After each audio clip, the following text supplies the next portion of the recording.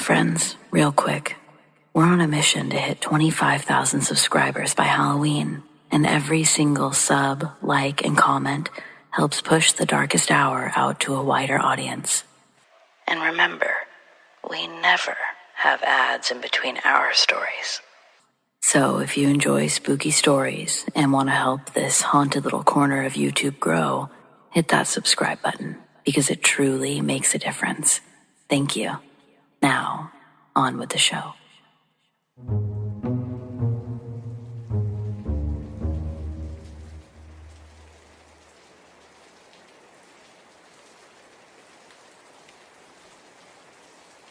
I remember I wasn't supposed to work that night. It was my night off, and I had zero plans to leave the house. Around midnight, I get a call from the dispatcher. Someone called out and they needed coverage at another site across town. I never worked there before, but I figured overtime's overtime. It wasn't until I pulled up that I realized where I was. This place used to be one of my dad's posts. He worked security for years before he passed, and I remember him telling me stories about this exact property. It's mostly offices and warehouses, with long, empty hallways, bad lighting. It's definitely one that feels abandoned, even when it's open. Anyway, I signed in, got the keys, and started my shift. It was quiet, but most of these jobs are. I'd been walking rounds for about 2 hours when I went into one of the bigger office buildings. The door locks behind me, so no one else should have been inside. I barely made it down the first hallway when I noticed movement at the far end. There was a man walking away from me, just far enough that I couldn't make out the details. It was 2 a.m. and the building was locked. There was no reason for anyone else to be there. I closed the door quietly and started towards him. He was wearing a security uniform, but not like mine. This was older, different company entirely. And then it clicked. That was the company my dad worked for when he was posted here.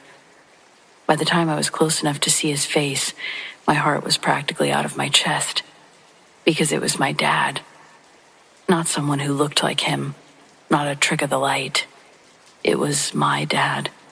Same build, same way he carried himself.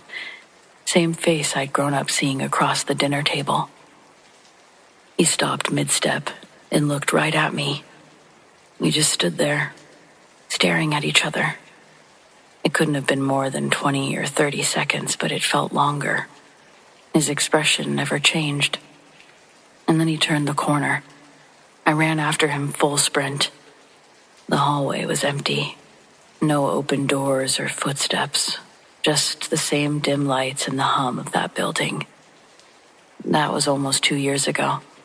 I've covered shifts at that site at least 20 times since, always hoping I'll see him again. But I never have. I still don't really know what to make of it all. Could have been a ghost.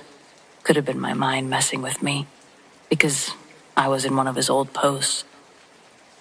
Or maybe I actually saw him working that night, just in another time. Whatever it was, I've never shaken that feeling that for a few seconds, we were in the same place again.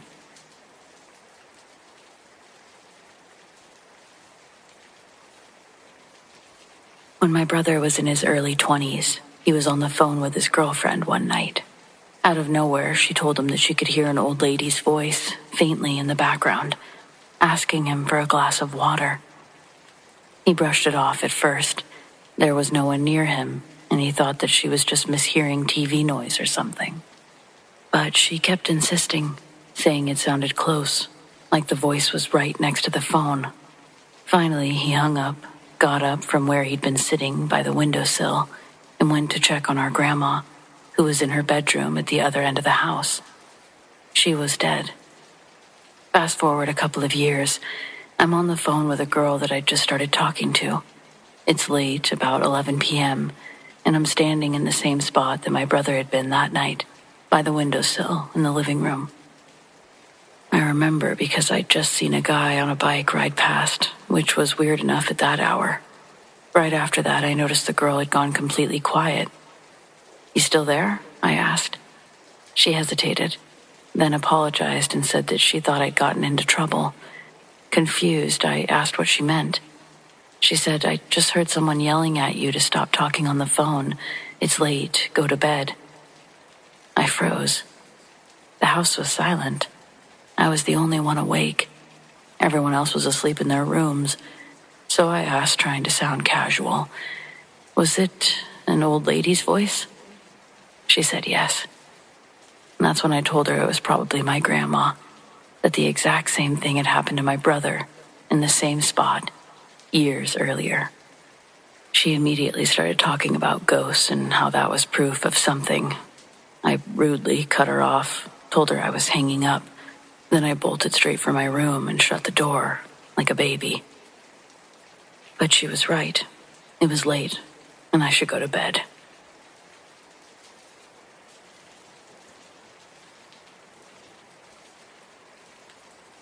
A few years ago, my next-door neighbor asked if I could watch her daughter for about an hour while she ran to the store.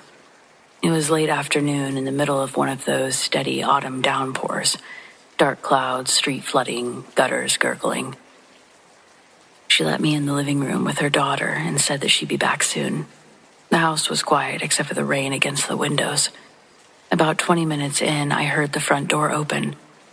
I turned in time to see a little boy, maybe 7 or 8, walk straight in with a bright yellow raincoat and rain boots, hood up, water dripping off of him. He didn't look at me, didn't speak, just walked right past and went up the stairs toward the bedrooms. I looked at the daughter, expecting her to say something, but she just kept coloring like nothing had happened. "Who was that?" I asked. She looked up at me, completely blank. "Who?" "The boy who just went up the stairs." She frowned. "There's no boys here." My stomach sank. I told her to wait there, and I grabbed a rolled-up umbrella and went up after him. The upstairs hallway was empty. All the bedroom doors were open. No closets big enough to hide in. The only window was latched shut. I checked twice before going back down. Not long after, the neighbor came home, shaking the rain off of her coat. I tried to play it casual, but finally asked, "Hey, was someone supposed to stop by? A little boy, yellow raincoat."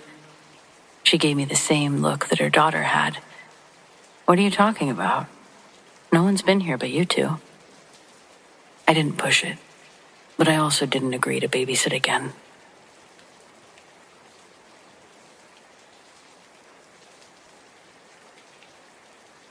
When I was in my early 20s, my sister bought this small house on the edge of town. It used to belong to our great aunt, one of those places that still smelled faintly of old wood and mothballs, no matter how much you cleaned it. Our aunt had passed away there 3 years before, in the front sitting room. I was a teenager when it happened. It wasn't violent or anything, it was a heart attack. But my sister and I both knew that she hadn't been found for a while. We never really talked about it. Fast forward a decade, my sister was hosting a family dinner, and she just finished fixing up the house. Fresh paint, new furniture, the whole thing. The sitting room where our aunt had died had been turned into a playroom for her 4-year-old daughter, my niece. During the party, my niece disappeared into that room while the adults were in the kitchen. I went to check on her after a while because it had gotten really quiet. She was sitting on the rug with her toys in front of her, completely still, just staring at the armchair by the window. "Hey, kiddo, what you doing?" I asked. She didn't look at me. "Talking to the lady." "What lady?" "The one in the chair." I looked. The chair was empty. "Is she nice?" I asked, keeping it light. "She says she knows you," my niece said. "She says you used to come here and eat cookies with her." It gave me chills. Our aunt had baked cookies every time I visited. That's not something my niece could have known. I never told her about that. And my sister didn't really keep those kinds of family stories alive. "What else did she say?" I asked. My niece finally looked up at me, completely serious. She says she doesn't like all the changes that were made here. We left the room, and I shut the door. I didn't tell my sister about it until weeks later, and even then, I left out the part about not liking all the changes.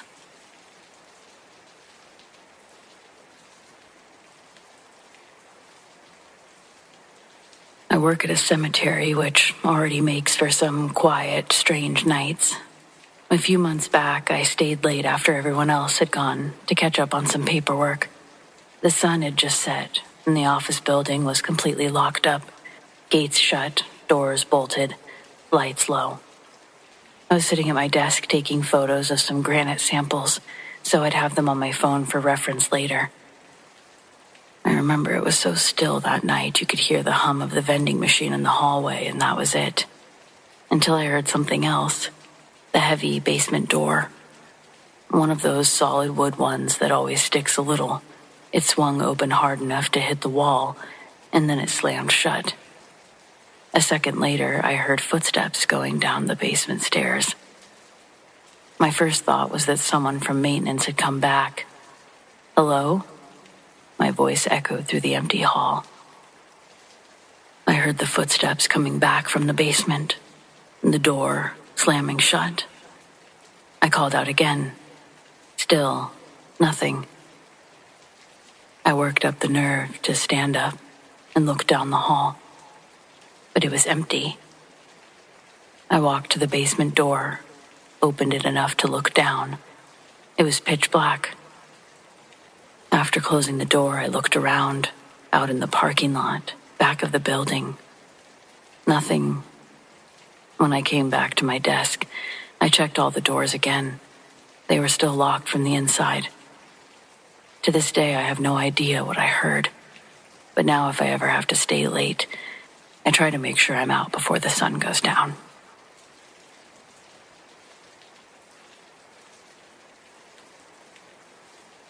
I lived in a boarding house during my last year of college. One of those old Victorian homes turned into separate rental units. It was cheap, which should have been my first red flag. There were 5 of us in that house, all students, and the landlady, Miss Evelyn, who lived in the basement unit.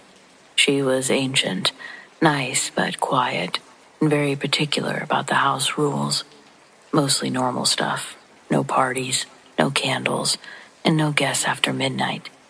And one big one. Do not enter the locked room upstairs. The house had 6 bedrooms. 5 were rented. The 6th door was at the very end of the hallway, right past mine, always locked. Heavy old wood, big brass knob, no sign or number.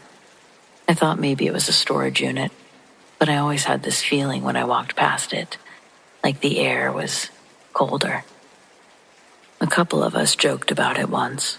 One of the other tenants, Sean, said that he tried the handle one night just to see. The next day, Miss Evelyn told him that she'd evict him if he ever touched it again. No warning, no smile. Things started getting weird about 2 months in for me. I'd hear noises at night, soft thuds, shuffling. Once or twice, a dragging sound, like furniture scraping across hardwood, always from behind that door. One night I was up late studying and heard whispering. I couldn't make out the words, just a low, steady murmur from the other side of the wall. I pressed my ear to the door. The whispering stopped. Then something tapped. 3 slow knocks. I didn't sleep much that night. The next morning I asked Miss Evelyn about it. She smiled like I'd told her a knock-knock joke. She said, "That room doesn't like attention." And then she just walked away. I started avoiding the end of the hallway, kept my headphones in, stayed out later just to dodge the creepy sense of dread that seemed to leak out of that locked room. But then came the night that I heard my voice. I'd just gotten into bed. My door was shut, the house was quiet, and from the other side of the wall, faint, muffled, I heard my own voice whisper, "Hey, It's me.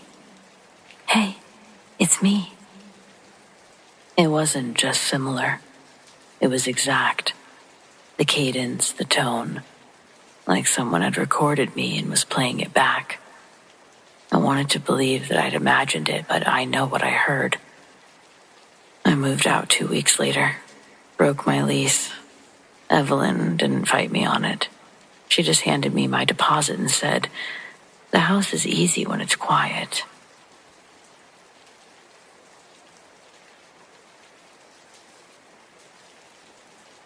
I inherited a laundromat that I didn't want. Uncle Ray passed away in February. Quiet guy, never married, no kids. The man who never showed up to a family function, but always sent birthday cards with a crisp 20 inside. All I really knew about him was that he ran this 24-hour laundromat just off the interstate and didn't trust banks. So when the attorney told me that he'd left the whole thing to me, including the land, I figured that I'd drive down, look it over, and probably sell it. I wasn't expecting the place to still be open. It was just past 11 p.m. when I pulled into the gravel lot. A fluorescent open sign was still buzzing in the window, and 2 of the machines were spinning inside. I walked in and was hit with that familiar detergent and metal smell, like heat and soap, and something slightly burnt. The air was dry, and there was no one behind the counter, no customers, just the hum of old appliances doing their thing. There's a long mirror across the back wall, and I caught my own reflection. Half-lit, road-tired, and deeply uncomfortable. I don't know why, but the place felt homey and eerie. I hit the bell on the front counter, no answer.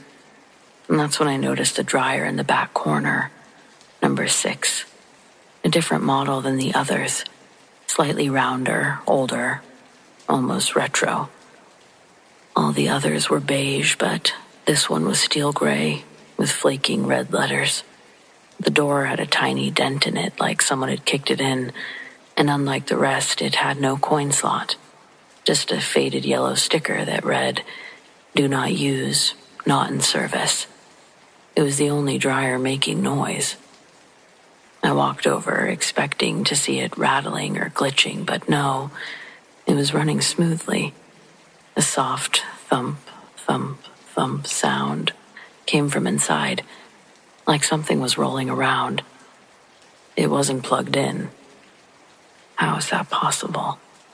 I opened it and it stopped instantly. Inside was an old towel. It was blackened and burned on one edge, like it had been left too close to the space heater. The moment I touched it, the lights flickered twice, and then stabilized. I backed away and let the towel fall to the floor. That was the first night there. Over the next 2 weeks, weird stuff started happening. The cameras that I had installed for insurance kept cutting out between 2 and 3 a.m. The same machines would spin, washers 4 and 7 and dryer 6, when no one was in the building. I had a buddy who's an electrician. He looked at the wiring. He said the panel behind the dryer was wrong. When I asked what he meant, he just said that it didn't connect to the rest of the system. Said it looked patched into something older. I was staying in the little manager's office upstairs. One night I was jolted awake by what sounded like screaming, muffled. I ran downstairs with a bat, thinking maybe a homeless person had broken in or gotten stuck. The door was locked, no windows open, but dryer 6 was running again. Something inside of it was banging against the door inside, like fists, loud, desperate. I opened it. It was empty. No towels, nothing, just a faint burning smell and a warm trail of water pooling onto the floor. I don't scare easy, but I called my sister at 3 a.m. that night. I told her that I was thinking of settling everything as is. 2 days before I had someone lined up to come appraise the property, I found a box of receipts and logs in the storage closet, handwritten, going all the way back to 1978. My uncle had recorded every incident that had ever occurred in the laundromat. Mostly boring stuff, but near the back was a page titled, "The Fire, October 13th, 1983. I didn't know about the fire. Apparently, a local woman, single mom, worked nights, had fallen asleep waiting for her clothes to dry. Her 5-year-old daughter was with her. The wiring caught fire in the back. The place went up fast. They only ever found the mother. The girl was presumed dead, though her remains were never located. The report ended with, Dryer 6 was the ignition point. Manufacturer claims they never made a model matching its description." I think Uncle Ray knew about the weirdness. I think he kept the laundromat running because it kept something contained. Like it was a prison cell that only worked if people were still using the other machines, feeding it quarters and cycles and time. I think the girl never left, or if she did, something else took her place. I often see Dryer 6 spinning. I'm never surprised, but sometimes when I open it, I see that burned towel back inside. I don't even know if it's the same one, or how it gets in there. Probably time to get rid of this thing, but from what I've read, I think Uncle Ray tried that already. I'm tempted to keep things exactly as they are. I've already inherited this laundromat I didn't want. I don't want to inherit some bad luck by messing things up or changing things. So, I guess it just stays for now.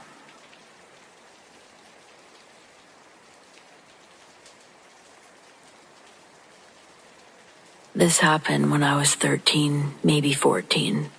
Never really talked about it much, not seriously anyway. Around here, it just turned into one of those weird family stories, ones that people tell when they're drinking too much or try to scare the younger kids. But it wasn't a story. I was there. I saw it. I grew up in Nebraska, not far from Kearney.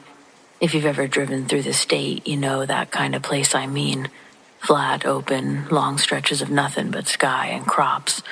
Summers were humid, full of bugs. You'd sweat through your clothes before lunch and still get sunburned under a ball cap. Anyway, every summer my cousin Travis and I would spend a couple of weeks at our grandparents' farm. They had a couple 100 acres, mostly corn, and their house was one of those 2-story white ones with a big porch and peeling paint. No internet, no cable, just radio, books, and our own dumb ideas. That summer it was hot, too hot. Even the bugs were quiet by midday, and the corn grew taller than I'd ever seen it. Taller than us, even when we stood on our four-wheeler. Grandpa said the ground was restless. I didn't know what that meant at the time. I thought he was just being weird. But the first night, we noticed the lights. We were out near the back property line, past the grain bins, tossing firecrackers and pretending to be soldiers. And then we saw them. These soft, blue-white glows floating above the corn. Not flashing like fireflies, not even flickering like flames. They moved slow, smooth, like they were weaving between the rows. Travis thought that it was some sort of elevated flashlight, or kids playing with lanterns. I didn't like it. It made the hair on my arm stand up. We ran back to the house, and Grandpa was already on the porch with his boots on, just watching the field. "You boys stay inside tonight," he said, "and close the curtains." We listened. The next day, Travis asked him about the lights, and Grandpa didn't say much, just mumbled something about thin places, how the corn remembers. No clue what that was supposed to mean. That night we stayed up, watching from the second-story window. Around midnight, the lights came back, but there were more this time. 10, maybe 15 of them, moving in patterns, almost like they were dancing. I wanted to wake up Grandpa, but Travis was already sneaking downstairs, said he wanted to see up close. I told him that he was being stupid, but he wouldn't stop. So I followed him. We cut through the back field, careful not to step on the irrigation lines. The lights were still there, pulsing just above the corn. As we got closer, everything got quiet. There was just a faint buzzing in my ears, like when you stand up too fast. And then the corn parted. I swear, it opened up, like something big had moved through it, fast, right in front of us. I turned to Travis, and he was gone. Gone. I called his name. Nothing. Pushed through the stalks. Nothing. Ran back to the house screaming. Grandpa didn't ask questions, just grabbed his shotgun and a lantern, went into the field alone, came back an hour later, empty-handed. His hands were shaking. His shirt was soaked through with sweat, and he wouldn't meet my eyes. We called the cops, the neighbors. They searched for days. Dogs, helicopters. No signs of Travis.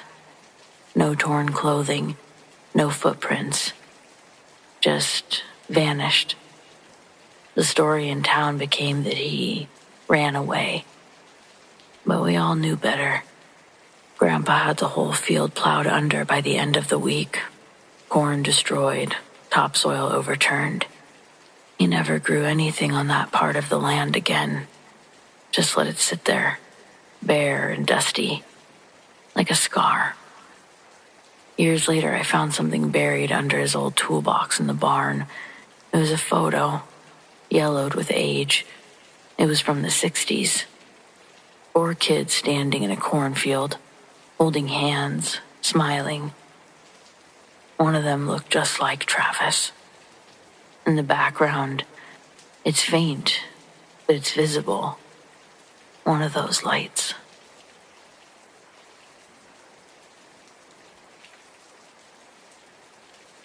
In the early 2000s, I cleaned houses for rich people in one of those super bougie gated communities. I thought that they would all be newly built, look at my charmed life type places, but that was most certainly not the case. One of those houses was straight up haunted, and nothing will ever convince me otherwise. Most of the time I cleaned when no one was home. When they were home, they avoided me because God forbid you socialize with the help. I'm not complaining. 99% of the time, that's how I preferred it. Let me do my job and get out. I got things to do. But this one house, man, this one house. I would sit a rag in the middle of the table and come back to find it several feet away on the floor. I'd hear footsteps running past me when no one was there. I almost quit so many times, but I really needed the money. Really needed it. Instead, I perfected my routine, made sure that I was out of there in under an hour. One day, I ran into the kid's nanny. She had to come back for something the older boy had forgotten. I was having a particularly hard day with the house, so I asked her point blank, "What's up with this place?" I couldn't possibly be the only one experiencing the insanity. Apparently, this was a murder-suicide house. Wife wanted to leave the husband. Husband was all over my dead body. He killed his wife and 5-year-old before himself. So yeah, I'd say that pretty much explains it. Once the nanny left, I deeply regretted asking. It made every random noise and stray footsteps that much worse. I especially hated when they pulled the doors out of my hand. I'd try to open one, and it would slam shut, locking me in whatever room I was cleaning.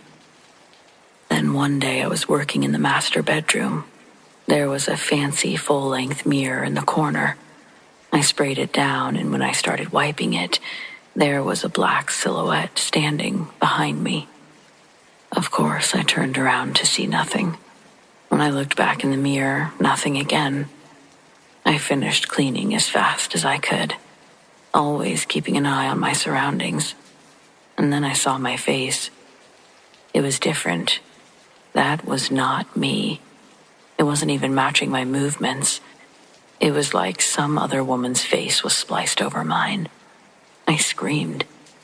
Thank God no one else was home, because I wasn't prepared to deal with explanations. Not at that moment. I grabbed my stuff and ran out. I was so poor that I had to keep working there for another 6 months before I could afford to quit. But from that day on, I brought my sister with me for backup. We still experienced a bunch of unusual stuff, but I'm eternally grateful I never saw that figure or that woman's face again. I'll never forget any of it for as long as I live. And people can call me crazy, whatever they want, but I'll go to my grave knowing that shit was real.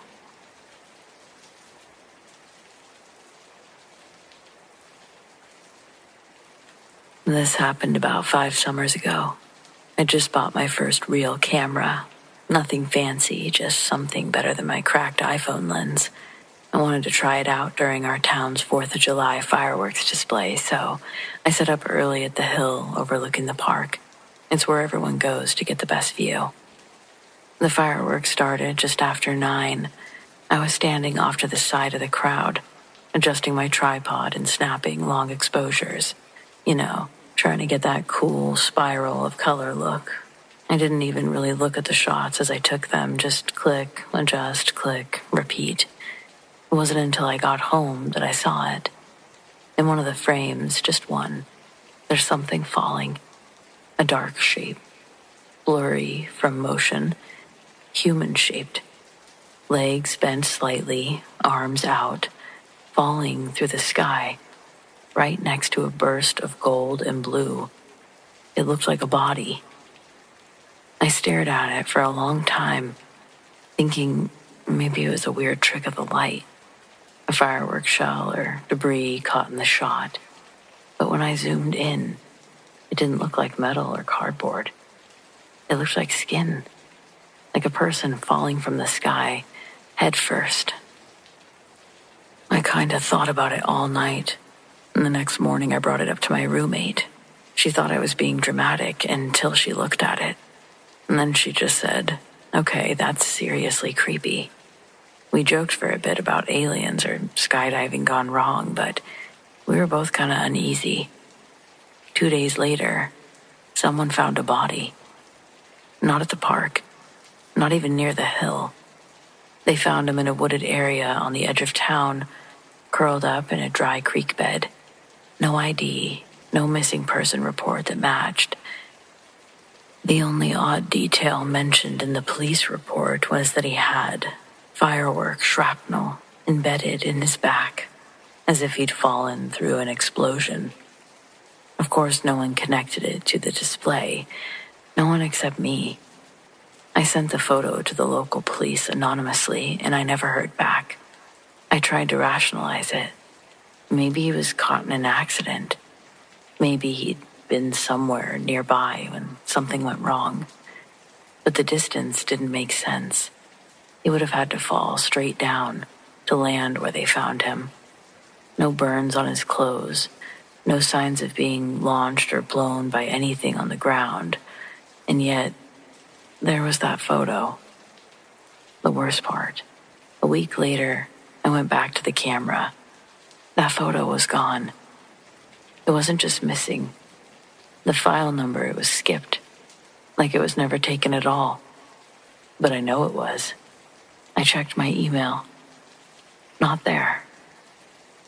The email was, but not the photo. Truly just the weirdest thing I've ever experienced, and I don't even have the proof anymore.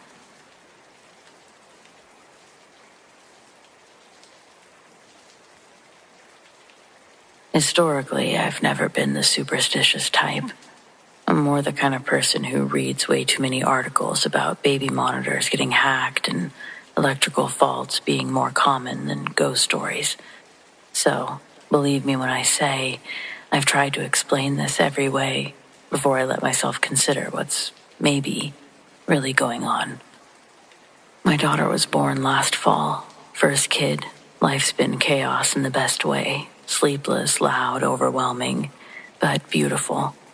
We live in a rental house just outside of Richmond, Virginia. Quiet neighborhood, good bones, nothing strange or creepy. At least, not at first. It started with the lights, the ones in the nursery specifically. It's one of those dimmable ones, smart bulb types that's connected to an app on my phone. I always leave it on a little low glow overnight, just enough to check on the baby without waking her. But around the 3-month mark, I started waking up to the nursery light, fully on, bright enough to wake a person, let alone a newborn. I thought maybe I was accidentally tapping the app in my sleep or setting a timer by mistake. I double-checked everything, reset the bulb, changed the routine. It still kept happening. Then the monitor started acting up, not in a technical way. No static, no disconnects, just weird sounds. Not crying or cooing, just silence followed by soft creaking, like the rocking chair was moving. The worst night was about 2 weeks ago. Sometime in the middle of the night, I got the alert that the light had turned on. I sighed, got up, and went to check the app, but before I could, the monitor lit up. There she was, my daughter, lying still in her crib, not crying or moving, just staring directly at the corner of the room. And the rocking chair, it was moving, slow, gentle, back and forth, like someone was rocking an invisible baby.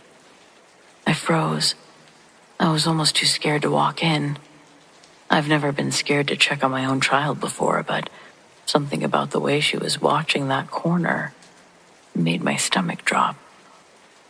When I finally worked up the nerve, I walked in. The chair was still. The light was still bright. My daughter blinked and looked at me like nothing had happened. While I stood there, I swear to God, I heard a faint lullaby, a humming sound, soft and off-key, coming from the wall behind the crib. I told my husband. He sort of thought that I was losing it, but I moved the crib to the other side of the room the next day, and I feel better.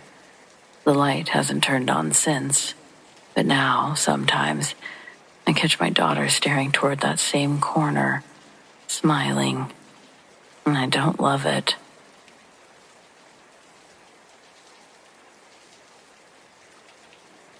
My younger brother and I have lived near the desert our whole lives. We're extremely experienced campers. I'm 20 and I've never believed in anything paranormal until last night. But my brother, he's always been able to see and sense jinns. They're basically demons. We always go to the same place when we want to camp with minimum effort, and the beginning of our day was completely normal. But the closer we got to our destination, the more I noticed my brother's mood shifting. When I asked him what was wrong, he shrugged me off, just said to keep driving. I felt fine when we got there, but my brother was unusually quiet. It was the afternoon, and we planned to leave at midnight. The heat was intense, so we set up under a few trees, near some water. In the Middle East, it's said that that's where jinns live, but I didn't believe that. As we set up our tent, it fought us. We would secure one end and another end would pop up. When finished, it looked as if something was pushing on it, which is something neither of us have ever experienced, not even during a sandstorm. When my brother feels a presence, he gets extremely unlucky. After almost dropping a box of coals on his foot, he spilled a Coke on his phone, smashed his elbow, and cut his finger. He was digging in his bag when he found an unsheathed knife, but he said it felt like someone actually pushed his finger into it. This was all in a matter of hours, and it made us feel uneasy. Suddenly, a random couple appeared out of nowhere, saying they were stuck in the sand and needed help. We were driving a Land Cruiser. They said that they had a Nissan Altima, so we didn't expect to encounter many issues, but we were wrong. We dug them out easily, but they somehow got stuck again as we pushed them, even though there was plenty of space available to grip. Later, my brother said that's when he really started to feel an evil presence, but he didn't want to freak me out. We ended up towing the couple out of the sand, but it was much harder than it should have been. Our strap pulled off their bumper, and we almost got stuck ourselves. When we returned to camp, everything became unusually quiet. The only sound was that of our rapidly dying fire. As we sat down to eat, my brother suddenly grabbed my hand, and he said we needed to go as quickly as possible. The fear in his voice and on his face were obvious. He didn't feel safe. So we prayed to ease our minds, but it only angered whatever was there. We quickly finished eating, but I was only humoring my brother until I suddenly had a nagging feeling that we should leave. It hit me like a wave, and I said so. We started packing. That's when we heard something on the opposite side of the small pond. I can only describe it as the sound of death. It lasted for several minutes. I felt like I was having a heart attack. After remaining frozen for a few minutes, we drove closer so we could look around with the headlights, but things got really crazy once the screaming stopped. At first, we heard twigs snapping and footsteps all around us. Then we saw shadows behind the trees. I tried everything to get those shadows to change shape. I walked around the trees, moved the lights, but nothing happened. It looked and felt like people were staring at us.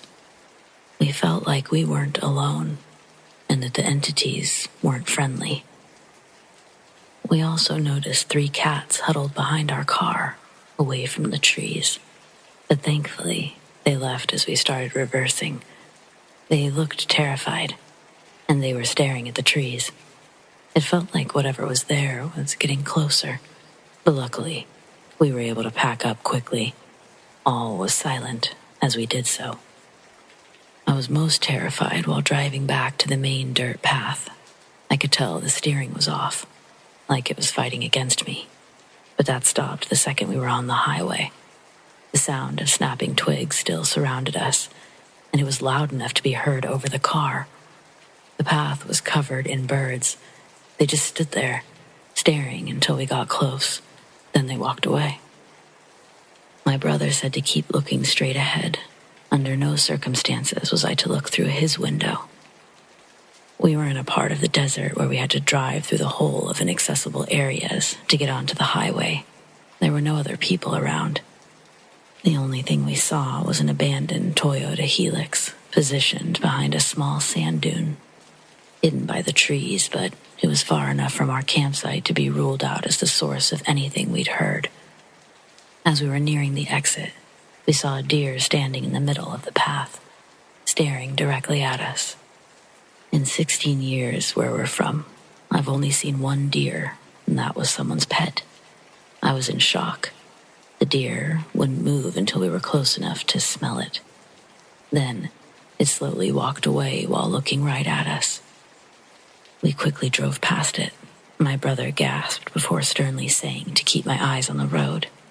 As we got on the highway, I asked what he kept seeing, and he reluctantly described large figures around us anytime we went around a bend. They were either pointing at us or ahead of us. I'm glad he didn't tell me until later.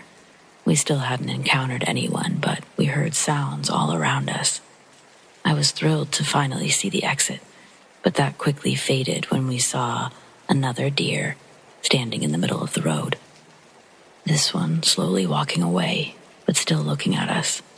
Only this time, it looked more like a kangaroo mixed with a deer. It had milky eyes, looked rotten, but I didn't care.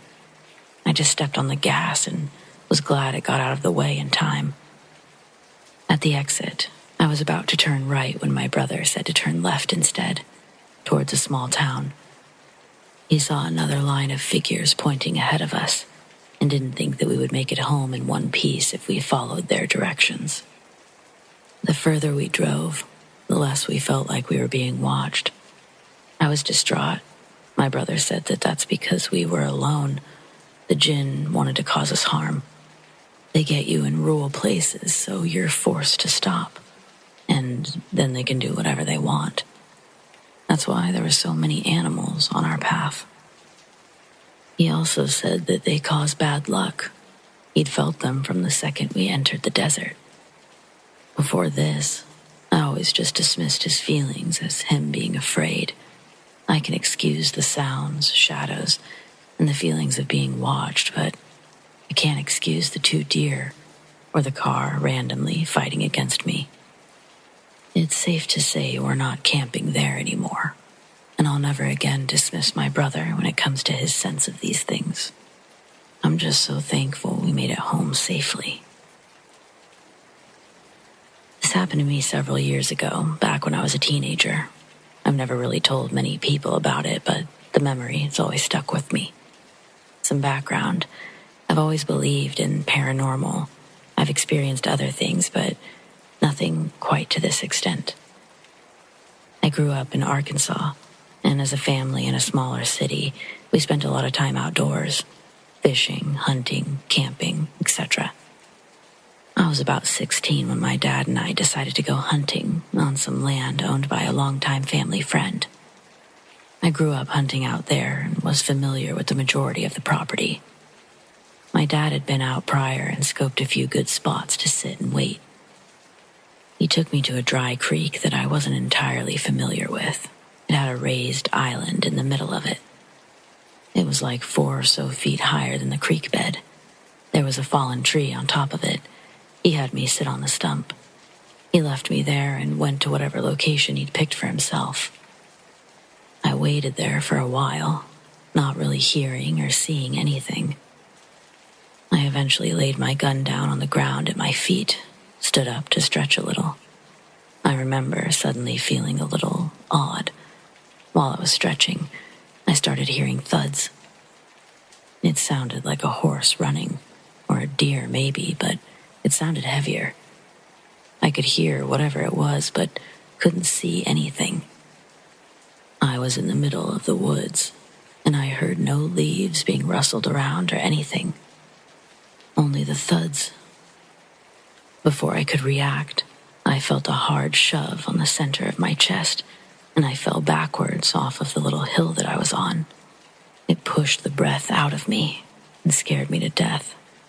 After the hit, there was no more noise. Nothing running away, just silence. The entire experience freaked me out. And of course, when I yelled and finally found my dad, he didn't believe me. Has anyone else experienced anything similar to this? I've seen and heard things before, but I've never been touched or hit. What could this be? When I was 15, a long time ago, as I'm 60 now, I was growing up in a tiny village called New Galloway in the wilds of southwest Scotland. One evening, I was walking back from a friend's house when I noticed that the lights were on in the old reading room, a building at least 300 years old. Back then, it was used for carpet bowl games, but I knew that it was the wrong night for that. It should have been shut. Yet as I walked closer, I could hear people talking, laughing, the sounds of a game in full swing. Curious and a bit puzzled, I went through the gate and up to the door. Oddly, it was locked. I walked around the side and peered through the window and froze. The room was completely dark and empty. No people, no lights. My heart started racing. I couldn't believe what I'd just heard. As I stood there trying to make sense of it all, I heard a laugh. Low, chilling, unmistakably sinister. Yet no one was there. In that moment, fear took over, and I ran like hell. I'd never been so terrified in my life. Even now, as an old man, I can say with certainty that laugh was pure evil. I hope I never hear anything like that again. Later, I found out the grim history behind that building. Years earlier, the caretaker had hanged himself. from one of the rafters. His body was discovered when people arrived for their weekly bowls game. Even now, I still have nightmares about that night.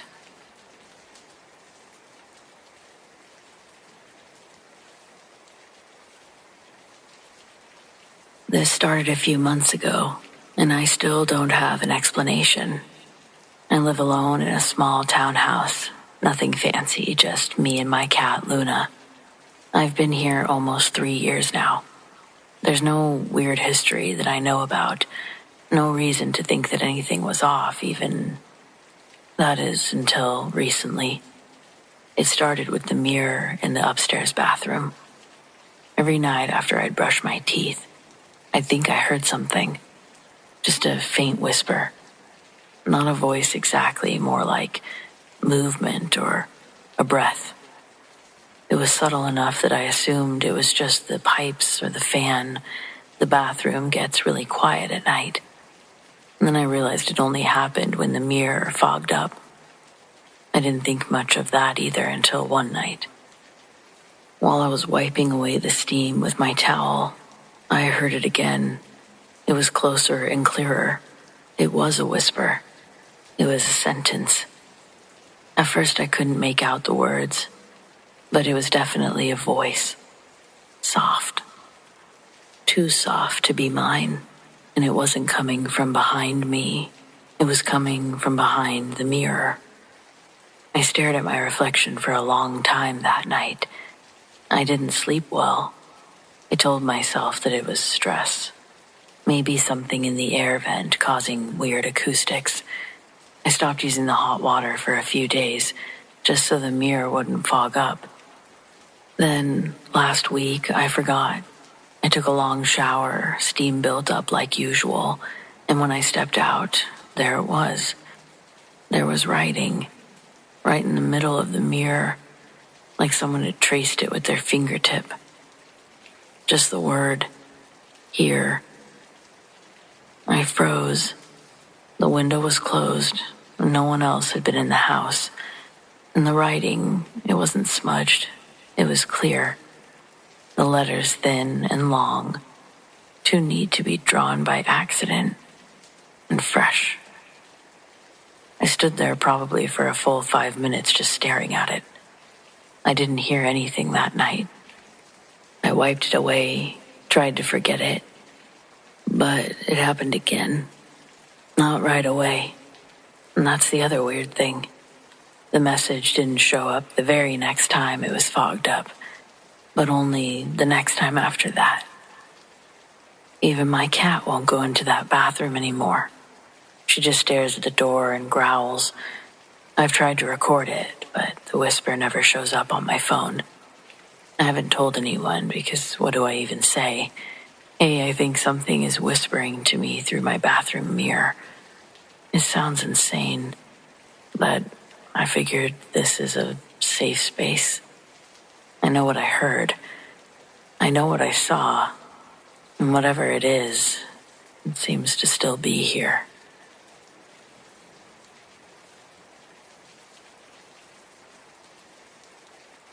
I wasn't a correctional officer, but I did spend some time in prison, and I had some crazy things happen that still give me chills to this day.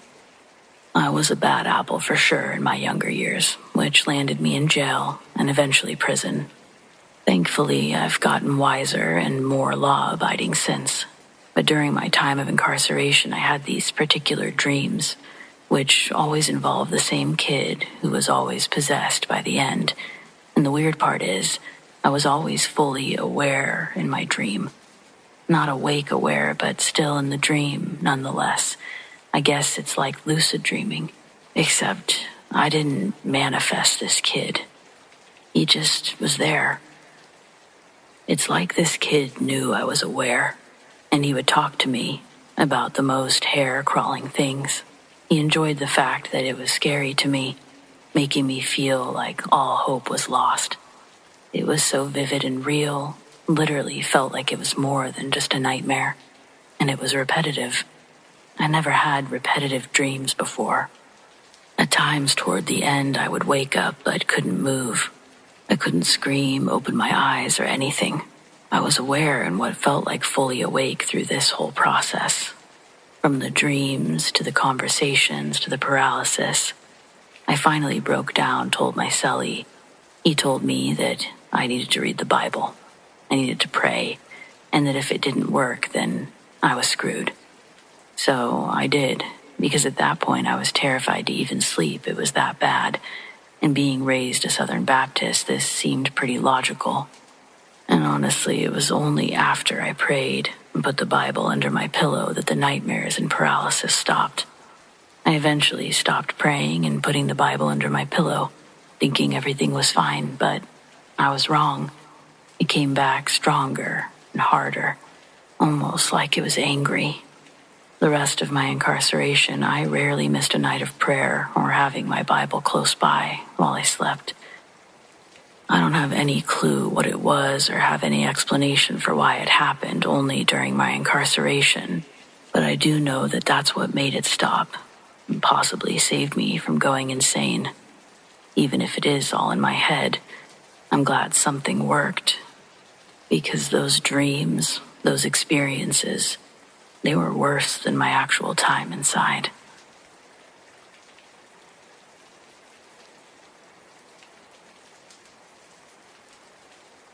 I don't have a lot of clear memories from when I was really young, but there's one that's always stayed with me, so vivid and strange that I know it wasn't a dream. It started when I was about 3. From what I've learned about this time period in my life, my family had just moved into a new apartment. I do remember the place being small and kind of dark, even during the day, like maybe there wasn't enough windows. My room was at the end of the hall, with one little window and a twin bed pushed against the wall.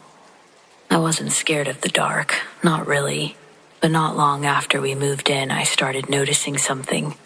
Every night after I was tucked in and the lights were turned off, I'd see a shape sitting at the end of my bed. It wasn't like a monster or anything cartoonish. It was just a figure, a person-shaped shadow, all black. I never saw eyes or a face, just a solid silhouette sitting quietly, and I knew it was watching me. I was so young I couldn't find the words to describe it to anyone. I didn't even know how to ask if this was something normal, but I knew that it wasn't supposed to be there, not really, and I knew that it was watching me. It never moved, never said a word, just sat with its back straight, its head slightly tilted, like it was trying to figure me out. The first few times, I tried to pull the covers over my face, pretend I didn't see it. But I could still feel it there. Not like a dream. It was heavy in the room. The air changed around it, just as it would if a person had walked in. Every night it came back, for a year. I remember once waking up in the middle of the night, needing to pee. I sat up and saw the figure there, right where it always was. I stared at it for a long time. My heart was racing, but even at that age, I had this weird understanding it wouldn't hurt me. Not exactly, but I didn't want to test it. I climbed down from the bed on the opposite side and walked out of the room, backwards, never taking my eyes off of it. It just stayed seated. I do remember trying to tell my mom about it, but she would just say that I had an overactive imagination. My dad wasn't around back then, and we didn't have a lot of visitors. It was just the two of us. She was working nights most of the time, so I'd often wake up alone in the apartment, except for the sitter who would sleep on the couch. Eventually, we moved to a new place. I remember the first night in our newer apartment, I kept waiting for it to come back. I even stayed awake as long as I could, but it didn't follow. I never saw it again. Now I'm an adult and I still don't know what it was. Sleep paralysis doesn't fit. I could move, talk, get out of bed. It didn't feel like a dream or a trick of the light. It felt intentional, like something had chosen to be there, with me, night after night, watching. I sometimes wonder if it was waiting for something, Or maybe just trying to understand what I was. I'll never know, really. But even now, I find that I never look too long at the end of my bed when I wake up in the dark. Just in case. I don't think I would want to see it again.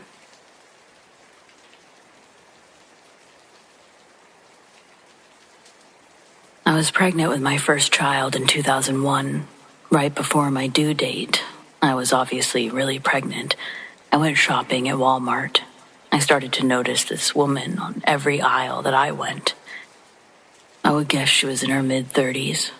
When I went to the baby section to look at clothes, she started asking me questions. At first, they were common, like about the gender. Then the questions started getting strange. Was I married? Did we have a house or an apartment? She asked about my accent. I'm from Michigan and was stationed in Florida. She was curious if we had anyone in the area visiting for the birth. It was just kind of odd. I was young, 20, but I was married and my husband and I were both active duty, living off base in a rental house. I told her yes, we were excited and to have a good rest of her day. She then started actually following me, telling me her husband was outside the store and they could help me take my groceries to my house. And that's when I got really nervous. I told her I was fine, thanks, that my husband was home and could help me. She told me that they had a big truck and that she could buy me a large baby item. I politely declined, and she was so insistent, becoming aggressive. She then offered to buy my husband a grill since we didn't need any baby things. I was getting panicky at this point because I knew this lady was not right. I went to check out, so did she. She got out before me and I watched her race walk out of the store, and sure enough, her and her husband were pulled up alongside the curb at the front near the pop machines. They were in a beat-up old yellow box truck. Husband rolls down the window and says, "We'd be happy to help you with that." I again declined and went to my car. I loaded everything up and watched for a minute. They didn't move, just watched me. As soon as I pulled out, they did too. I hauled ass out of there. They were only behind me for a minute or two. I still drove around crying for about 30 minutes, just to make sure they were long gone before I had to pee and needed to go home. I'm now 44, and that was the first and one of just a few times that I felt that level of fear in my life.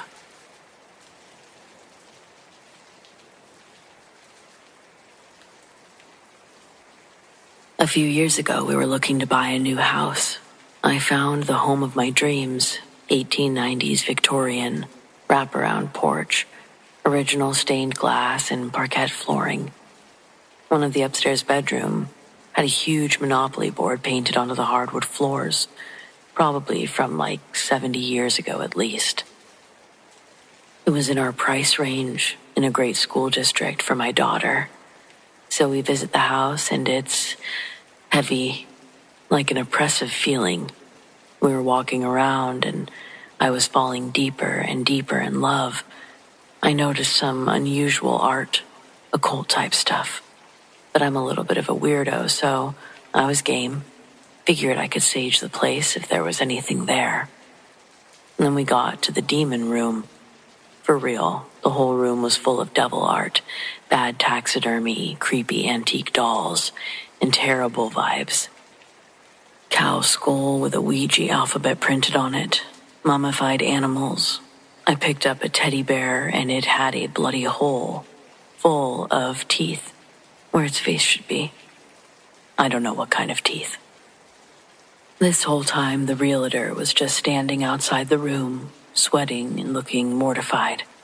I'm giggling a bit because, once again, I'm a weirdo, and I asked if she knew this was all going to be here. She was as surprised as we were, and she couldn't wait to leave. We walked around a little more. I was completely smitten, and we left.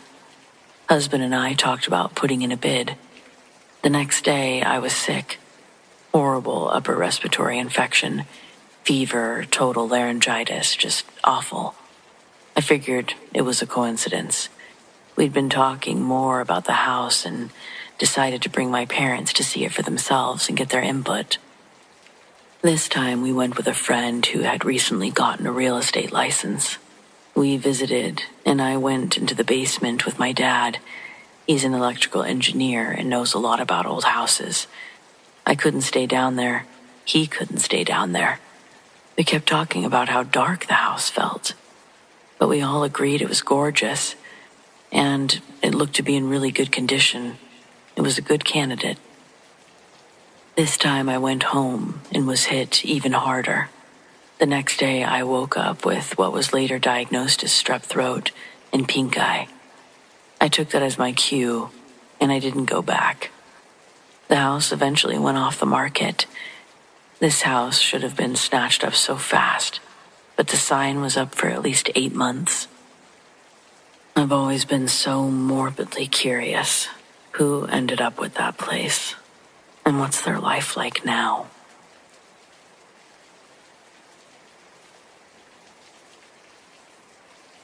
I moved into a rental duplex in a small town outside of Asheville, North Carolina, right before spring.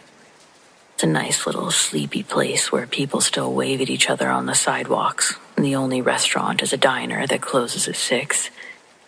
I was in a bit of a transition, basically where I was saying new start a lot until it started to feel like one. The unit was clean, the rent was cheap, and the place came with a little patch of gravel driveway that curved around a clump of dogwoods. I didn't know it yet, but that driveway would be the reason I started locking my bedroom window. It started subtle. I'd come home in the morning and see little piles of pebbles in neat triangles on the hood of my car, or one of my side mirrors completely turned inward. The first few times I brushed it off. Probably neighborhood kids, could even be a raccoon. But then one morning in early March, I woke up just after 3 a.m. to a sound I couldn't explain. I sleep light, always have. It wasn't a bang or a thud, more like gravel shifting. I crept over to the blinds and peeked out. There, in the soft pill of the porch light, was a girl. She couldn't have been older than 10 or 11, hair pulled back into a low braid, white nightgown stained at the hem. She was barefoot, standing right in the gravel drive, staring at my car. At first I thought that she must be sleepwalking, maybe from the unit next door. But when I opened the door and stepped out onto the porch, she didn't look at me. She didn't move at all. Just as I was about to say something, she just slowly lifted her hand and pointed at the front of my car. I froze, not because of what she did, but because of how she looked doing it. Her arm bent at the wrong angle, her finger crooked like it had been broken and never healed right. And though the porch light should have illuminated her face, it didn't.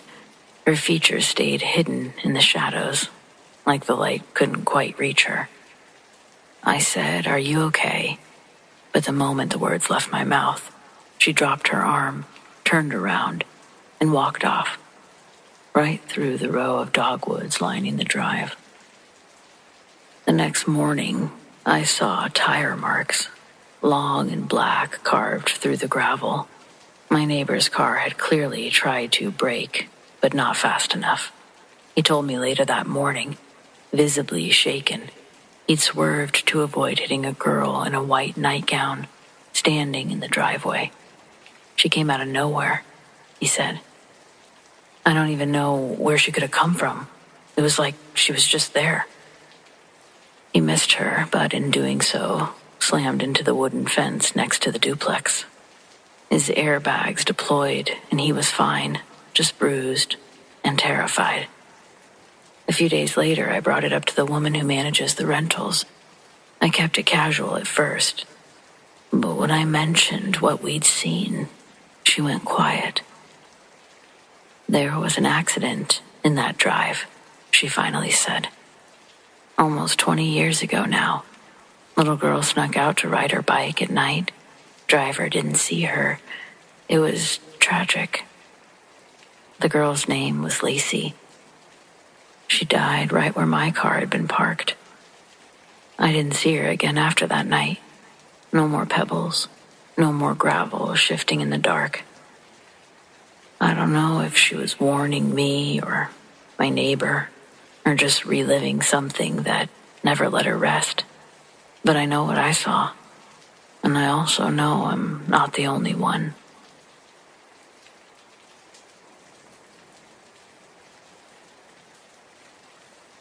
Two winters ago, a huge black triangle craft hovered over the white pine trees along my farmland.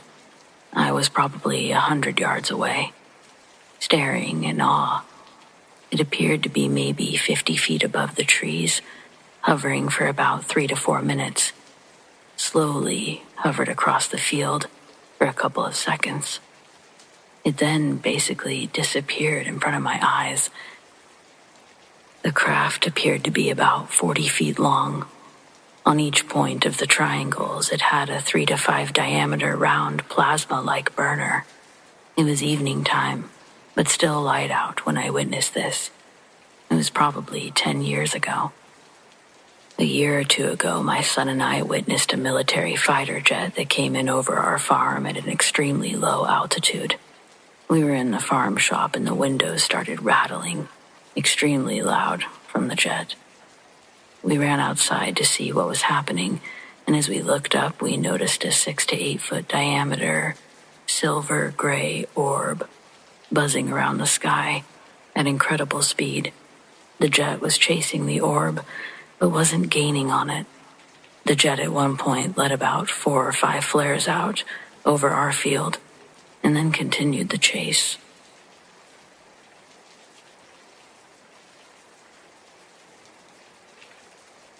I've been commuting by train for years. Same line, same stops, same seat if I can get it. It's predictable, which I like.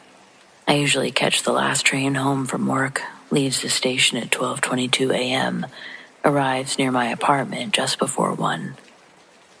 On this particular night, I was one of only 4 people in the car. A couple sitting near the doors, both asleep.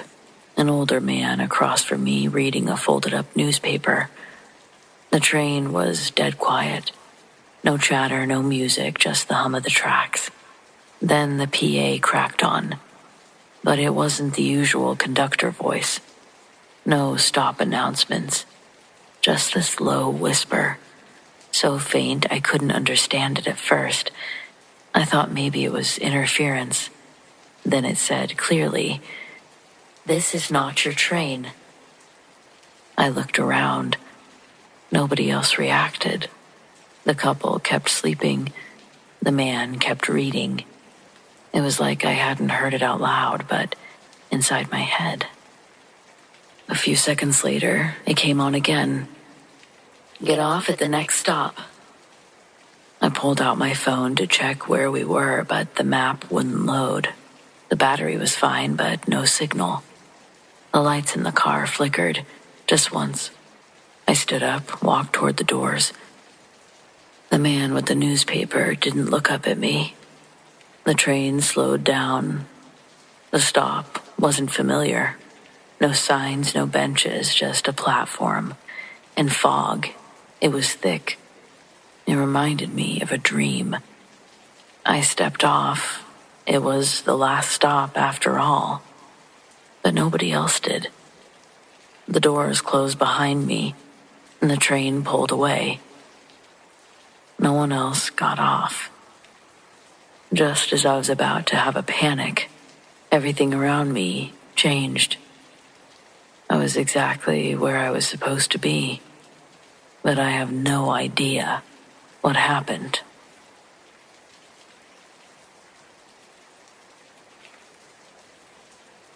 When I was about 7 or 8 years old, I used to see ghosts. I'd see them in my home, my school, restaurants, pretty much anywhere. Although they never seemed malicious, it still kind of scared me. My stepdad told me to stop lying, that I was going to scare my mom. But she's always been very spiritual and actually believed me. So did my sister.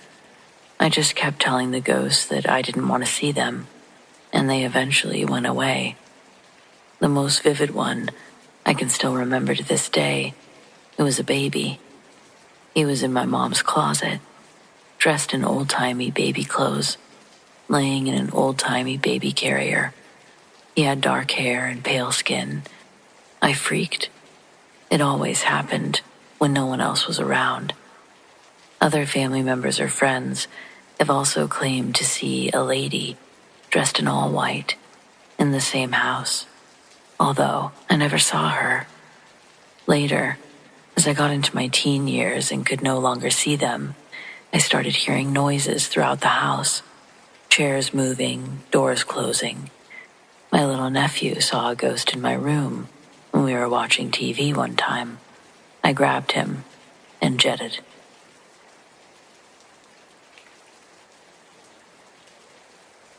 Hi, I'm Laura. I'm 25 and currently going through a divorce. I moved in with my sickly grandmother roughly 2 months ago. She doesn't need full-time care, so mostly I just handle the housework and keep her prescriptions straight. She's lived in this same house for my entire life and tells everyone it's haunted. But we thought Nana was just being Nana. She's always been superstitious, but no, it's haunted all right. But before I start with the strange experiences, there's a few things to know.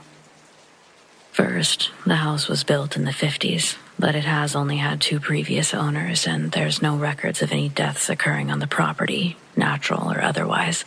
Second, it's a small 2-bedroom, 2-bathroom house, and the walls are pretty thin, so we can hear everything.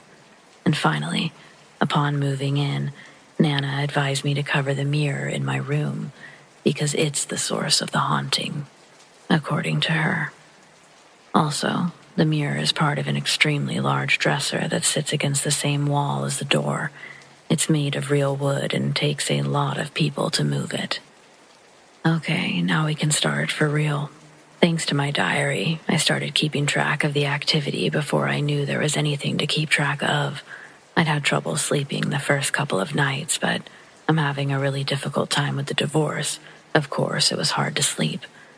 On the 3rd night, I kept hearing Nana get up to go to the restroom at least 12 times. Footsteps walked across her room, down the hall, and into the bathroom. Then, after a short pause, they would return to her room. I assumed that she wasn't flushing the toilet as to not wake me. The next morning, I asked if she was feeling okay, or if there was anything special I could pick up on the way home from work. When she asked why, I explained, and she said that she didn't get out of bed once the entire night, that I probably heard, in her words, the man in the mirror. I was late for work, and I thought that she must be embarrassed, so I didn't press the issue. I did, however, begin sleeping with headphones. 2 days later, I woke up and, still groggy, walked past the dresser and caught a glimpse of a dark shadow standing on my bed. I screamed, turning to see nothing but an empty room. When I looked back at the mirror, it was normal again, too. Since I was physically rubbing the sleep out of my eyes when I saw it, I chalked it up to Nana's stories getting to me. I've also had a few reoccurring dreams where a man calls to me from inside the mirror, but I don't want to officially include those among my possible encounters since they could easily be my imagination. However, for the record, I've never had nightmares like this before moving here. Things were quiet for over a week after the first Shadow Man incident. I had pretty much forgotten about the whole thing, but then it happened again. I was standing directly in front of the mirror, putting on my makeup, and I glanced down just long enough to make sure I got the right eyeshadow. Ladies, I know you know what I mean. That quick flash down and then right back up while you're leaning towards the mirror. I did that, and when I looked back up, there was a blurry oval shape, very head-like, hovering right behind my shoulder. I only saw it for a brief instant before screaming and turning, but it wasn't a fully formed shadow figure like before. This was more like strands of black fog trying to solidify into the shape of a head, but falling short. When I calmed down, I finally had a serious talk with Nana about the mirror. Before, I had immediately dismissed her stories without really hearing them, but now I was ready to listen. When Nana and Grandpa moved in, the house was empty except for that dresser and the attached mirror. Being such a bulky item, they assumed the previous owners didn't have a way to move it and left it empty for over a month, just in case they came back. It really is a beautiful set. This was after Mom and her 2 brothers were grown, so it was just Nana and Grandpa living there. A few months later, it was Thanksgiving, and they decided to move the dresser into their room. It took Grandpa, both of my uncles, and my dad just to slide it across the hallway. And they even told Nana, "I hope you like it because that baby is in there forever." Little did they know. They began hearing noises soon after. On multiple occasions, Grandpa got out of bed with his gun because he thought someone had gotten inside, but he never found anyone. Eventually, Nana saw a shadow figure crouched in the corner of the room, but when she turned around, no one was there. She saw it on 2 other occasions as well. Once when it was standing a few feet behind her, and once when it was sitting on her bed. Grandpa never saw it, but he witnessed the whole mirror shaking by itself while getting dressed one morning. By Christmas, they had seen enough and wanted it gone. Dad and my uncles were none too pleased with the development, but seeing how upset my grandparents were, they agreed to move it back into the guest bedroom. Only that wasn't good enough. They wanted it out of the house entirely. Unfortunately, they had barely been able to get potholders beneath the legs to slide it between adjacent rooms the first time. To get it outside, they would have had to pivot around multiple corners. Nana was so upset that one of my uncles measured just to confirm it wasn't physically possible. They would have had to take it apart and cut the frame to get rid of it. Even if they'd had the time, they didn't have the right tools. My uncles promised to do it after New Year's, but life got easier once the mirror was out of my grandparents' room, so it just never got done. They kept it covered with a blanket and would hear the occasional noise, but for the most part, they stayed out of that room and forgot about it. I'm the only other person who has actually lived in the same room with that thing, and now I also keep a blanket over it. Again, there was more than a week where nothing happened, but just as I let my guard down, I woke up to the sound of my music suddenly being turned all the way up during a particularly loud part. My headphones had done a perfect job of blocking out any nighttime noises up until that point, but I didn't want to sleep with them after that.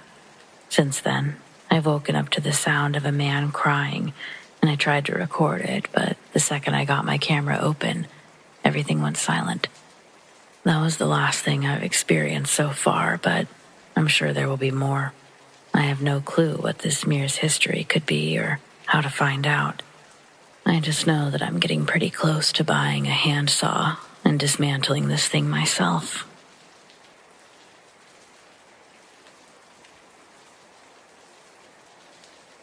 My cousin used to teach at the tribal school on our reservation. Her name's Dora. Dora has a story that she'd never tell publicly, but thankfully has a wonderful, loving, beautiful younger cousin willing to share it for her. I'm not on here trying to put Dora or our tribe in a bad light, and that's why I'm keeping our reservation name out. So, Dora was a 12th grade English teacher at the high school. It's the year 2000, and they're all on winter break. She attends a party at my house and decides to head home around 2 a.m.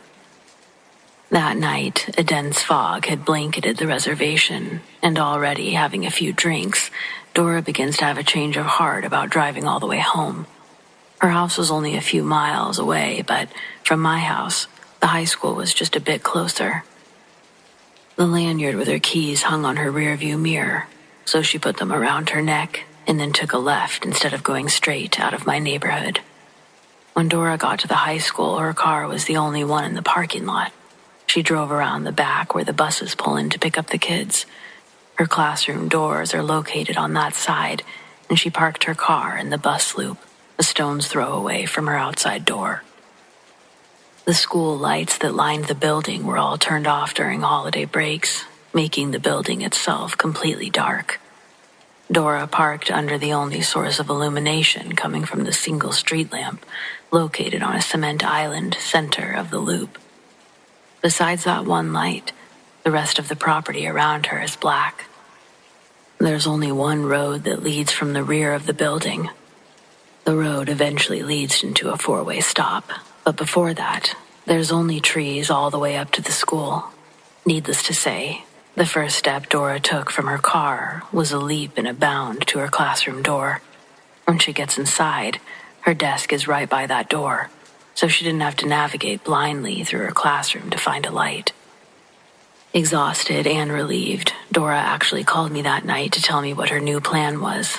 Then, after we hung up, she pulled all the blankets and pillows out of her emergency closet and made a bed on the little couch in the corner of her classroom.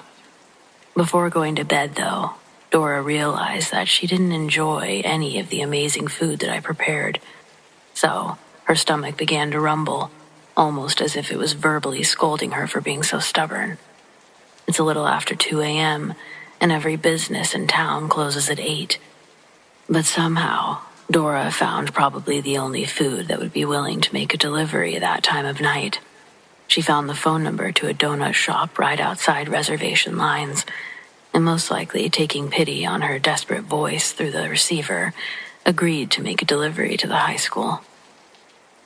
Taping an envelope with cash and a tip onto her door, Dora gave specific instructions on where to go and what to do.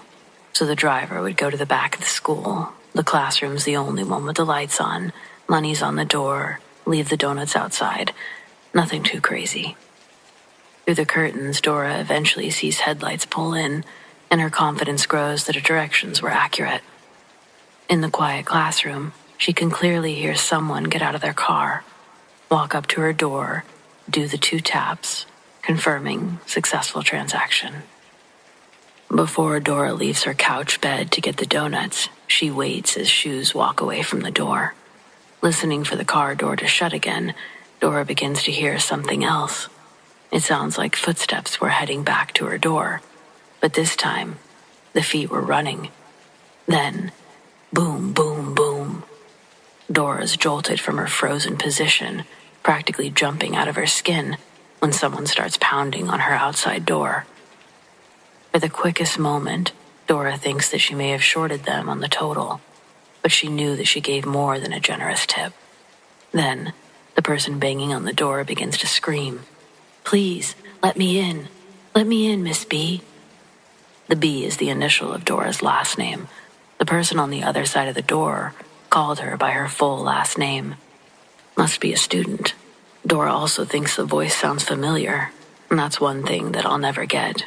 How do teachers remember all of their students like that? Well, sure enough, the mystery person pleading outside of her door ended up being a former student of hers. His name's Mark Len. Mark's family owns the donut shop that Dora was ordering from that night. Dora liked the Len family and had an oddly significant memory in her teaching career involving Mark's older brother, Callan. He was a few years older than Mark, and when Dora first started working at the school, there was a kid that kept harassing her like a creep. One day, the creep got way too close to Dora, and Callan stepped in between them, knocked the guy on his ass, basically. That ended the harassment. So, when Dora opened the door and Mark Len pushed his way through, slamming the door behind him, she's almost relieved. But that's short-lived, as the look on her former student's face is filled with horror. Right as the door slammed behind him, Mark ran over to the curtains, started peeking through them and out to the parking lot.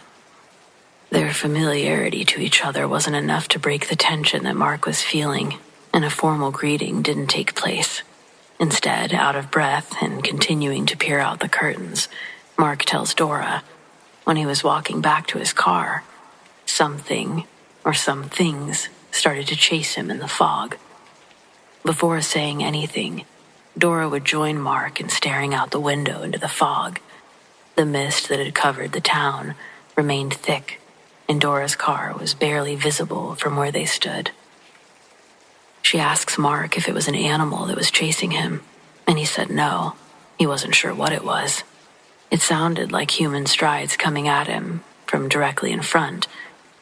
When Mark stopped his pace in the fog to listen, along with the first pair of legs approaching, he heard a second pair of running feet in pursuit, coming at him from the right. That's when Mark turned and sprinted back to the door. His accounts of what happened scared Dora more than she'd ever let on. Attempting to remain logical in the situation, Dora suggests the commotion he heard was from a pack of res dogs wandering the grounds, but Mark was adamant about what he heard. The steps were too heavy to be from dogs. For a moment, they both stood in the anxious silence that filled the classroom. Their eyes fixed out the window, looking for movement in the fog. At first, Dora thinks her eyes are playing tricks on her, but Mark's gasp solidified that what she was seeing was real. Both of them watched as a tall, hooded figure rose out of the fog by Dora's car. They could see it under the street lamp. The hood doesn't fully cover its face, and Dora swears it had the head of a wolf. The hooded figure turned and stared directly at them before slowly sinking back down and disappearing into the fog. Unable to keep her feeling of dread suppressed, Dora steps back from the window. Mark does too, speechless at what they'd just seen. Dora turns off her desk lamp, once again immersing her classroom in darkness. The hope of being unnoticed is extinguished almost immediately after they begin to hear knocking on the windows of her classroom. Neither of them were brave enough to open the curtains. Mark says, "It knows we're in here." They quickly decide to move rooms. Mark and Dora leave her classroom through the internal hallways. The whole time, they can hear the entity going around the school, pounding on all the windows, shaking all the doors. Dora feels her legs get weak. She's about to pass out from fear, and Mark sees her wobbling and catches her before she collapses. Still conscious, Mark assists her to the closest room, which was the kitchen. After setting Dora on the ground, Mark asks if all the doors are locked in the building. Dora doesn't know. Hearing this, Mark takes it upon himself to independently take off to check all the doors, as Dora sits trying to regain a stable breathing rhythm. It's almost pointless, because just as her heart rate begins to go down, she can hear Mark scream. It echoes through the hall, heading back towards the kitchen. He's screaming, "It's inside. Lock the door." She sees Mark fly past the kitchen doorway. She hears another set of footsteps running through the hallway behind Mark. And when he doesn't run into the kitchen, she has no other option but to close the door and listen to what's going on just outside. Mark screams, and the sound of the chase trail off to another part of the school. Then, silence. Dora stayed like a statue in the kitchen for what felt like hours. She didn't know when it all started, but the clock located over the industrial stove read 4:30. She decided to wait until sunrise before leaving her hiding spot. The entire time she waited, her heart was pounding. Every creak of the school's old infrastructure felt amplified in the emptiness of the kitchen. Every shadow seemed to move in the corner of her eye. She clenched the handle of a butter knife, one that she'd grabbed from the drawers, her only weapon if whatever was chasing Mark decided to return. As the first light of dawn seeped through the small, grease-streaked windows above the industrial sinks, Dora gathered enough courage to leave the kitchen. Her legs still felt weak, but she steadied herself, gripping the wall for support as she tiptoed down the hallway. The building was eerily quiet now. No pounding, no footsteps, no screams. On her way back to her classroom, she passed the computer lab and froze in the doorway. The scene inside was not what she expected. Desks had been overturned, papers scattered everywhere. Most importantly, all of the computers were gone. She ran back to her classroom to see a similar scene. Her phone, which she'd left next to her couch bed, was gone, and so was Mark. Frantic, she checked the parking lot through the classroom window. Her car was still there, but Mark's was nowhere to be seen. Dora decided to call the police. But with her phone being missing, she needed to find the office, as classrooms didn't have phones. As she made her way back down the hall, she noticed some other things. Muddy footprints leading from the back entrance of the school. And sure enough, they led right to the computer lab. Reaching the office, Dora used the landline to call for help. When tribal police arrived, they searched the entire school, but they found no sign of Mark, and no sign of the creature Dora described. No evidence of forced entry either. What they did find, however, was far more shocking. Not only had the computer lab been completely stripped of its equipment, but every monitor, keyboard, laptop, it had all been taken. Adding insult to injury, all of the remaining cords had been cut. The officer questioning Dora seemed like he didn't quite believe her. "You're sure Mark Len was here last night?" he asked her. She insisted, yes, he was being chased. There was something out there, I swear. Dora insisted, recounting everything she'd seen, but as she spoke, she realized how absurd her story sounded. A hooded, wolf-headed figure, knocking and chasing them through the fog. The officer nodded politely, but still didn't seem convinced. He told Dora they would follow up with Mark's family and the donut shop, but for now, she needed to head home, get some rest.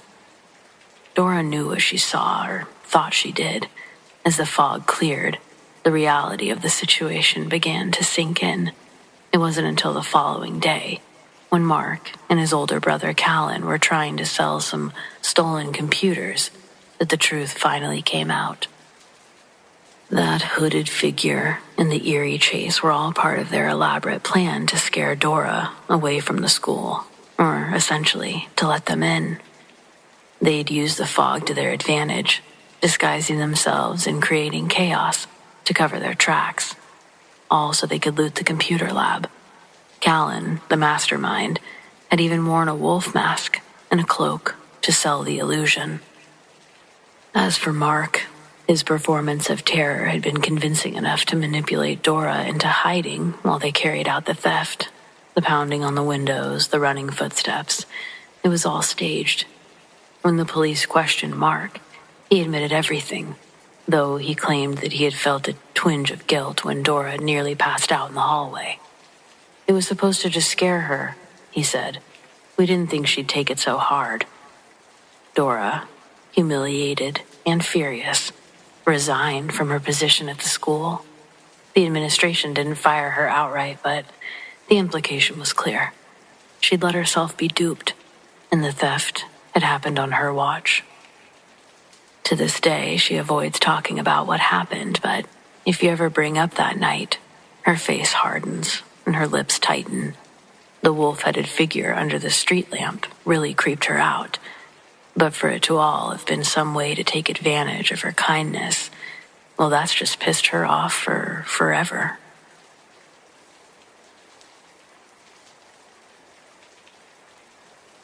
When I was about 8 years old, my little brother and I got lost in the woods outside my family's property in Oregon. We didn't know we were lost, but everyone else seemed to. So, from the top. My grandparents used to own a cabin somewhere in or around Bend, Oregon. They sold it shortly after this event, so I still have no idea if it was because of this or simply a financial decision they had to make. Either way, I remember the home quite fondly. It had an immaculate garden, thanks to Grandma. Lots of area to run around and be free. There were some woods lining the property, stretching on for who knows how long. We weren't to go that far. My grandparents had a lassie-like dog named Tapper, who would play with my brother and I for hours, but he also acted much like a babysitter. I guess Lassie's character wasn't too far off, because Tapper was known to alert the adults when the children had wandered a bit too far. But he also had saved my grandpa, who'd gotten himself stuck in a mole hole. He'd snapped his ankle and wouldn't have been able to make it out if Tapper hadn't run home to alert Grandma. Anyway, good dog. Well, too often my little brother and I would wander just past the property and into the woods. We never did get that far with Tapper around, but on this particular day, Tapper was the one at the tree line. We thought, oh wow, Tapper Boy wants an adventure too. Let's follow him. So we did. As we approached the trees, I remember Tapper disappearing into the woods, and we had to run in just to catch up with him. Once inside, though, we couldn't find Tapper. We called for him with no response. That was incredibly unusual, but like most 8-year-olds, I didn't think too much of it. We just kept on walking to find Tapper. We walked for what couldn't have been more than 30 seconds, when suddenly I got the feeling like I was in a lot of trouble. I couldn't figure out why I felt like this. I looked at my little brother, and he was just wandering off. I ran after him, grabbed his hand, told him, I think we gotta go back now. He looked at me and said, "Nuh-uh, Mama's here. She's calling for us." Then he let go of my hand and kept running off in the opposite direction. I followed after him, not because I could hear what he heard, but because I didn't want to lose my brother. Catching up with him, I grabbed him a little more firmly and said, "We gotta go. Mama's not here." But just as I grabbed him and I looked forward, I saw Tapper. Then I heard a bark, but it didn't come from the Tapper that we were looking at. It came from the Tapper behind us, at the edge of the woods, right where we had entered. Still, my brother insisted Mama was in the woods, that she was looking for us, and even still, I heard nothing outside of Tapper's barking. The other Tapper sat patiently in front of us, nodding his head in a most unusual way. I knew this wasn't Tapper, but I had no idea what it was. I calmly told my brother that we needed to get out of here and we needed to get away from this dog. "What dog?" he asked me almost in a giggle way. When I pointed at the dog, it started to snarl. It was quick and loud, so I recoiled, but my brother did not. He just stood there, looking at me, confused as to why I was shaken, and still asking me, "What dog?" He clearly didn't see what I saw, and I couldn't hear what he heard, but we needed to move. I was bigger than him, so I just scooped him up, giving him no chance to go in the other direction. I ran us towards the real Tapper, leaving the wannabe behind us. I didn't look back. When we got within a footstep of Tapper, I realized we weren't exiting the same area that we'd entered, but I was relieved to be exiting. Once we did, we heard an uproar of voices coming from our right. It was our entire family. Mom, Dad, Grandma, Grandpa. They were a mix of emotions. After reprimanding us for going into the woods, they asked why we didn't respond to them calling for us. I told them I didn't hear any of that. My brother says he heard Mama calling for him. So then it just looked like I wasn't paying attention or answering, but I swore. And I swear to this day, I absolutely did not hear that. Even with all of that considered, how did we end up on the entire other side of the woods? We didn't walk nearly long enough to cover such distance, but that's where it gets weirder. Everyone is talking about how long we were gone for, over an hour. There's just no way that could be true. There's no way we were gone for longer than 10 minutes. I double know this because when I was a child, time always crawled. I was constantly being told to be patient or go entertain myself to pass time. I just knew that we weren't gone for that long. Anyway, I never told anyone about the dog because it didn't seem like they believed much I had to say for myself anyway. Even now, I remember how isolating that felt, to not be believed. I wasn't a child known for fibbing, but I guess as I've grown, I get it. The events that unfolded were impossible. I saw and felt something completely different than my brother, but neither of us thought that we were gone longer than a couple minutes. I can't explain it, So how could they? I don't know. I do know. There's something so unsettling about those woods.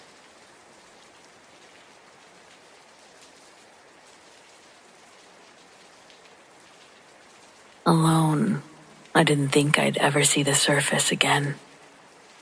I don't talk about this much, partly because people assume I'm exaggerating, but mostly because reliving it makes my chest tighten up in a way that I can't really explain. It happened in southern Utah, summer 2021. I'd been backpacking with a couple of friends near some slot canyons, and I came across a tight cave system. A ranger had mentioned it at the visitor center. Easy crawl space, a little challenging, but cool if you're into that sort of thing. I was into that sort of thing. My friends, not so much. They decided to keep heading back toward the camp. I dropped into the narrow entrance and promised that I'd catch up in an hour. I didn't leave a note. I didn't bring a real map. I didn't even think twice. And that decision almost killed me. The entrance was tight, but manageable. I slid through the narrow mouth into the cold, dry dark. At first, it was thrilling. Everything swallowed and quiet, just the sound of my own breathing and my boots scraping sandstone. I had a solid headlamp, a backup flashlight, and a cheap trail snack tucked in my jacket pocket. I kept going. Maybe 30 minutes in, I came to a squeeze that looked tricky but doable. It was a tight, belly crawl type space, where your shoulders barely clear the rock. I told myself if it got any tighter, I'd just turn around, so I pushed through. And about halfway in, I got stuck. Not stuck like wiggle a little and move on. I mean completely pinned. My chest was pressed to the ground, my back scraped the roof, and I couldn't shift forward or backward. The passage had narrowed just slightly, maybe a half an inch, but enough to trap me. At first, I stayed calm, took deep breaths, tried to adjust my arms, shift my hips, back up. Nothing worked. Just surrounded by rock, above me, below me, my face maybe 6 inches from the wall. My helmet was pinned at an angle that I couldn't even turn my head to see my feet. I was lying in total darkness on my stomach, in a coffin made of stone. My breath got shallow and fast. My mind started racing. I didn't tell them where I went. No one knows I'm down here. My phone is in the pack. My pack is 50 feet behind me. I screamed, not words, just pure fear. The voice hit the stone, came back warped and small. I don't know how long I laid there, eventually crying, hyperventilating, trying not to black out. I clawed at the rock, tore up my gloves and elbows, but nothing gave. And then somehow something clicked. Survival mode. I forced myself to stop moving. I slowed my breathing, counted it out. In, 2, 3, out, 2, 3. I waited until the panic receded, just enough to think. I remembered something that I'd read years ago about people dying in caves because they fought the rock. So I did the opposite. I stopped fighting. I relaxed every muscle that I could and just let my body go limp, like I was trying to melt into the space. I shifted just enough weight forward to make my chest dip lower, and then exhaled fully and used that small contraction to inch ahead. It worked. Barely. Millimeter by millimeter. It took almost an hour to clear the squeeze. An hour of slow, terrifying movement in silence and stone. When I was finally free, I didn't even stand up. I just laid there, crying into the dirt, until my brain believed I was actually out. I crawled back to the entrance, reached the surface just as the last of the daylight was bleeding off of the rocks. My friends had just started to wonder why I hadn't shown up. If I'd taken 5 minutes longer, they would have packed up and headed back to camp. No one would have found me. Now I don't really do caves, not anymore. I don't care how cool or easy someone says it is. I'll just hike, I'll climb, I'll even swim with sharks. But I'll never go back underground.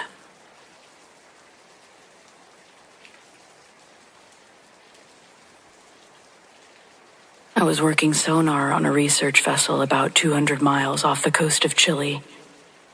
We were mapping trenches, nothing flashy, just weeks of slow grid passes over black nothing. We'd been picking up odd returns for a couple of days, but nothing that we could confirm. That night, I was alone in the control cabin when I caught it. A deep ping from below.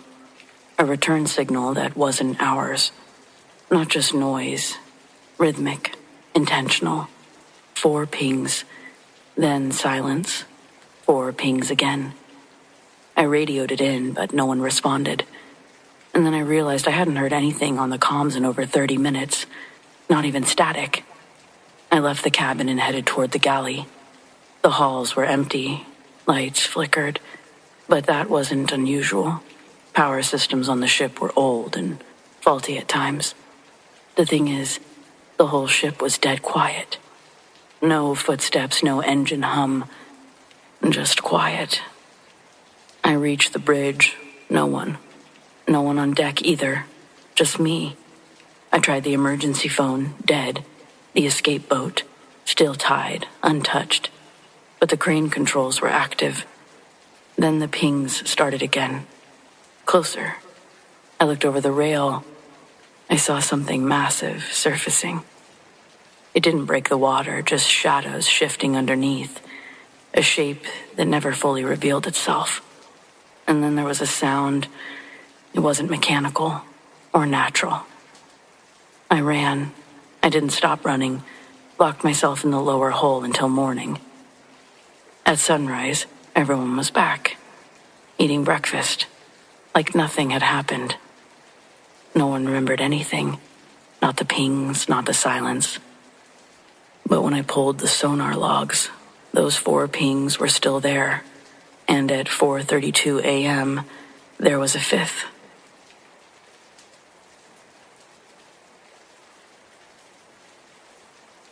I just got back from house sitting for a friend near Mount Hood, Oregon, and I haven't slept much since. She and her husband recently moved into a cabin up there. It's a quiet place, built back in the 40s with way too many additions over the years. It's surrounded by dense pine, no close neighbors, and it always smelled a little like moss and smoke. They were headed to British Columbia for a wedding and asked if I could stay a few nights to watch their dog. I said sure. Free food, mountain air, and a break from city noise. Easy, yes. Their dog, Bean, he's an old mutt who mostly sleeps and occasionally whines to go out. I spent my first night reading on the porch and watching the trees sway. But on the 3rd night, something got weird. I was brushing my teeth when I noticed the bathroom mirror. This old, cracked thing bolted to the wall. It had fogged unevenly, like something had leaned into it from the other side. There was this vague shape of a forehead, the bridge of a nose, and a hint of lips. I figured it was just my own breath at first, but when I wiped it down, the shape didn't line up with where I'd been standing. And then Bean started growling from the hallway, low, constant. I called out to her, but she wouldn't come near the bathroom door. She just stood there, tail down, growling. I turned off the light and went to bed. The next morning, the mirror was clean, but I couldn't shake the feeling that something had been watching me. I tried to write it off as mountain paranoia, too many horror books and too much silence. I for sure needed to get a grip. Later that day, I was on the phone with my friend to check in. I casually mentioned the mirror, mostly as a joke, but she went quiet. And then she said, "Crap, I meant to take that thing down before we left. Apparently, the mirror came with the house, and from the moment they moved in, weird things had been happening in that bathroom. Cold drafts, lights flickering, Bean refusing to go in. Her husband swore that he saw someone standing behind him once, but when he turned, there was no one there. They were planning to take it down and toss it after their trip. She sounded genuinely upset that it had still been there. That night, I couldn't stop looking at the thing. I don't know what I was expecting, but around 2 a.m. I got up to use the bathroom, and I found the mirror fogged again, this time without me even being in the room yet. There was no doubt a shape there, only this time it was clearer, sharper. I stepped in slowly and stood in front of it. For a second, I saw nothing, and then I blinked, and something blinked back at me, but it wasn't me. Its eyes were white, not glowing, just not okay. Empty. It looked almost human, but there was something off about the proportions. Skin too tight, neck too long, lips like it had been stitched closed, and then pulled apart again. It wasn't mimicking me. It wasn't even trying to scare me. It was just there. I ran. I slept in my car with the dog for the rest of the night. I haven't actually been back to my friend's house since they got home, though she texted me later to say they'd gotten rid of the mirror, smashed it, buried it in pieces in the woods. She didn't ask what I saw. I think she already knew. I'm glad it's gone, but I still can't really bring myself to go back there.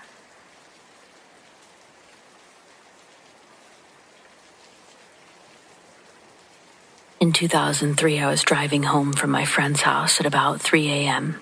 We'd been playing FIFA on PS2 all night. I was 100% sober. Anyway, the road home had a fork that rejoined about 500 meters later, so it didn't matter which way I went. I could go straight or I could go right. I'm heading up the hill toward the fork, and I heard an audible voice in my head say, "Turn right." It was so real, I actually responded with, "Okay," and slowed down for the intersection. I had a green light. As I slowed down, a car blew the red in the opposite direction at a speed that was likely 160 kilometers per hour or 100 miles per hour. My going straight would have resulted in me being T-boned in the driver's side door and my instant death. I'm a secular person. I don't believe in a higher power or anything, but I'm not quite certain what to make of that night.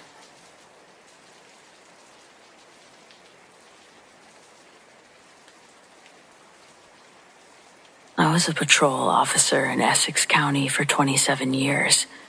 You get used to strange calls, drunks in trees, missing pants reports, the usual Jersey weirdness.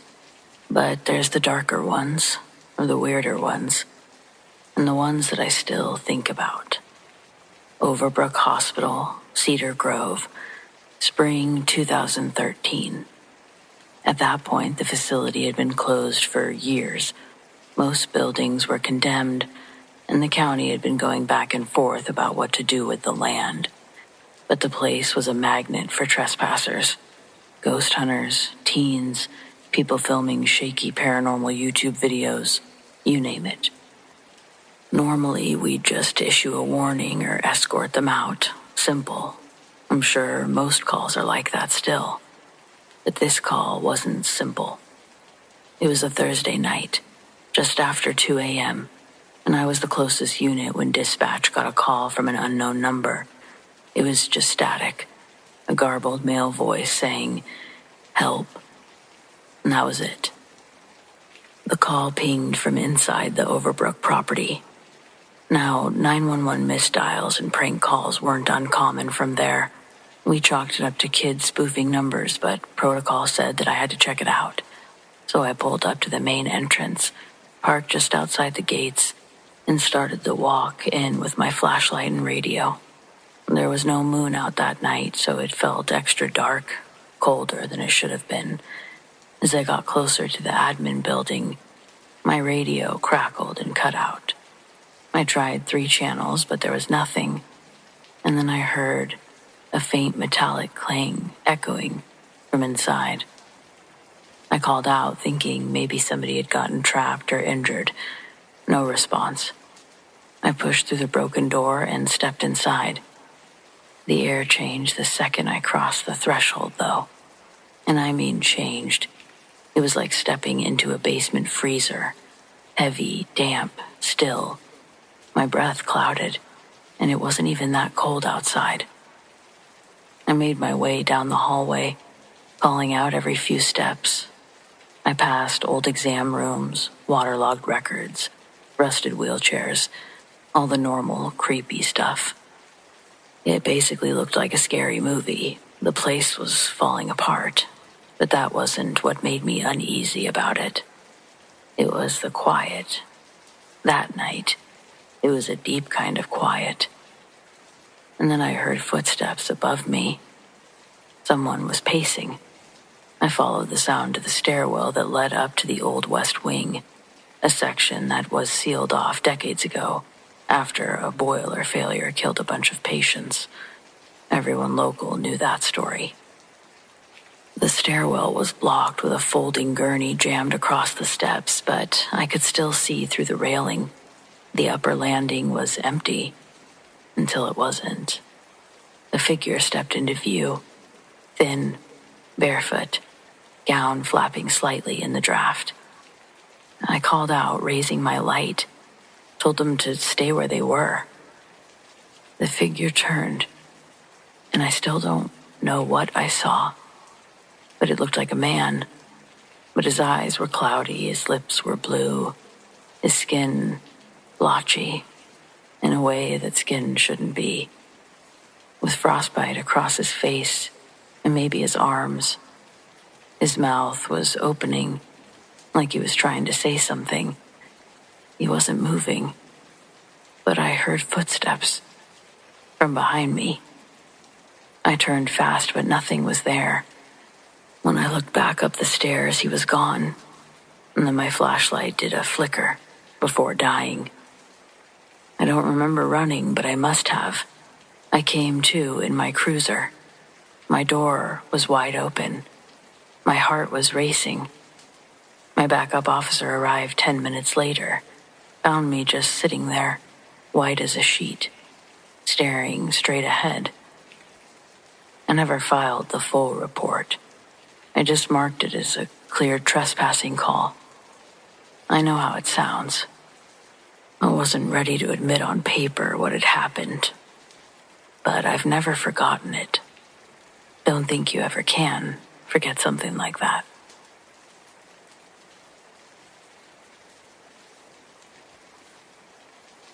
There's a certain window of time right after you wake up, but before you're fully awake, where everything feels a little off, like the world has somehow shifted and it's waiting for you to notice. That's the only way I can describe what happened this night in the garage apartment. It was a temporary place, just a few months while I transitioned between jobs. Small, nothing fancy, tucked above a detached garage behind a quiet house that I found on Craigslist. The rent was cheap, probably too cheap, but I liked that it was separate from the main house, and the landlord seemed normal enough. We barely spoke, and I liked it that way. One night I came home exhausted, laid down without even turning on the lights. I remember thinking that I'd just rest my eyes for a bit before showering. Next thing I knew, I was waking up in that in-between space, aware of the room, but not quite part of it yet. It wasn't dark. The streetlight outside threw just enough of a glow through the curtain to outline the furniture in soft, grainy shadows. But I was seeing more than just grainy shadows of furniture. I saw figures, unmoving at first, all completely black, like the absence of light carved into the shape of people. It wasn't hazy or transparent like you'd imagine a ghost. These were solid. And then they moved, not toward me and not reaching to me at all, They just started doing things. One was crouched near a mini fridge, opening and closing it gently, like checking what was inside. Another was wiping down what appeared to be countertops, slow and methodical. And a third one just stood at the closet, folding something carefully. They weren't performing. It wasn't a haunting display meant to scare me.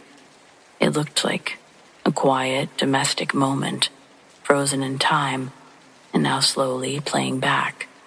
Familiar in every way except for the fact that none of it should have been happening. I should have felt afraid, I guess, but what I felt was disoriented, like I'd stumbled into someone else's day by mistake. Then the one folding the blanket tilted its head slightly, almost like it heard something, and looked in my direction. Not directly at me, but close, I assume. Just enough to pull me fully awake. I blinked. The room was empty. Nothing disturbed or moved, just silence in that dim yellow light seeping through the curtain. I never saw them again. I never felt watched or anything like people say, but I still think about that moment, how ordinary it all was, how it looked, and how it just felt like I'd brushed up against another version of this place, one that didn't know I was there.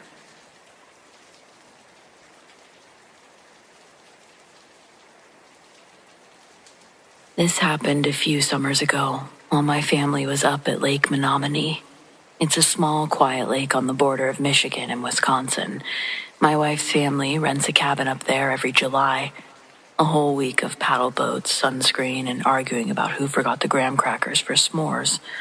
We'd been going for a few years, but this was the first time we brought our kids. Our youngest had just turned 5, and our oldest, Nora, was 7. The cabin was about 200 feet from the water. You could see the lake right from the porch.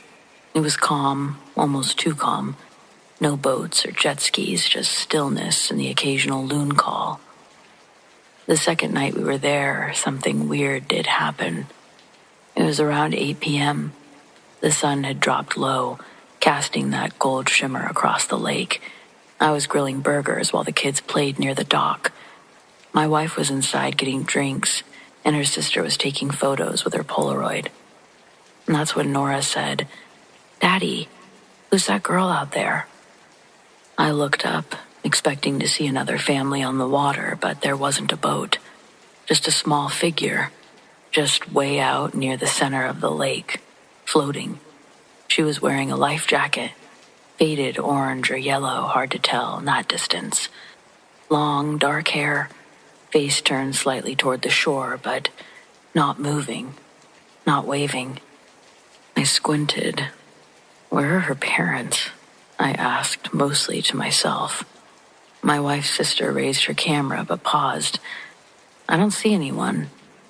My wife came out with the drinks, asked what we were all looking at, and I pointed. "The kid, out on the water." She looked and frowned. "Where?" I blinked. The girl was still there. "You seriously don't see her?" I asked.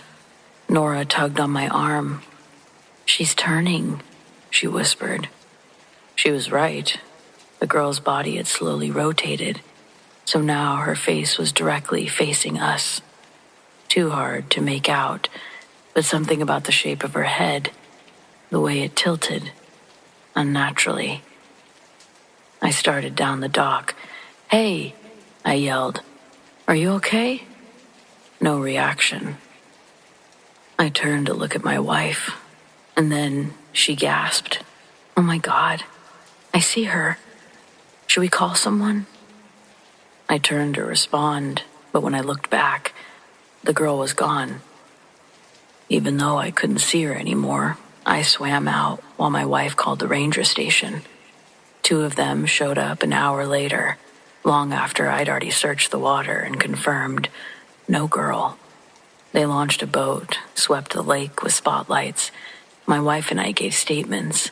The ranger asked if we were sure what we saw. My daughter said, "She waved at me, but only once." The ranger hesitated and then asked, "Did she have a patch on the front of her vest? Looked like a sun." I said, "I don't know." My wife shook her head. Nora nodded. The ranger just looked at his partner, then cleared his throat and said something about checking the public launch. Maybe someone was tubing without a spotter. He was calm, too calm, like he'd said all of that before. They found nothing. No girl, no gear, no boats missing, and no reports. That was 3 years ago. I can't help but think about it every time we go back. Nora does too, but she seems to find it more endearing than I do.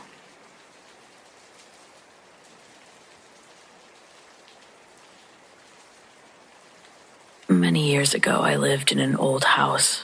We had many spooky encounters there, but this is the brief story of one such encounter. One night I awoke sometime in the wee hours in a dark bedroom. I saw movement to my right and turned my head.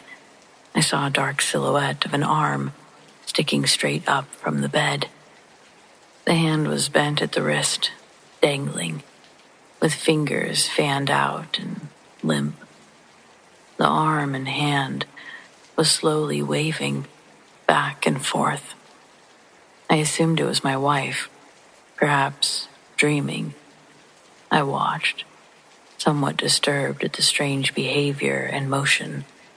I reached my hand out to gently grab her arm, to wake her up. To my surprise, there was only air. The silhouette faded away. Startled and frightened, I called out her name. She sleepily answered me. I felt the covers and both of her arms were completely underneath. It took me quite a while to go back to sleep. Another time, my wife woke up and looked over to see the silhouette of me sitting up in the bed next to her. She asked what I was doing, waking me up to groggily respond to her. When she heard my voice come from the other side of the bed and not from the figure, she was similarly startled. Few too many strange things happened in that house.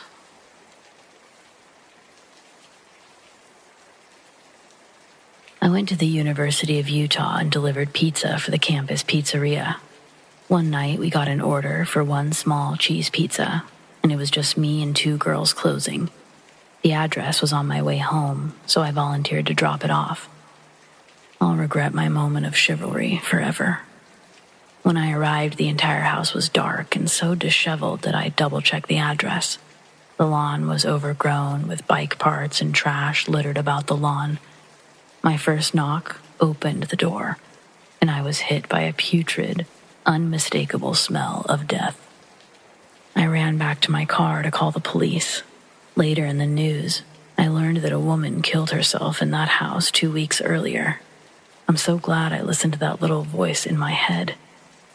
I'm glad I listened to that little voice and just called the police. If I'd stumbled across a scene like that, I'd never be able to unsee. But what still gives me the chills is who ordered the pizza.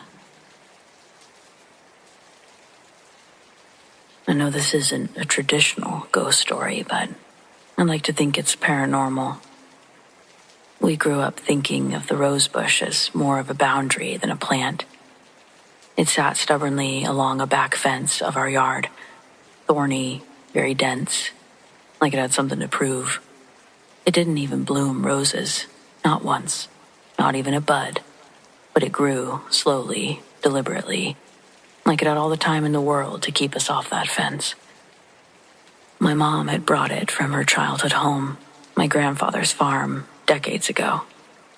She'd split the original bush and transplanted a cutting when she and my dad bought the house.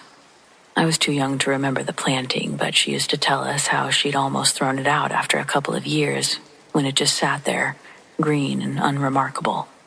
But eventually it wove itself through the wooden slats of the fence, and she left it alone. Said it was useful, kept us kids from climbing over and getting into trouble on the other side. For as long as I can remember, it was just there, a fixture of the backyard. We didn't water it, we didn't prune it. It didn't need us, and we didn't need it. That's how I felt. Then my grandfather passed away. It had been 5 years since I'd last seen him. Distance, life, whatever excuses we had. I remember my mother got quiet when she got the call.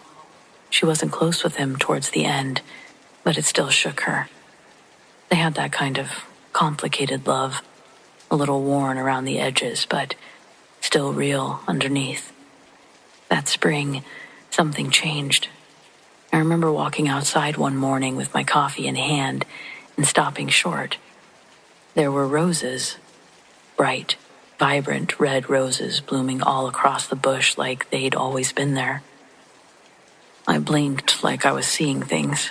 I called my mom out and she didn't say a word at first, just walked and ran her fingers lightly across one of the petals, like she didn't quite believe it either.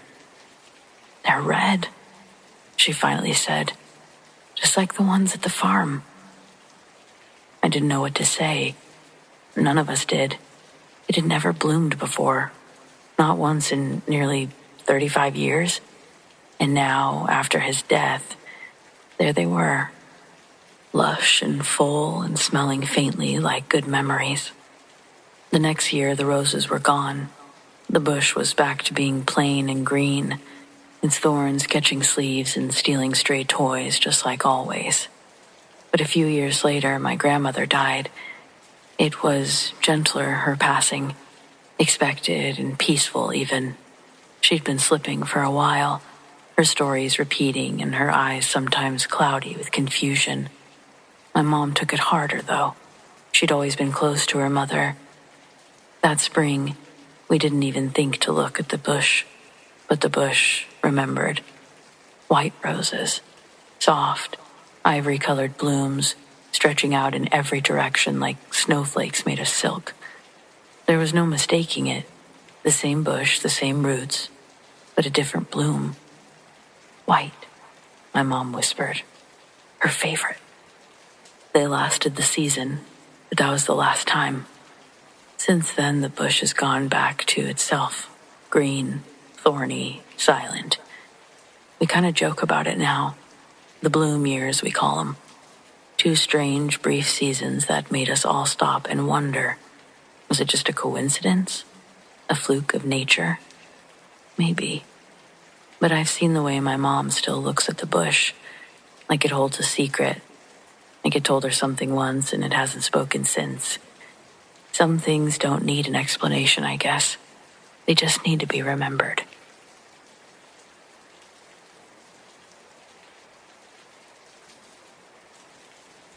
This isn't my story, but it's one that stuck with me for years. I think about it more often than I should, honestly. Usually late at night, when things feel just slightly off and I can't quite say why. Back in the early 2000s, I met a guy who worked at a theater in New York. This was in the 90s that he worked there, back when the city was still clawing its way out of the worst of the crime waves. He was a stagehand, lighting, rigging, behind-the-scenes stuff. Quiet guy, liked black coffee, didn't say much unless you asked. But when he did talk, there was always this strange calm to him, like he saw the world a little differently. He told me once that someone had broken into the theater one night, a robbery gone sideways. The guy was looking for cash and supplies, and when he got startled, he panicked and stabbed the man in the neck. Bad. Severed something important. He was alone at the time. No one found him for minutes. By the time paramedics arrived, he had lost a terrifying amount of blood and had no pulse. He said that he was clinically dead for nearly 9 minutes. But here's where it gets weird. He told me that he didn't go toward the light. There weren't any angels or tunnels. What he felt, instead, was his consciousness slipping, like a gear misfiring in an engine or falling through a trap door that he hadn't known was under him. He said there was this sudden, overwhelming sensation of being somewhere else. Another version of the same room, the same body, the same life. Except this time, he didn't die. He described it like stepping sideways through reality. that in the original version of events, the one that began when he woke up that morning, he bled out, and that was it. That world kept going without him, but his consciousness migrated, shifted, landed in this timeline, in this version. He survived, and he said it so plainly, so offhand, like he was telling me that he used to live in Queens before moving to Brooklyn. I asked him if he really believed that, and he didn't say, "I believe," he said, "That's what happened." There was no room for interpretation in his voice, no hesitation, just fact. That's what happened. I remember feeling cold when he said it, not scared exactly, just rattled in some way I couldn't explain, like he'd opened a door to something that I didn't want to look too closely at, like a truth that didn't care whether I believed it or not. I never pressed him further. Maybe I should have. Maybe I didn't want to hear more. But sometimes I wonder, what if he's right? What if death isn't an end but a shift, a fold in the paper, a crossing into another version where you didn't die, where your body failed but your consciousness slipped into a timeline where it didn't?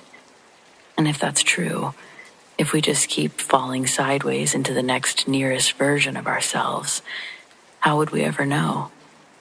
How many times have we already died?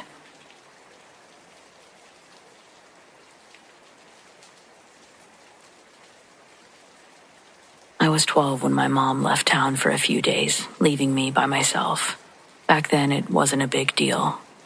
Plus, our relatives lived nearby. She trusted me to handle myself. She refused to give me a cell phone, though. Said if anything came up, she'd just call the landline and expected me to be there. Before leaving, she told me exactly when she'd be back. The date came, and late afternoon I heard someone knocking at the door. "Sweetie, it's me. Open up." It was my mom's voice. Calm, cheerful. My dog, who adores her, perked up immediately and sprinted down the stairs. But then she stopped, whimpered, and bolted back up to me. Her tail was between her legs and shaking. I didn't move at first. I just stared at my bedroom door as the knocking continued downstairs. Then the landline rang. The knocking stopped. I answered the phone and my mom's voice came through. Same tone as usual with her warmth. "Hey, hun. Sorry, change of plans. I have to stay one more day, but I'll be home tomorrow." I never went downstairs. And whatever was at the door, it never came back.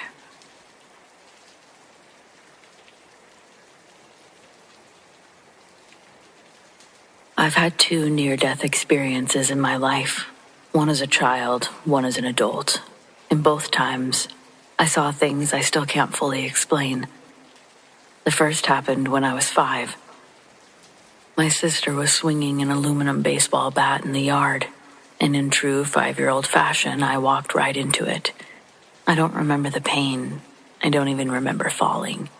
What I do remember is looking down at my body being carried away, someone rushing me inside, people panicking, and then suddenly I wasn't there anymore.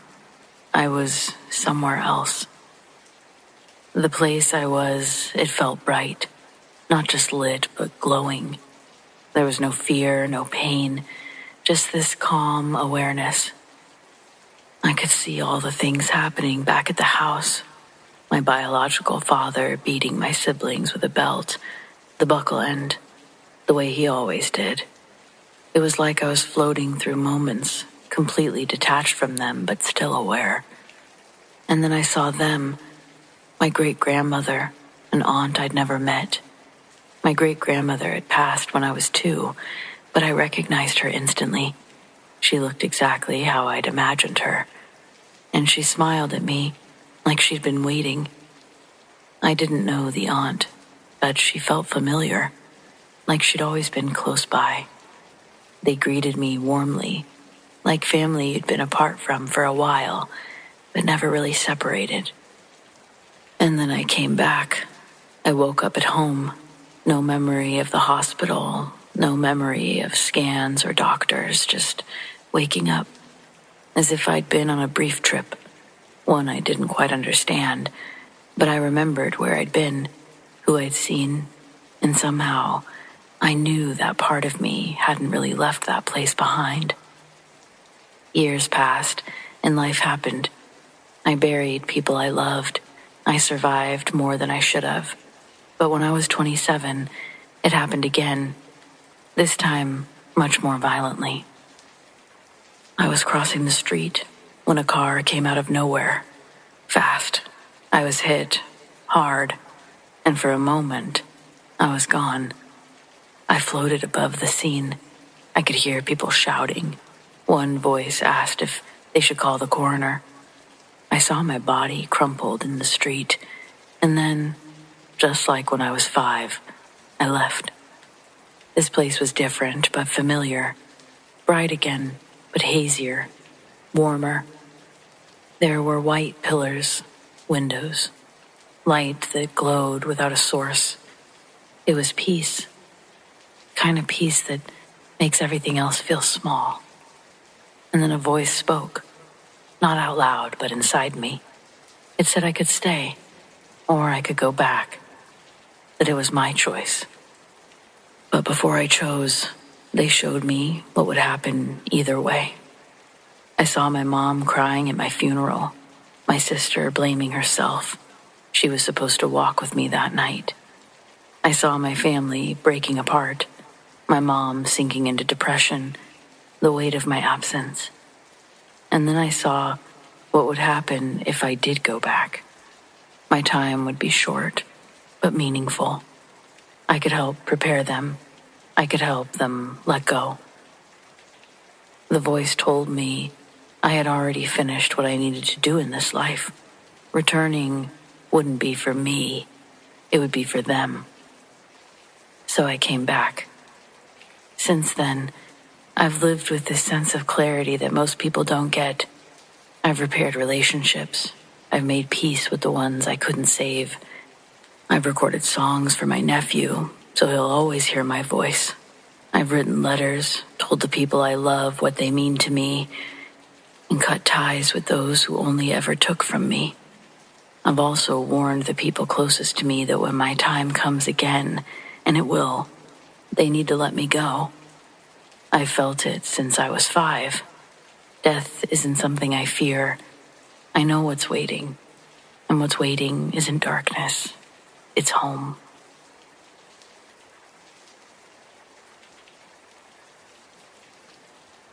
I grew up in a legitimately haunted house, so I've seen and heard just about everything. Shadows, voices, things that moved when they shouldn't. It takes a lot to rattle me. To startle me, sure, but scare me, almost never.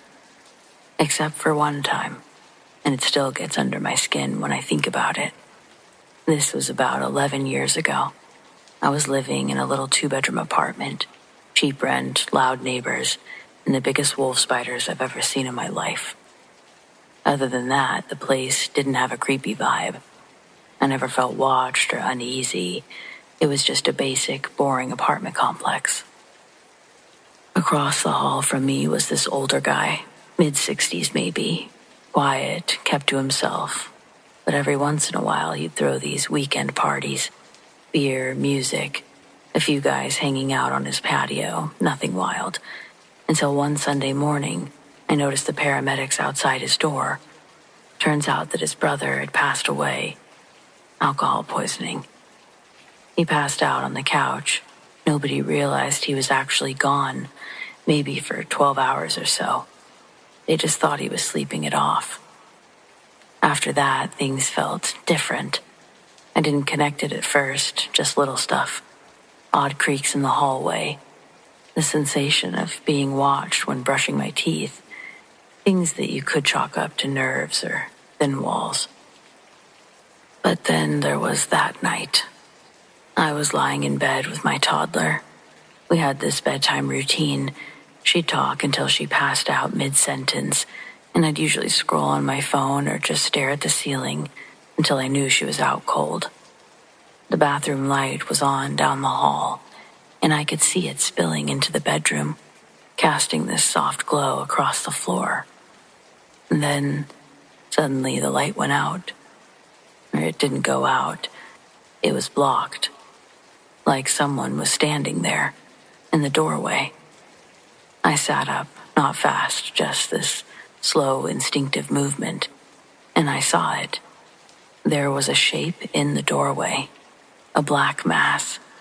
Vaguely human. A really tall human. Shoulders slumped forward like it was leaning in. I couldn't see a face or hands or feet. Just this heavy, dark presence, soaking up the light behind it. Every hair on my body stood up. My skin felt electric, and for a second, I couldn't breathe. I closed my eyes just for a moment, not because I wanted to, but because I had to. That kind of fear, it short-circuits you. My brain couldn't handle what I was seeing. When I opened my eyes again, it was gone. No sound, no shift in air, just the empty doorway and that same glow from the bathroom. I didn't hesitate. I grabbed my shotgun from under the bed. I loaded 2 shells from the drawer, and I moved fast. I checked the living room, the kitchen, every closet, every shadowy corner. And there was no one. The door was still locked, deadbolted even. Windows shut tight. There's no way anyone could be hiding. It didn't make sense. The next few nights I started hearing things. Whispers, shuffling, something brushing alongside the outside wall of the house. My bedroom. Always seemed to line up with when I was trying to sleep. But I never saw anything again. When my lease was up 2 months later, I didn't renew. I didn't even think about it. I just packed up and left. People always ask me if I think it was the old man's brother. I don't know, but I do know what I saw. And whatever it was, it didn't feel lost. It felt aware, and it wanted me to know it was there.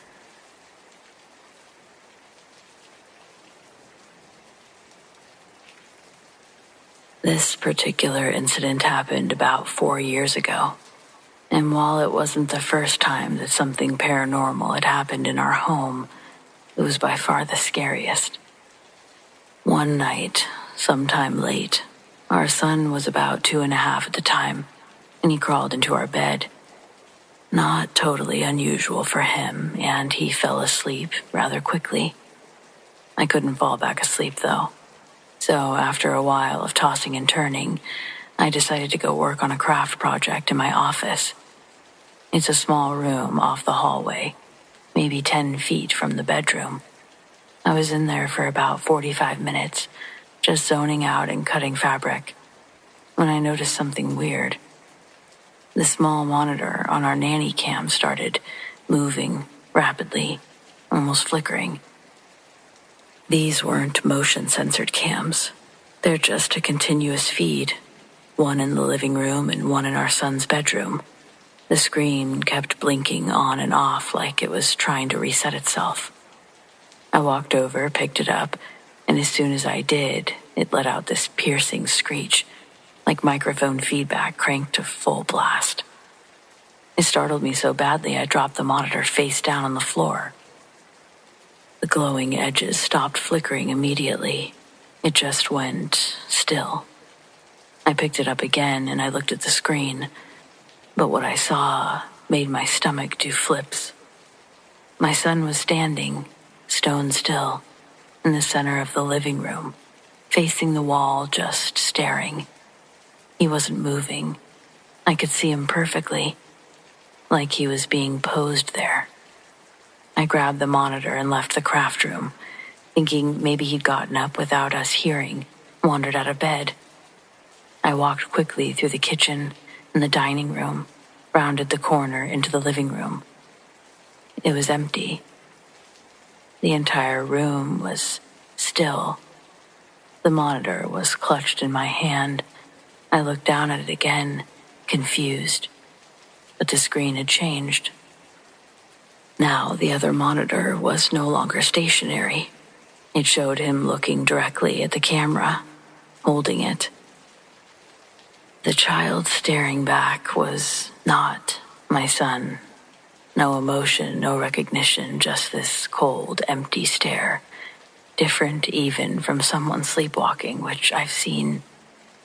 I rushed into the bedroom, maybe a little panicked at this point. There he was, sound asleep.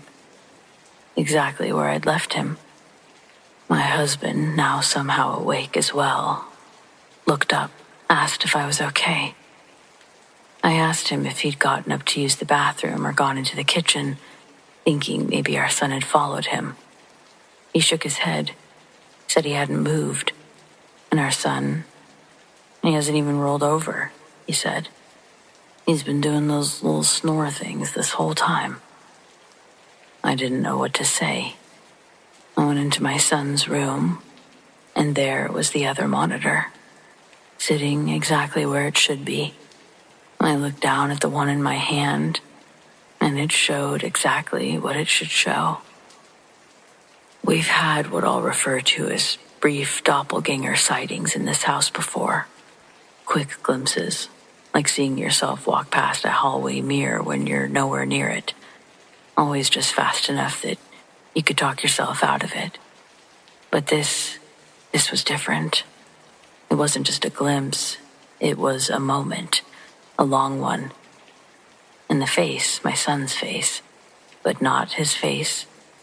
The expression, it just gives me chills thinking about it. Whatever it was, it definitely wanted to be seen.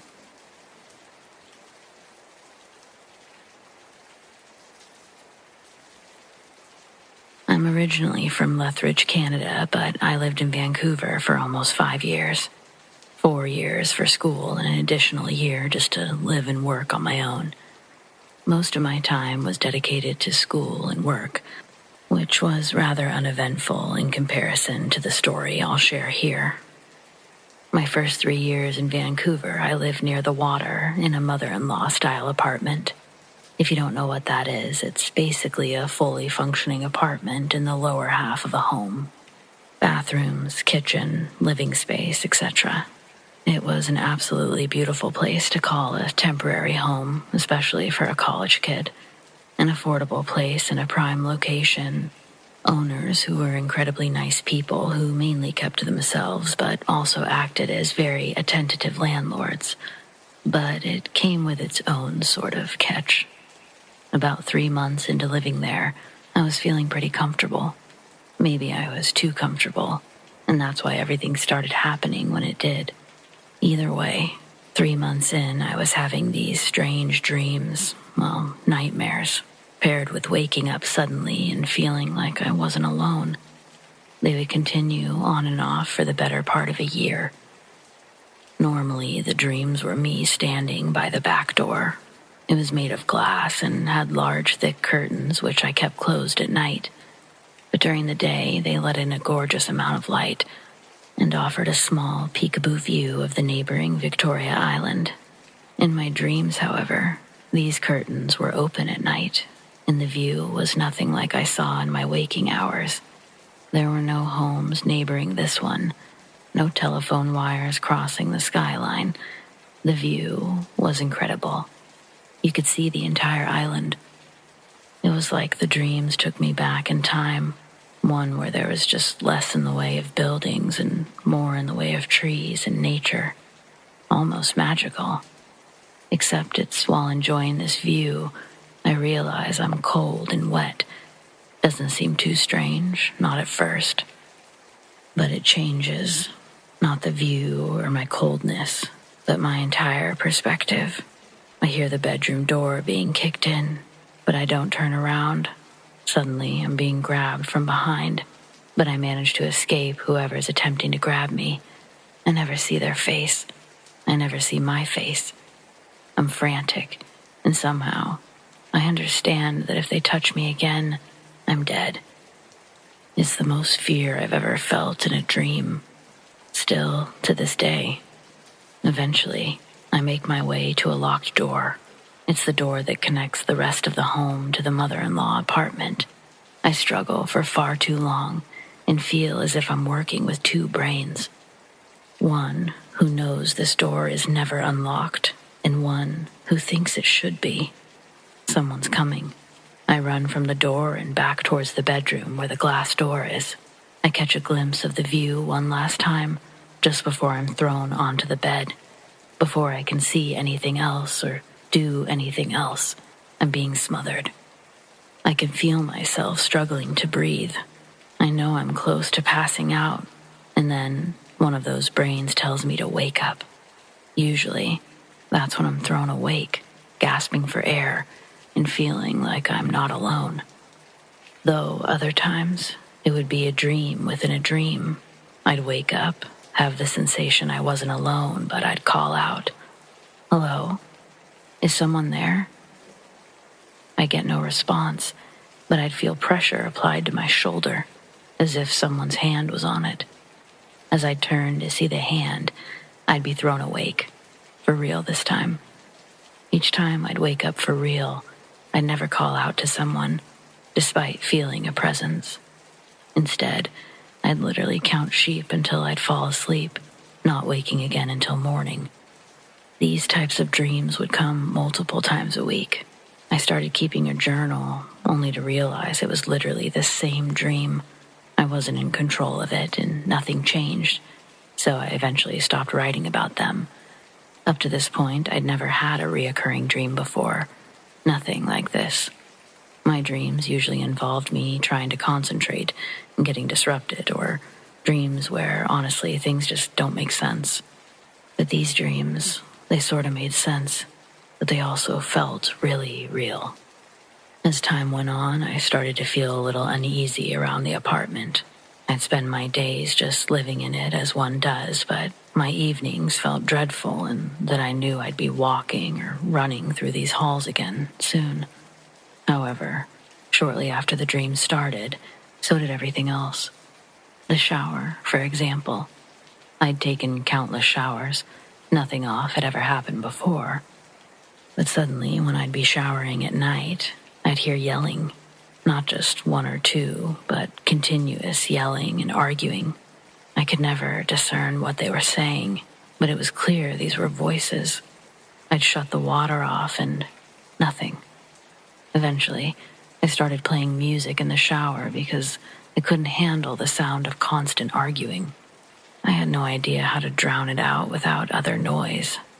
There was also the reappearing handprint on the glass door. The glass gets fogged up in that room after a shower. You have to ventilate a bit to prevent this, but usually it's so cold I don't crack a window. So eventually, after getting dressed and all of that, I'd open up the shades and crack the back door to let out some of the excess steam. And a few times, I'd see this single handprint on the window right as I did. But I don't mean it was just there. I mean it appeared as I opened the curtains. Then, yes, it would disappear with the rest of the condensation, leading me to believe, oh, that's nothing. I probably touched the window real quick without noticing. I told myself that a lot, but did I ever believe it? Not really. Finally, towards the end of my first year in the apartment, I saw a woman. I only saw her once, but I think that it was the same woman that I'd feel in my dreams, possibly the same woman whose presence I'd felt when I'd wake up. My theory has always been that something happened to her, maybe in that apartment. So yeah, my theory does lean heavily on the existence of ghosts or spirits, but I don't know how else to explain it. One night I was cooking, a little later than I normally would, but I'd forgotten to eat almost all day because of studying and not letting any real light in. Now it was dark, but I still felt like getting a view of the night sky and some fresh air. As my noodles cooked, I made my way to the glass door, opened up the curtains, and cracked the door. As I looked up at the view, the windows were highly reflective since the indoor lights were still on. In the reflection, just behind me, I saw a woman sitting on my bed. She had blonde hair and was facing the other direction. She appeared to be crying. Could I hear her? Before that thought could really go anywhere, I instinctively gasped and turned around. No one was there. Quickly facing the glass door again, she was gone. After actually seeing someone outside of a dream, I decided that I'd figure out a way to ask my landlords or the owners of the home if anyone had ever reported something similar. I think at first they thought I was trying to think of an excuse to break my lease, but after talking further, they seemed to entertain my talking, though I didn't get any real answers. The couple had bought the house just 2 years before I had moved in, though it was built back in the early 50s. Many owners since its time of fruition, and according to the couple, they'd never heard of anything strange, but furthermore, I was their first tenant. So everything continued as it was, only school got more stressful and sleep became more precious than ever. I needed to figure out some way to sleep in peace and not disrupt my living situation. Now, some people may find this next part silly, but I really don't care. It worked. Also, I challenge others to be plagued by night terrors or visions and see what genius plans they come up with. Anyway, one night while lying in bed, I was already feeling emotional about the potential loss of sleep that I could experience, so I started speaking. I don't know who I was talking to, but I like to imagine it was the woman from my dreams. I asked her, "Do you need something from me?" Obviously, I got no response, so I just kept going. I told her that I was living here now, going to school. I told her who I was, and I asked who she was, with no response. Finally, I told her that I was sorry if something happened to her. I told her that as much as I wish I could change it all, I couldn't do that, but that I thought it was time that she moved on. I told her that sometimes the dreams were a little too scary, so much so that I couldn't sleep. I told her that she didn't have to leave, but that I thought she'd be happier if she did. I didn't have any dreams that night, or the remaining 2 years I was there, at least not those kinds of dreams. The only other thing that happened was the week I was moving out of that place. I was cleaning all the windows and walls.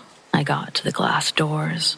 I opened the curtains, and without any condensation in the room at all, I briefly saw a familiar handprint both appear and disappear, almost instantly. I considered that my official goodbye from the woman I'd silently shared my space with. It's always made me wonder, what exactly makes spirits stay in certain places, and do they have a choice?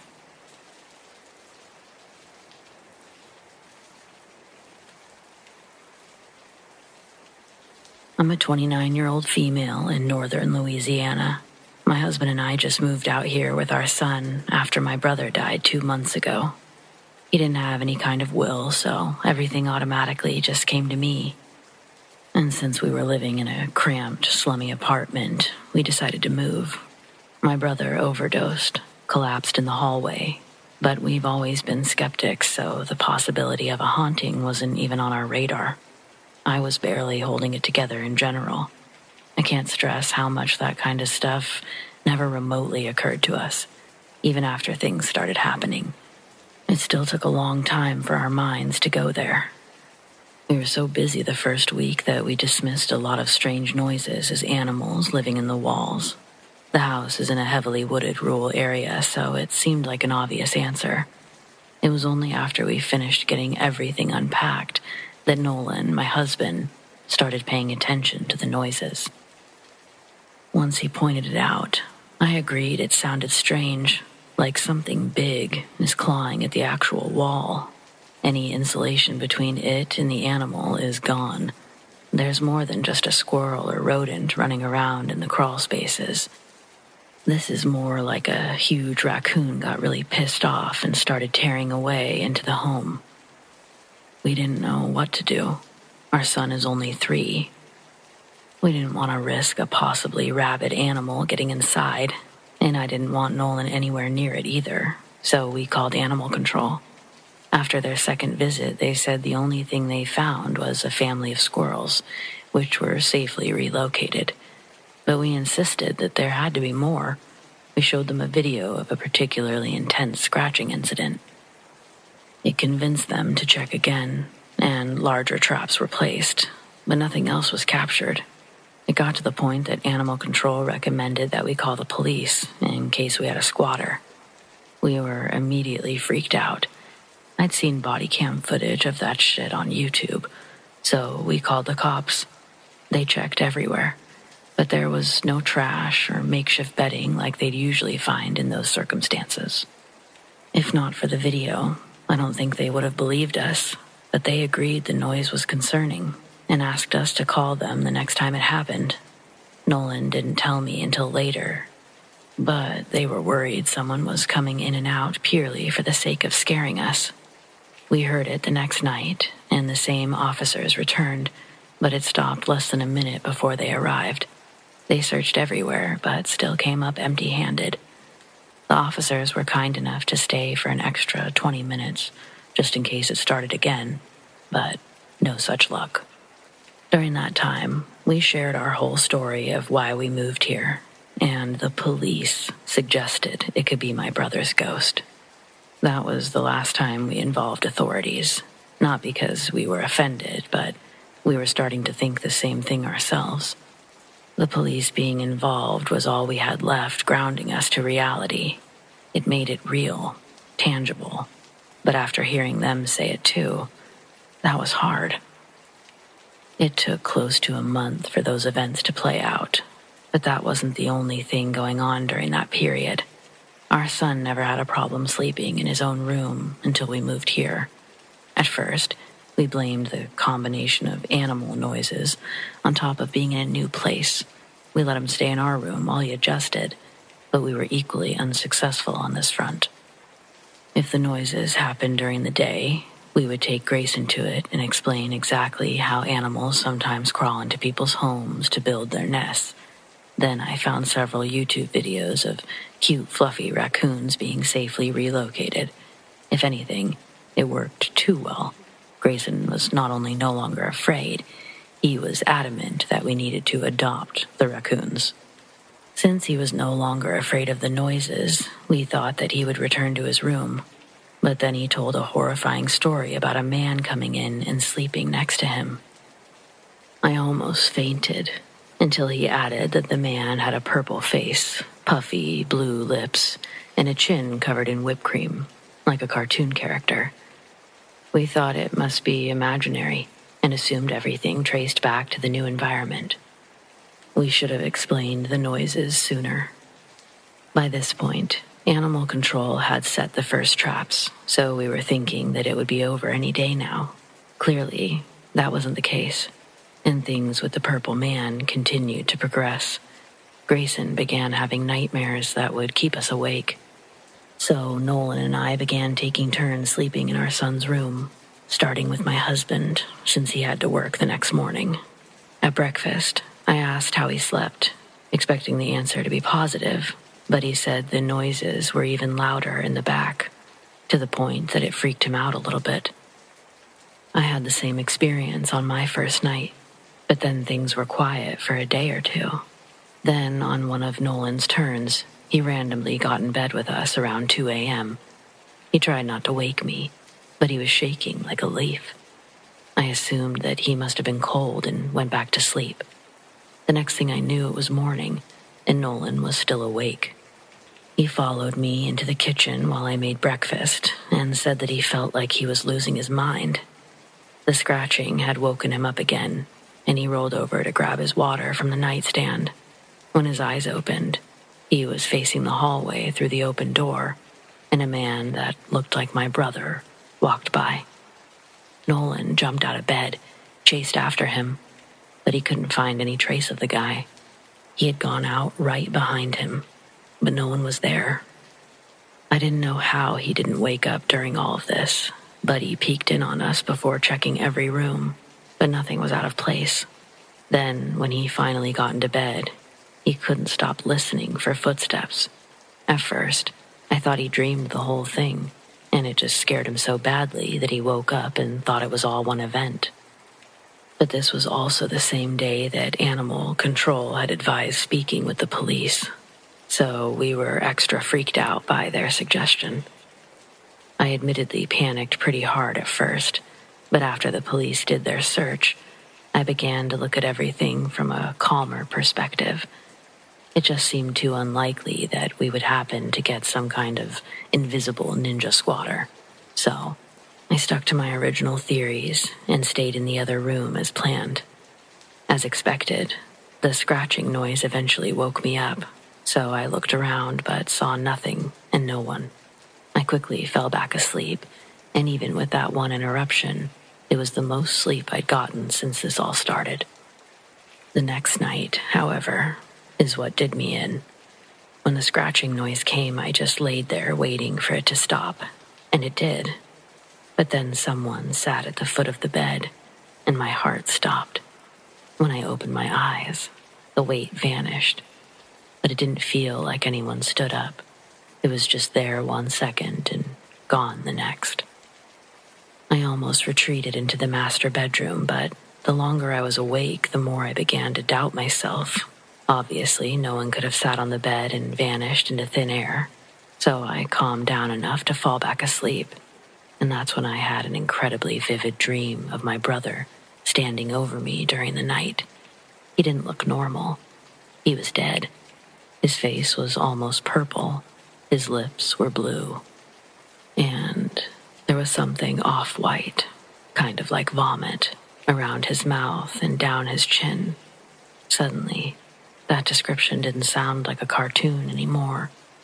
I told a friend what was going on, and she fully believes my brother is haunting us. But I don't want to believe that.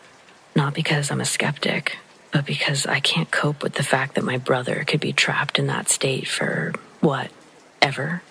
I don't even know how that's supposed to work. It was right after this that we had our final chat with the police, and why their ghost joke made us so uneasy.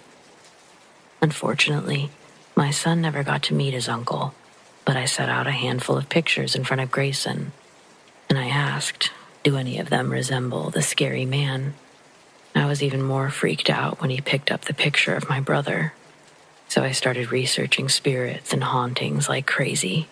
We tried different cleansings and simple rituals, but things only seemed to stay the same or get worse. Not long after this, Grayson was taking a nap on the couch while I cleaned the kitchen, and he suddenly started crying, loud, like he was hurt. I ran into the living room and scooped him up just as he was running out. I saw the scratches immediately. 2 red welts spreading across his neck. That's when I knew this thing wasn't my brother. It was both a relief and extra terrifying all at once. We still don't know what it is, and we don't really care now that Grayson is with Nolan's mother until we can leave. It hurts me to sell the house and the land, but I know my brother will always be a part of us. We don't need a place to be close to him, and I know he would want what's best for his nephew. We've talked to a real estate agent and everything is ready to go, but we can't afford to move until we have a buyer, so we're just trying to hang in there. If anyone has any tips on how to survive in the meantime, all advice is much appreciated. It doesn't bother us as much as it did Grayson, but I've woken up with scratches on my back, and Nolan has seen the guy in broad daylight on 3 separate occasions now.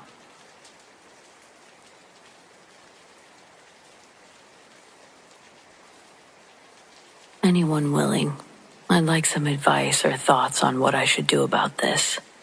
It's a touchy story. I'd rather not involve family or friends with it. When your best friend has a kid and they make you their godmother, you never think of fulfilling the caretaker role if the parents happen to pass away. Well, that was the duty for me and my husband, Calvin. We were tasked in upholding that responsibility at the beginning of February. We don't have children of our own, and our new addition was unexpected to say the least. Her name's Hannah. She's 6 months old. Her mom and dad, our best friends, were hit by a drunk driver leaving a comedy show. It was their first night out since Hannah was born. Tiffany and Ron. I was Tiffany's emergency contact. She and I had been best friends since before high school. Tiffany was practically my sister. She lived with my family our senior year because her home life was hard. We were babysitting Hannah the night of the accident. Since obtaining guardianship, it's been a financial strain, but not enough to sink us underwater.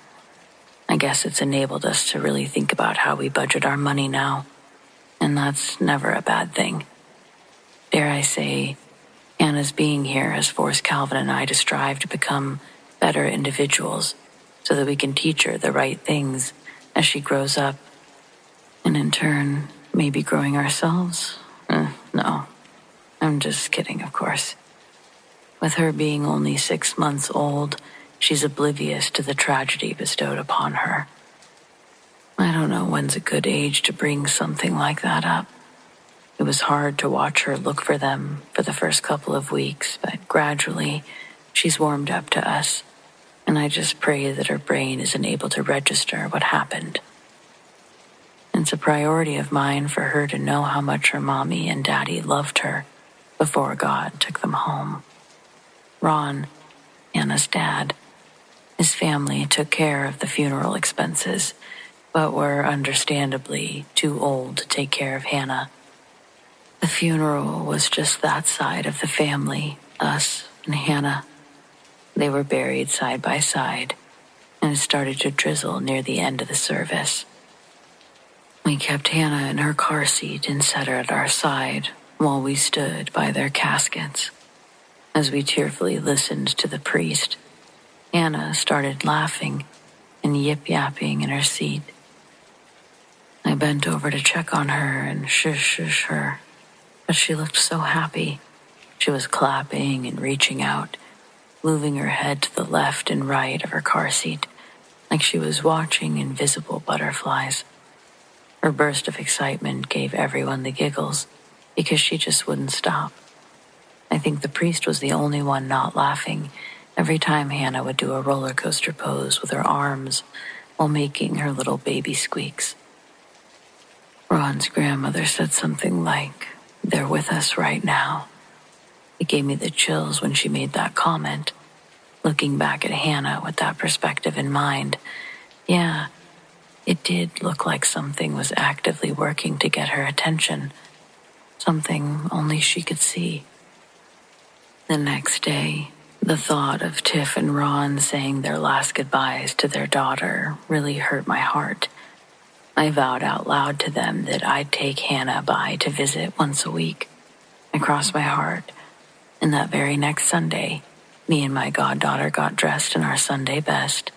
This time, I put Hannah in a stroller because the graveyard's located less than a mile from the house. It gave me a chance to try my hand at being a certified stroller operator. By the time we got to the gates of the graveyard, I was practically a stroller pro. I could get the thing up curbs, hairpin turns, and through gravelly areas, no problem. Getting to the graveyard was not the trouble I thought it would be. It actually gave me more faith in doing it weekly. It was in the graveyard I started to rethink it, because this time, for some reason, Hannah was not having a good time. I wasn't expecting her to put on an adorable baby show every time we went there, but when I say polar opposite reaction, I mean night and day. This time, as we got close to Tiff and Ron's grave, Hannah started to get visibly scared, crying, with her hands bunched up close, squirming, pushing her body as far back as she could get, like a snake was snapping at her. When we got to the tombstones, I pulled her out of the stroller to try to console and check to see if she was okay. She was going on enough that I started to think a bee had gotten her, or that she was laying on a toy. Pulling her out of the stroller only made her freak out more. She was desperately trying to crawl out of my hands to get away. She became so out of control, I almost dropped her. Feeling myself lose hold, I put her back in the stroller bed, and I apologized to her mom and dad, promising that she's taken care of, that she doesn't act like that. Her distressing behavior almost sent me into a full panic attack. My heartbeat was thumping in my ears, and my nose got really sweaty. Then the handles of the stroller started to shake in my hands. I didn't know if I'd done it unconsciously or if an outside force had nudged it, but I could hear the hard wheels click on the ground after it was lifted off balance. It would have tipped over if I hadn't grabbed it so firmly. I couldn't escape the uncomfortable feeling that lingered in the graveyard. I had to take us out of there. As we left, it felt like I'd stepped out from a heavier gravity. Hannah also stopped fussing the moment we left, like complete silence the whole way back. When we did get home, I reached in to pull Hannah out of the stroller, and there was a rose lying on her chest. Maybe this sounds nice, but the stem was filled with the sharpest thorns I'd ever seen on a plant. They'd gotten stuck in her blanket. I had to work carefully to take it out without poking myself. During our walk home, I checked on her multiple times. Visual contact. The rose wasn't there until we got home. Not wanting to bring the creepy flower inside, I left it in the front yard, but I should have known that Calvin would grab it. When he came home that evening, the first thing he said was, "Honey, look what I found." Making a grand entrance, he has the rose in his mouth like a flamingo dancer. When I see him smiling with it between his teeth, I know he was trying to be romantic, but I screamed, "No, Calvin, get that out of your mouth." He pulls it from his bite real quick, asking, What? And when I start to tell him why the rose is a no-no, his bottom lip begins pouring blood down his chin. He had a razor-thin cut from the thorn on the stem. It had to have been a deep cut, though, because it had bled consistently and was hard for Calvin to clot. When he was done clearing the blood out of his mouth, he told me that the rose was perfectly fine, that he'd picked it up. There were no thorns. He wasn't sure how that happened, and neither was I. It's been over a month since our visit to the graveyard. Every day I feel a little more guilty for not bringing Hannah by to visit. But, and I don't want to say this out loud to other people, but there's something bad at that graveyard. Maybe not Tiffany and Ron's plot, but maybe it's a specific spirit that's hanging around there. I don't know. I don't know what to do about my godmother obligations, taking Hannah to visit. What would you do here? Can't really ask my friends because how morbid and insensitive does this all sound? I'm asking for reals. Is this insensitive? Am I protecting Hannah or acting like a chicken? Weigh in on this because I might take an extreme alternative route. Take Hannah to a completely different graveyard in a different part of town and point to 2 different graves and say, "Yep, there's your mom and dad. Good old George and Linda." I'm not even trying to make morbid jokes, just genuinely curious. What would you do?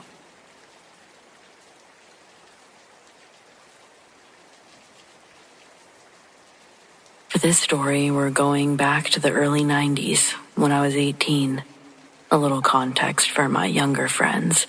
There were no cell phones, no internet, and no GPS. If you wanted to meet your friends somewhere, you made plans in advance and prayed that they showed up. If you got lost, you had to stop and ask for directions or learn to read a paper map. A skill I could never master, but it's not important here. Okay, now that everyone's caught up, on with our main event. One weekend, myself and 2 friends made plans to go camping. We were originally supposed to meet at my house Saturday morning and drive to the site together. But my grandmother had a stroke the day before our trip. Thankfully, it was minor, but she needed someone to get her home and help watch over her for a little while. My mom was a lawyer and in court when it happened, so I drove the hour to Granny's and got settled in. My mom didn't arrive until pretty late Friday night, so I canceled with my friends, and we decided that I would just meet them at the campsite. My gear had already been loaded in the car anyway, and it would be quicker to go straight there. Now, we hadn't actually gone to this spot before. We wanted to try something new, and the place that we heard about was roughly an hour and a half away. I managed to get there by noon. My friends, however, did not. These days, if someone is 15 minutes late, you can call or text, but I just had to wait, and wait, and wait. Especially since it was a long drive, I had to account for if they got a late start, if they got lost on the way, if they stopped for gas or snacks, all of that. After nearly 3 hours, I felt close to death. Boredom is fatal, after all. I drove 15 minutes back to the nearest payphone, and I called my friend's house. No one answered. I called the other friend's house, and again, no answer. So I called my grandmother's house to see if they had left a message. They had not. I went back to the camping grounds and waited for another hour. Nothing. Went back to the payphone and finally got through to my friends. Apparently, Jen's car wouldn't start, and Judy couldn't borrow her brother's car until the next morning, and they couldn't find the paper that I wrote my grandmother's number on. Basically, a perfect storm of bullshit. Ultimately, we decided to ditch school on Monday and keep our camping plans anyway. Now I had a choice to make. Drive home and right back again. Camp alone. No thanks. Or get a hotel. I opted for the hotel room. There was a cheap, run-down spot 15 minutes down the highway. And that was plenty good enough for me. I checked in and planned to watch TV until I fell asleep. On 3 different occasions, the TV randomly shut off by itself, but turned back on no problem. The volume also turned itself up and down at random, which got really annoying, but I blamed it on a janky motel TV and shoddy wiring, because the lights kept dimming and brightening too. On top of that, the people in the room next to me were annoying as hell. I assumed that they must have had kids because it was too chaotic to be anything else. They kept banging into the wall, laughing like little jackals. Not once did I hear their parents do anything about it. But again, it was par for the times. It had been a long, exhausting day. By 10, I was ready to go to sleep and get the night over with. As soon as I turned the lights off, someone started knocking on my door. I got up to check. No one outside. I immediately thought of the kids next door and started getting angry. It was one thing to be loud little shits, but to screw with me directly, that was too far. I shouted into the night that I would call the front desk if they did it again. I got back into bed, and within 10 minutes, it happened again, even louder this time. I ran to the door, but they were already gone. I didn't hear them go back into their room, so they had to be hiding nearby. I looked around the corners, behind the car. Still nothing. And that's when I realized mine was the only car on this side of the lot. I walked to the front desk and told the clerk my story. It was a young girl, probably not much older than me, and the look on her face instantly freaked me out, because she clearly knew something she didn't want to say. I had to drag it out of her. Not only were the rooms next to me empty, the rest of the motel was empty. I was the sole customer that evening. The girl tried to reassure me and get me back to my room, but I was pretty worried about what kind of creep was out there messing with me. Kids were one thing, but now it felt dangerous. Finally, she confessed that lots of people made the same complaints, that their employees never lasted long, because everyone thought the motel was haunted. I hadn't even complained about the lights and TV when she confessed that also happened all the time, even in the lobby. Apparently, some man had kidnapped his 2 children back in the 60s. Pulled a murder-suicide when the cops knocked on their door. I was thoroughly freaked out, but I went back to my room. What else was I going to do? I certainly wasn't going to drive home at that point, but an older, wiser me definitely would have. I got back into bed and there was another loud knock on the door, just as I was finally drifting off. I didn't open the door that time. Instead, I just waited it out. Once it stopped, it didn't start again, and I finally fell asleep until about 3 a.m. That's when the covers were violently ripped off of me. I bolted upright to see them piled on the floor at the foot of the bed.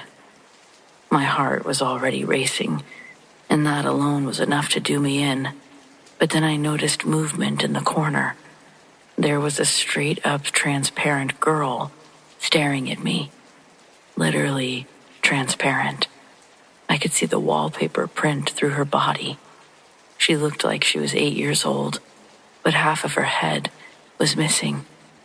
I felt sick and terrified and numb all at once. I wanted to scream, but nothing would come out. Then, right in front of me, the girl walked through the wall and disappeared. That's all I needed. I jumped out of bed, grabbed my bag in a single movement. Never before or since have I moved that fast. I didn't go back to the front desk. I just got in my car and sped out of there like something was chasing me, because I assumed it was. Suddenly, sleeping in the campground parking lot didn't seem so crazy at all, or scary. I couldn't actually sleep, of course, but I had no problem waiting until dawn. Once the sun was up, I found a diner, got some breakfast. My friends actually showed up on time, but they didn't believe my story about the motel. I dared them to stay there for a night if they were so skeptical, but they weren't willing to try it for themselves. The camping trip was fine once we got into it. Everything was so normal that the abnormal was easy to let go of, but I never completely forgot. This is the first time that I've told this full story since telling my friends. I know the whole thing sounds crazy, but if there was a safe place to share my experience, this felt like the one. Thanks for listening.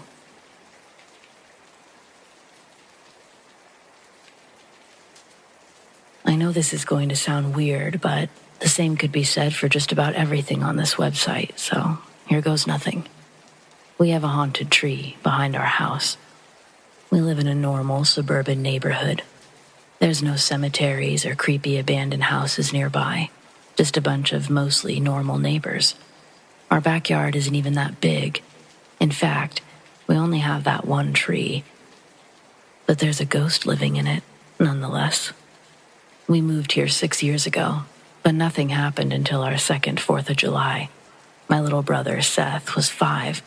He'd been playing in the backyard for too long, and Mom wanted him to come in. I went to the patio doors and saw him standing beneath the tree with his little neck craned back, looking straight up. I called for him 3 times, but he never even flinched, so I decided it would be quicker to drag him inside. As I got closer, I could hear him chattering away and assumed he was lost in one of his fantasies. Then I heard a second voice. This one was deep, like it belonged to a grown man. I couldn't understand what he was saying, but I heard it as clearly as I'd heard my brother. I didn't try to go any closer, but I also didn't want the man to know that I heard him, trying to seem more annoyed than frightened. I turned around and said I was going to send Dad out if he didn't come inside. I didn't look back to see him running towards me until I was safely through the door. Once Seth was in, I locked it and called our parents. The patio doors are mostly glass. I didn't take my eyes off of that tree until the whole thing was over. My brother and I were crying. Mom was shaking so bad she could hardly talk, and Dad scared our neighbors while looking for an invisible intruder. To this day, he's known as the man who yells at trees. My parents knew I was too upset to be lying, but they definitely thought I was mistaken.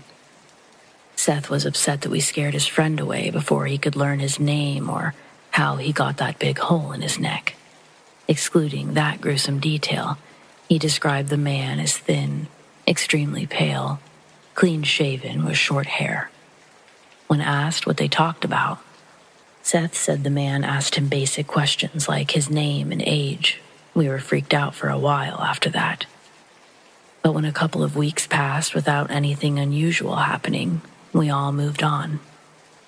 We didn't have a reason to think about it again until Christmas Eve. It doesn't really snow here, but the leaves thin out a good bit. Around 10 that night, we received a frantic call from one of our neighbors saying there was a man in our tree. My dad calmly thanked her for calling, hung up, walked outside without saying a word to any of us. Needless to say, there was nobody in the tree. Mom called Mrs. Peterson back to ask what the man looked like. She said that he was skinny, with short hair, but it was too dark to make out his features. Not the following spring, but the one after. A friend and I were doing an art project beneath the tree when a sudden cry of pain sounded directly above our heads. It was the kind of surprised noise someone makes after having their hand unexpectedly slammed in a car door. I never told my friend, or anyone for that matter, about the weird stuff that happened with that tree. So she was caught completely off guard when she glanced up to see a pale man sitting in the branches. She also said that it looked as if his neck was bleeding, but she didn't want to look at him for too long. The moment she saw him, she screamed and ran inside. I looked up as she was running away, more out of a reflex than desire, but I didn't see anything. He was gone just that fast. I have no doubt my friend really saw him. The similarities are too close to be a coincidence, and even now, she believes she saw a real person. That brings us to our current problem. Yesterday, my brother got a dog for his birthday. She's the best girl and does great inside, but when we let her into the backyard, she runs straight to the tree and barks at it until we drag her back in. She's making it a lot harder to ignore all of this.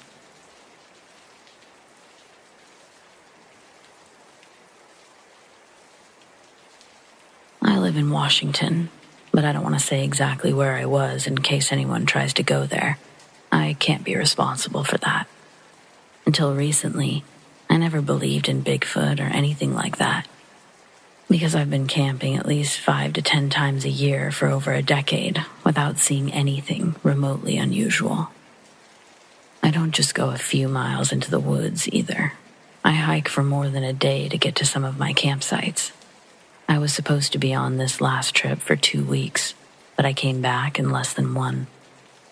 I got set up without any problems, but things started getting weird on day 3. I'd been fishing all afternoon and into the evening, and I started packing up my gear as it grew dark. The moment I bent over to close my tackle box, a large boulder hit the ground about 5 feet to my right. There were no cliffs or overhangs for it to fall from, so it had to have been thrown, but it weighed nearly 50 pounds. I couldn't see over the steep embankment, but I called out to make my presence known, and the only response I received came in the form of a second, larger boulder. I watched it sail through the air and land within a few feet of the first one. I thought someone must be playing with a homemade catapult and just be too far back to hear me, so I used my air horn. I was so startled by the whole thing that I didn't let go of it until my head was ringing. The silence afterward was loud in its own way, but no more boulders flew over the hill, and that's all that really mattered. Next, I went looking for the jackasses responsible, but I couldn't find any trace of other people being out there. It was too dark to continue searching, so I reluctantly returned to my camp, ate some dinner, and went to sleep. I figured whoever had been launching the rocks was scared away by the air horn and unlikely to return. But then I woke to the sound of 3 loud knocks. It sounded as if someone were hitting a tree with a wooden bat, hard. It hurt my hand just thinking about it. I heard it again, a few times later, and I went outside with my light. But I couldn't see anything. Just as I was about to give up, I heard it again. Only it was immediately followed by a second set, coming from a different direction. Whatever was out there had a friend. But I was all alone. I continued searching with my light, but never saw or heard anything until the next set of knocks sounded roughly 10 minutes later. The first round came from the north again, but the second round answered from directly behind me, I'd been surrounded. That's when I went from concerned to terrified. Then something in the forest growled so low and deep that it reverberated in my bones. Until that moment, I was certain it had to be humans messing with me. But I don't know anything that could make that sound. I don't even know an animal that could come close. A second growl, just as loud and menacing, answered the first. And the sound of broken branches told me it was moving closer. In an act of sheer desperation, I threw a whole book of matches onto the fire pit. I'd left it piled high with plenty of kindling for an easy start in the morning, and it flamed up instantly. Now, operating under the assumption I was dealing with some kind of creature, I sounded my air horn and threw every branch within reach into the fire. The footsteps stopped, and when I looked in the direction they came from, I saw a massive shadow standing in the densest part of the tree line. It was so big, I thought it was the outline of several trees tangled together, until I saw the shining red eyes, nearly 10 feet in the air. They didn't move or blink. They only stared at me, and their gaze felt heavy, like a weight on my soul. I don't mean to sound fanciful or anything, but whatever was looking at me through those eyes was pure evil. I could feel it. One more gut-churning growl sounded from behind me, and I turned towards it, simultaneously pressing the air horn as I did so, and when I turned back, the looming shape was gone. I didn't see or hear anything else that night, and I damn sure didn't go back to sleep. That morning, I checked the woods around my campsite and found footprints bigger than both of my feet combined. I'd never seen anything like that. I've always been a practical person, but I can't think of a single explanation other than Bigfoot. Regardless of what I encountered, I wasn't willing to risk a second meeting. I packed my things and hiked back to my Jeep without even stopping for food. Ultimately, I made it back with just 20 minutes to spare. And I've never been so grateful to leave the woods. I'm not saying I'll never go camping again, but I definitely need some time to reassess what I thought I knew about our world.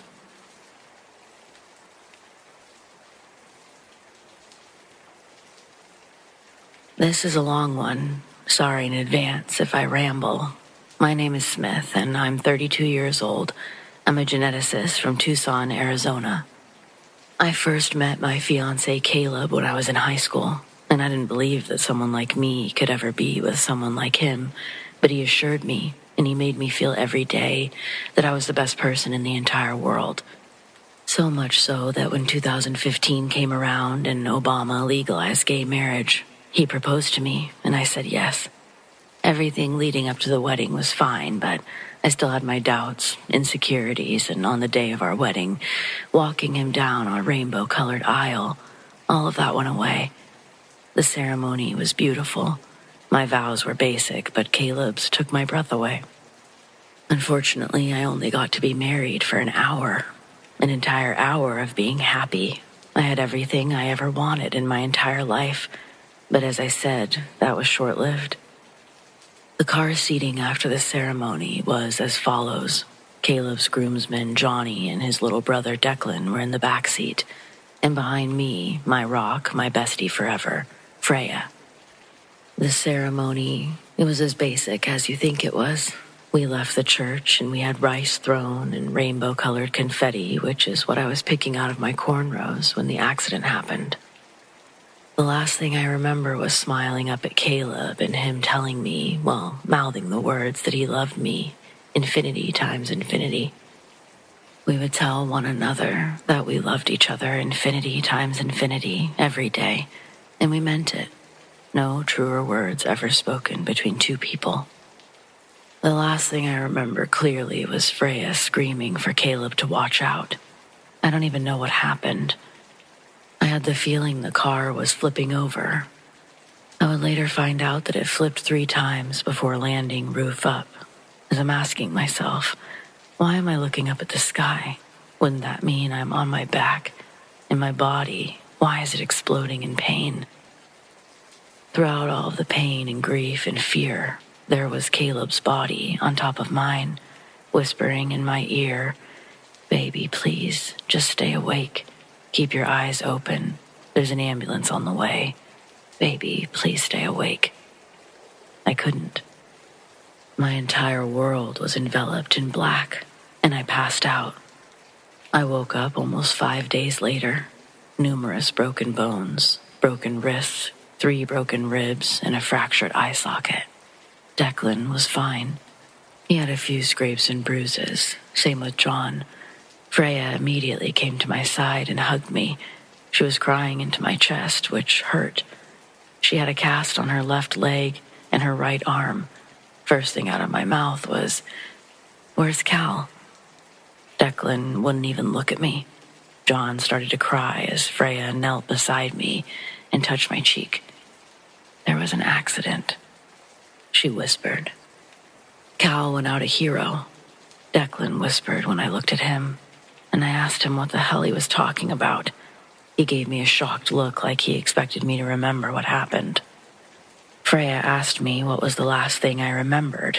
I told her, leaving the church, people throwing confetti and rice at us, being happy.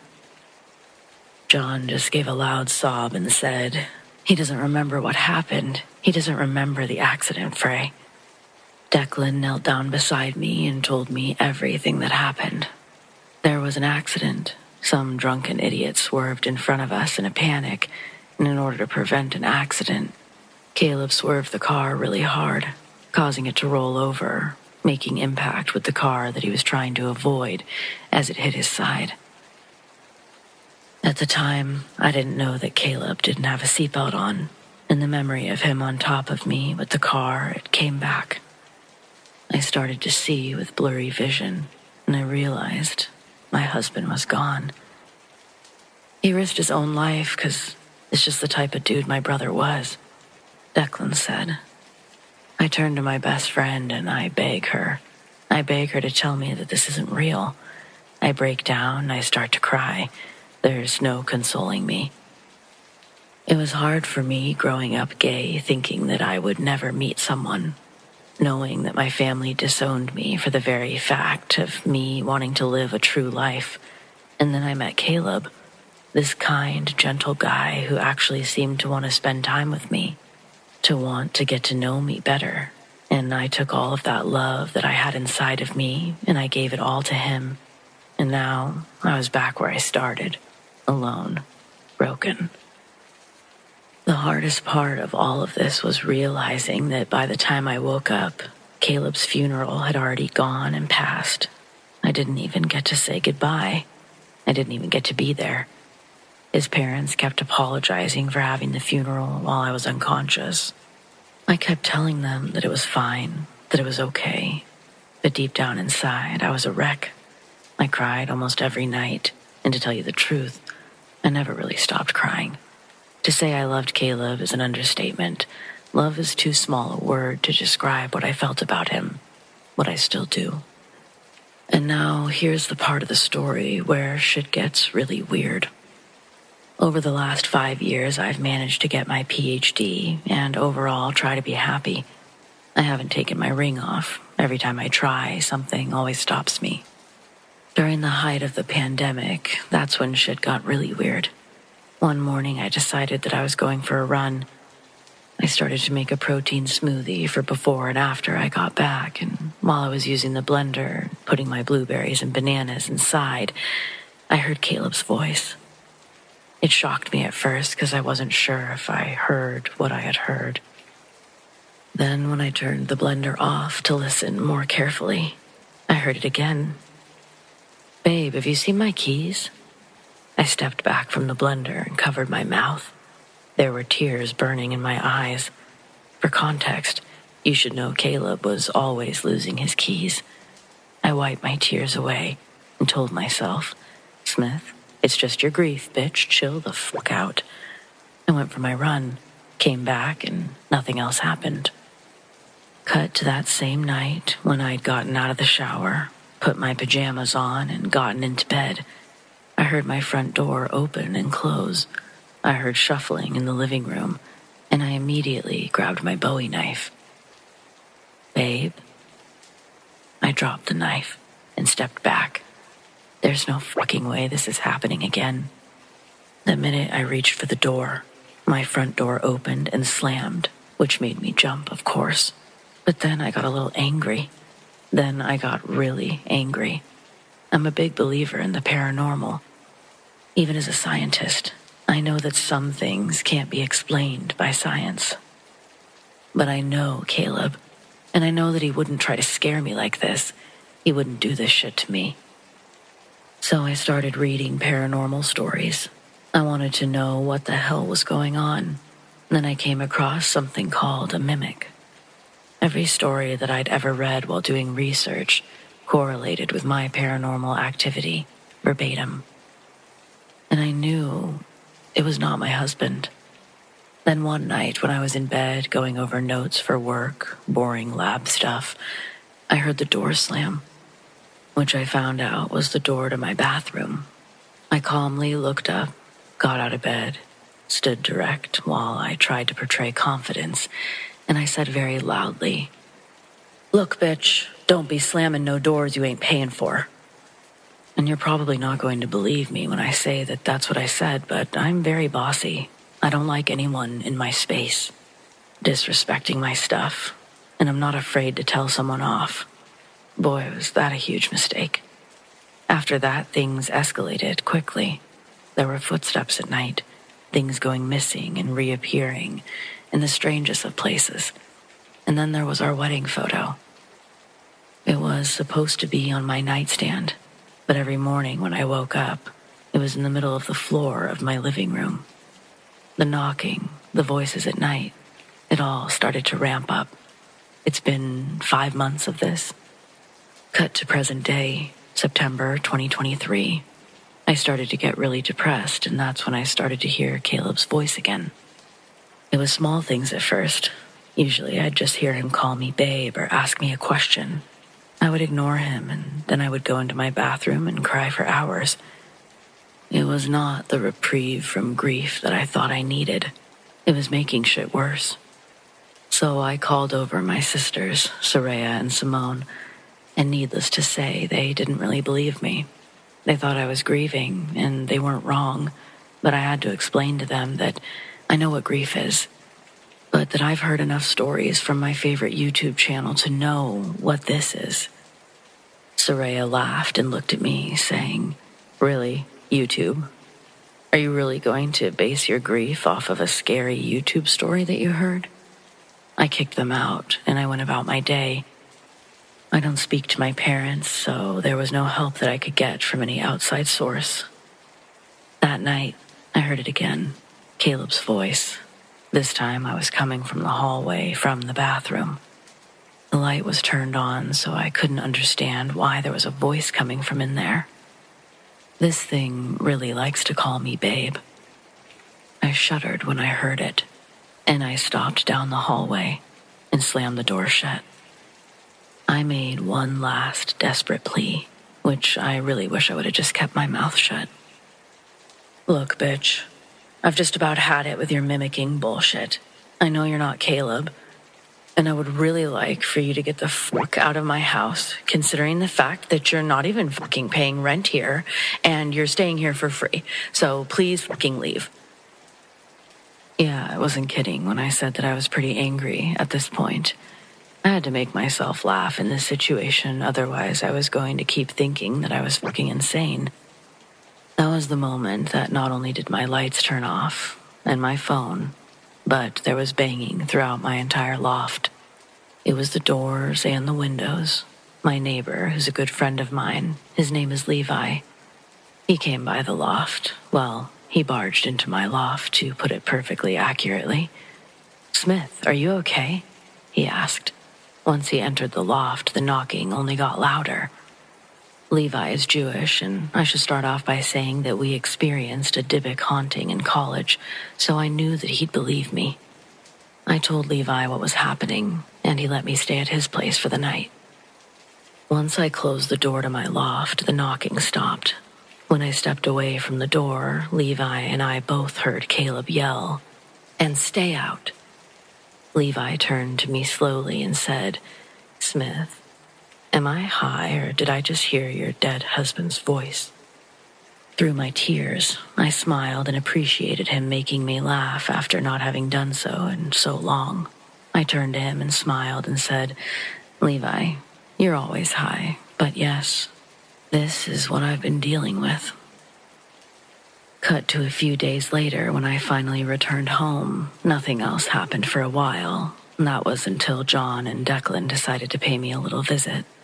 I'm glad to know that I wasn't the only one who heard him, but the look on Declan's face when he stepped into the loft and heard Caleb's voice, it broke my heart. We all heard him when he said, "There's my 3 favorite guys." John, being the emotional wreck that he already was, sobbed, "Cal, is that you?" Declan stepped out of the apartment and looked at me. "You're playing a joke on us, right?" he asked. When he saw me crying, he knew that I wasn't doing that. John looked around and suddenly noted out loud that it got colder in the loft. Once again, Declan stepped back inside. He heard it again. "Long time no see, little bro." He walked right up to me and gave me a big bear hug. He whispered in my ear, "I believe you, but that is not my brother." "I know," I whispered back, "but I still don't know what to do." Declan took out his phone and his wallet, decided that he was going to call his friend Leah.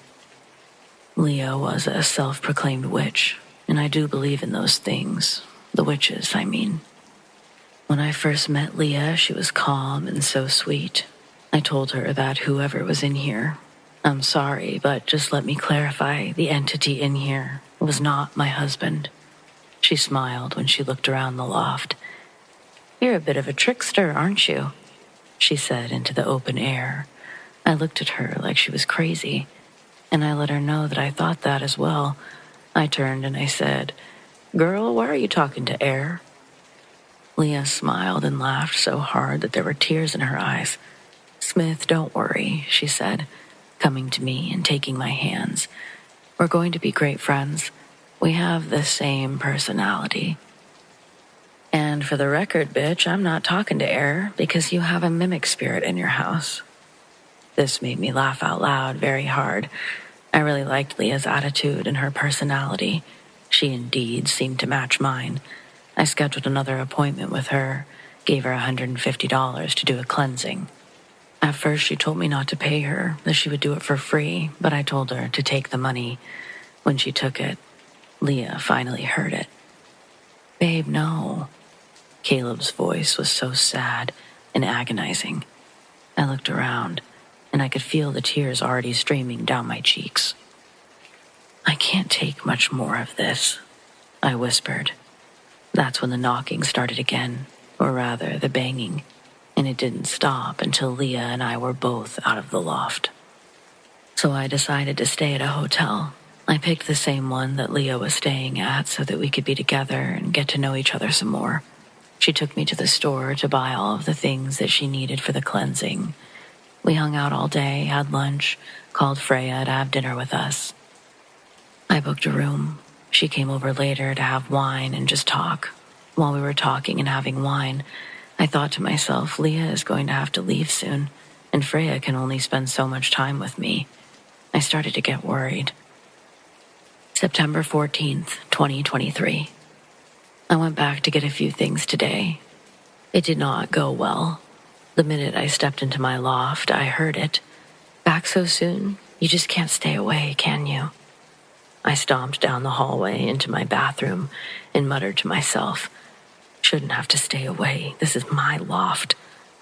When I started to make my way towards the door, I heard a sob, and then Caleb's voice said, "Please don't leave again. You know how much I love you." I turned, and you guessed it, I was crying. "I know how much he loved me," I cried. "And when I get back, I'm going to sage this loft so bad you won't even be able to breathe in here." At that exact moment, my bathroom door, bedroom door, laundry room door, and guest bedroom door all slammed succinctly. The pounding resumed, and needless to say, I rushed out of there and back to the hotel. I found Leah and Freya talking over drinks. Without even saying a word, Leah looked at me.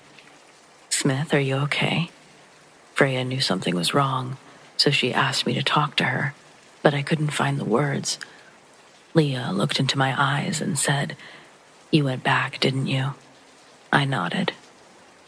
She was starting to compile a list of other things that she would need from the store, and that's when she turned to me and said, "Smith, I'm starting to think that this isn't a mimic. What you just told me is something much more menacing." I turned to her and I told her I agree, that I definitely knew it wasn't my husband. I started to cry again, and I haven't stopped since. You should consider my story if you ever have a problem with a mimic. Never piss it off. Never try to challenge it. It's 12:55 a.m. and I'm writing this in my hotel room.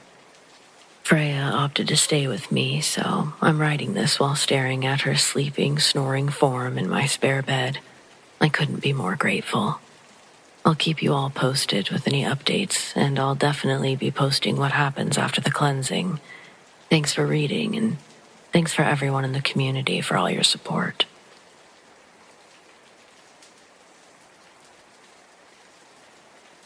I should say firstly that I've never harmed any living creature for pleasure. I do have blood on my hands, mostly from my service in the military when I was a younger man. PTSD never goes away. It's an uncontrollable, unconscious reaction from a lifetime of memories lived by another man, a young and naive man, the husk I grew to emerge from. When I discarded my old shell, talks of it could reanimate the corpse to dance in vivid memories so real you'd swear you were there again. Memories I have no interest in revisiting, but I believe prefacing this is necessary in order for the next part to fully make sense. After discharge, I was still active in the Ready Reserve for a few more years. My first wife, Jackie, and I fell in love with the suburbs of D.C. Jackie was a nurse at the Veterans Hospital. I would struggle to hold down stable employment through the first year as a civilian. My mind was damaged, and I was barely functioning. The worst episode occurred when I was working at a Safeway. I was on a knee opening boxes of milk to start stocking in a big refrigeration unit. The cooling fans in there are loud. A coworker walks up behind me to put something in the refrigerator. I don't notice her, but she accidentally knocks over a jar and it explodes. The noise startled me so much that it had triggered a flashback, and I black out. Blacking out is something unreal. At first, my eyes were fixed on brown cardboard. Through the holes, the rows of gold-capped glass jars, each filled with white milk, that would clink and slosh around as I pulled them out. Then, in the blink of an eye, I realize I'm standing. My coworker's back is pressed against my chest.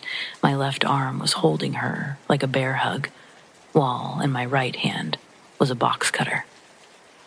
The door to the refrigeration unit is opened, and in the doorway, shoppers are staring in. In front of them, my boss has his hands up and is walking towards me. My ears fully dial back into frequency, and everything hit me all at once.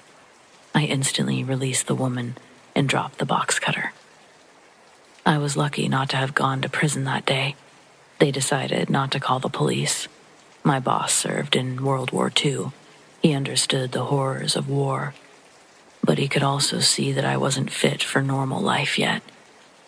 As I scrambled to find other work, the offer that we'd previously put down on a house had finally been accepted. Thankfully, Jackie was smart enough with money. She'd stashed away the money in a coffee tin under her vanity for months. We had just enough to move in, but in order for us to continue our residency, I needed to find a job fast. The first couple of months after moving in were the most stressful and put the most strain on me and Jackie's marriage. We did everything in our power to make the house feel like a home, but it just never did.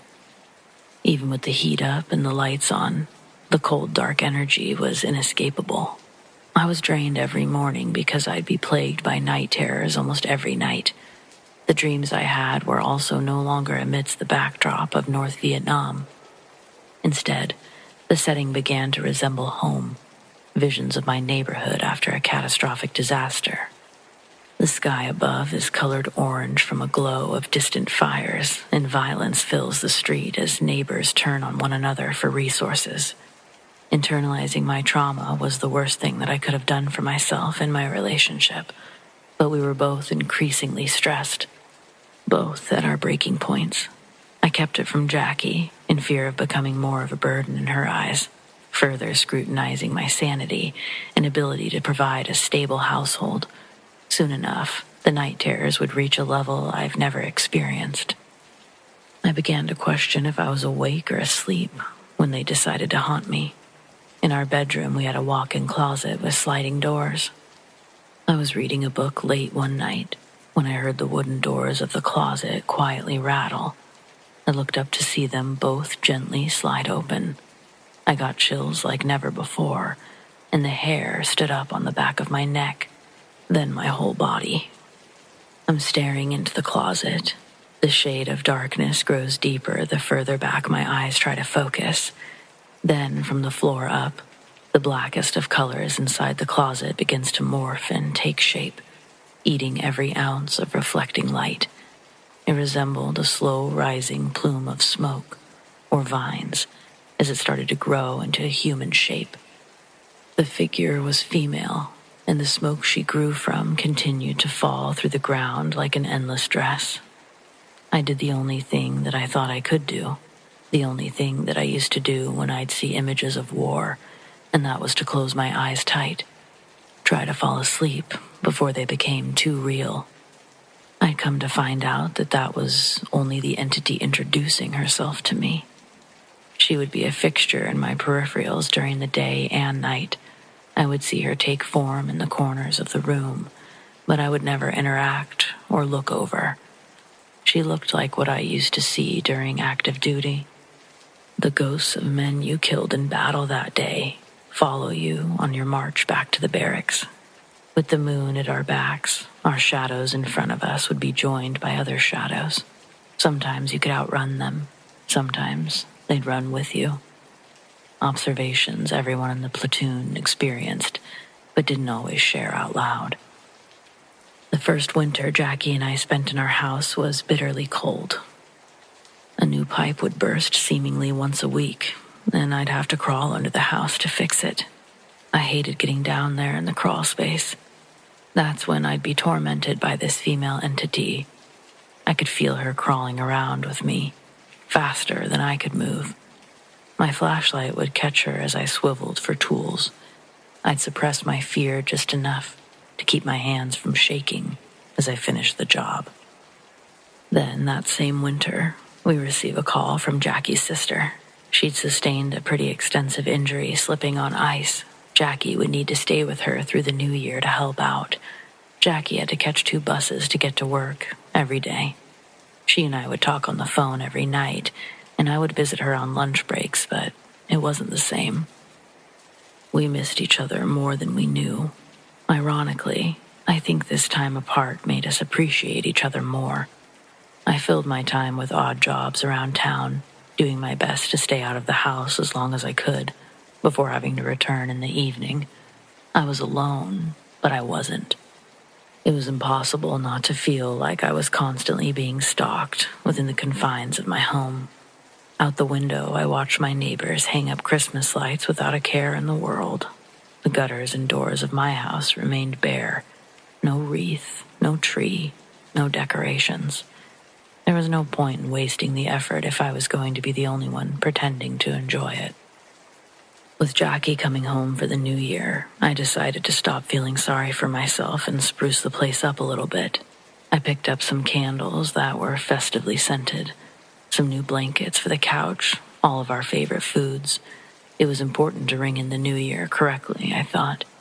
However, once Jackie got home, she told me that being with her sister had been stressful, yes, but she also felt relief. Relief from her night terrors, relief from the shadows, At first, she thought that I was offended because I hadn't said a word, but I wasn't offended. I completely understood. I told her as much, finally, and then we officially started swapping stories. I learned her dreams were slightly different from mine. She described chaos similar to mine, but also personal nightmares like losing a limb, watching me die horrific deaths over and over. The most unsettling, yet reaffirming of all, she also described the same figure, and she confirmed she'd seen the figure while she was awake. She was folding clothes in the living room, watching TV, but she had that intense feeling like she was being watched. Glancing towards the hallway, she focused on the darkness, feeling that it was darker than it should be. Then she saw it. The black plume formed the shape of a woman, cloaked in continuous darkness. Jackie said she froze and just closed her eyes tightly, praying that it would go away. When she opened her eyes, it was gone. Being at her sister's, she said, it felt as though a giant weight had been lifted. She believed the weight to be our house. We both couldn't believe that we'd kept it from one another, but I guess I understand it from both sides. At first, I thought we felt better, having it all out in the open. We were motivated to try and figure out what to do about this feeling, what to do about the house. And I wish that we'd made it that far, but for several reasons. Some I can explain, others I can't. Everything really did start to fall apart. Our careers, the house, our relationship itself. We had no time to do much of anything except for work and try to get some sleep in between doing so.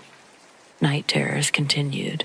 Shadows intensified, manifesting in more places than just the closets, the hallways, the corners. It was everywhere. This figure haunted us until we surrendered.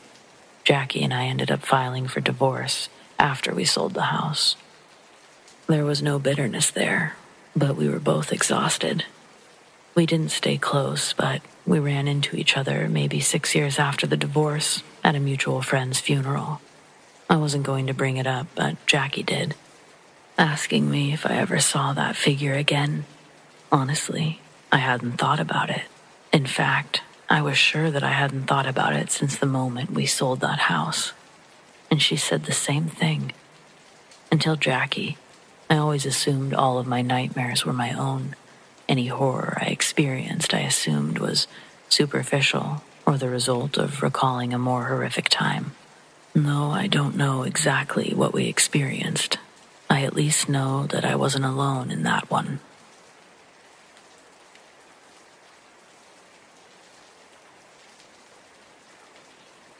It's the Cold War, late 1950s. My paternal grandfather, Ivan, who'd recently obtained his membership into the labor union, is fired from his job manufacturing farm products for wholesale and trade. One day, the bosses pull him into their office. 2 local detectives are also standing in the room. The 4 men sit Ivan down and unlawfully interrogate him for hours before handing him his termination papers to sign. At this time, Congress had implemented sweeping investigations in order to catch any suspected communist spies in the government, or labor unions, the entertainment industry, and military forces. In part, as the tension grew between the 2 nations, the labor unions began terminating anyone who had ever belonged to, or had ever been sympathetic to, the Communist Party. Ivan Petrov was born an American citizen, but on paper he fit the description his management was told to get rid of. His parents immigrated to New York in 1909, just before the war started. Ivan was devastated. He'd break the news to my paternal grandmother, a woman named Kate, later that night. Kate would break the news that she's pregnant with my mother that night as well. Kate got to share her news first, which made Ivan feel all the worse when delivering his. The predicted due date became a timer for Ivan to get back on his feet. 6 months to find stable ground for him and his family. He starts working odd jobs in the city, staying out at all times of the night. After a month of this routine, he's made just enough for rent and groceries.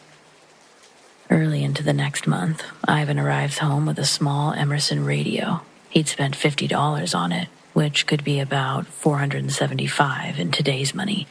This purchase depleted most of their savings, and Kate couldn't believe he'd wasted money on such a frivolous thing. But Ivan reassures her this radio will solve all their money problems. Now, along with odd jobs, Ivan would also stay up all night, clicking through the frequencies of the radio. Kate would wake up to see him sitting at the kitchen table with the radio pressed against his ear, occasionally scribbling down numbers onto a piece of paper laid out in front of him. When she'd ask what he was doing, Ivan told her that he could hear someone talking to him through the radio. He said they'd given him the final score of a minor league baseball game that takes place tomorrow. The radio told him to go to the betting hall and put everything he's got on the Brooklyn Dodgers against the Giants, with a score of 7-6. Kate begs Ivan not to go, but the next morning, he's gone before she wakes up. Their savings have been cleared out, the empty box that once held their future discarded next to the radio. He wouldn't return home until the next morning. When he walked through the door, Kate had fallen asleep on the couch. She's woken up with a large leather bag being tossed onto the carpet in front of her.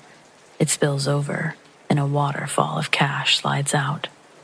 Kate opens her eyes and sees over $10,000 spread across the floor.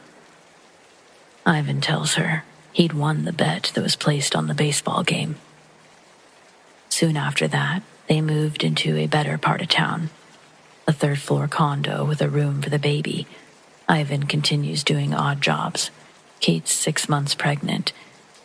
She finds him on another night sitting in the kitchen with the radio pressed against his ear.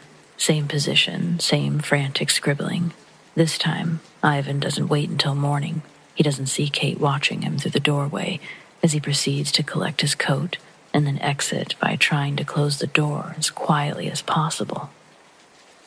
Kate waited until she heard Ivan leave the driveway before approaching the radio left on the table. She lifted it up and clicked it on. There was a buzz of noise before the station went quiet. She couldn't hear anything when she moved up and down the station ladder. Then Ivan came back inside to grab something he'd forgotten.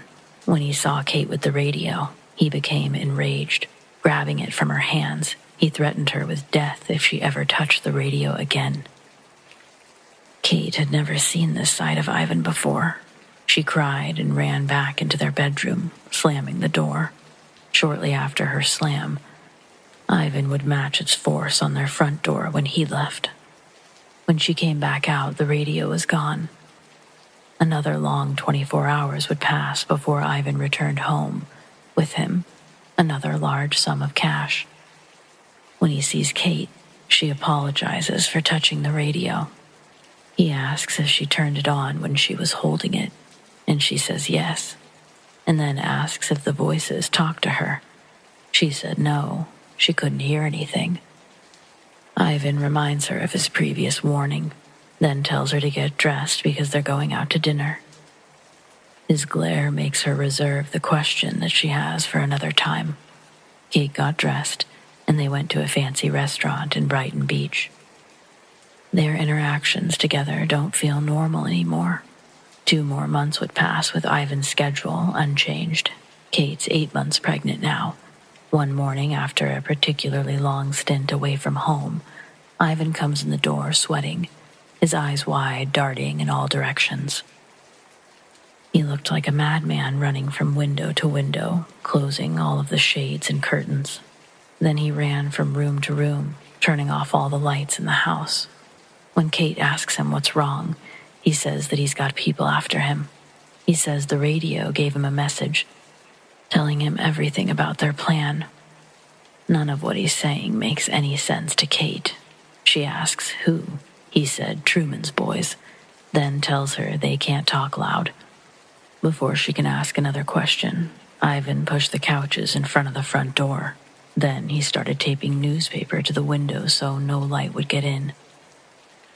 When the living room was completely dark, Ivan and Kate would sit together on the floor behind the couch. He'd get up to retrieve a box from the closet that Kate hadn't noticed before. When he opened the box, what was inside made Kate's heart drop. Under some papers was a 9mm handgun. When he pulled it out, the box clinked around. A handful of extra bullets rolled around in the bottom of the cardboard, along with the already full clip he'd taken out of the gun to show Kate. Then he pops it back in, and he hands the gun to her. At first, she doesn't take it, but he shoves it at her, saying, "They know about you too. They'll probably want you dead too." Kate still doesn't take the gun, so he leaves it on the floor next to her, gets up, and goes over to the closet to get a second gun that he's had stashed in there. Seeing Ivan with a gun and having no clue what to expect next, Kate grabs the gun sitting next to her. He grabs the radio before coming back to sit next to her. Sitting in dark silence, Kate watches as Ivan presses the radio against his ear and pans up and down through the frequencies. A muffled car door shuts somewhere outside, and a dog starts barking. Ivan grabs his gun and drops the radio. Kate tries to reassure him that it's the neighbors. She reminds him that they have a dog.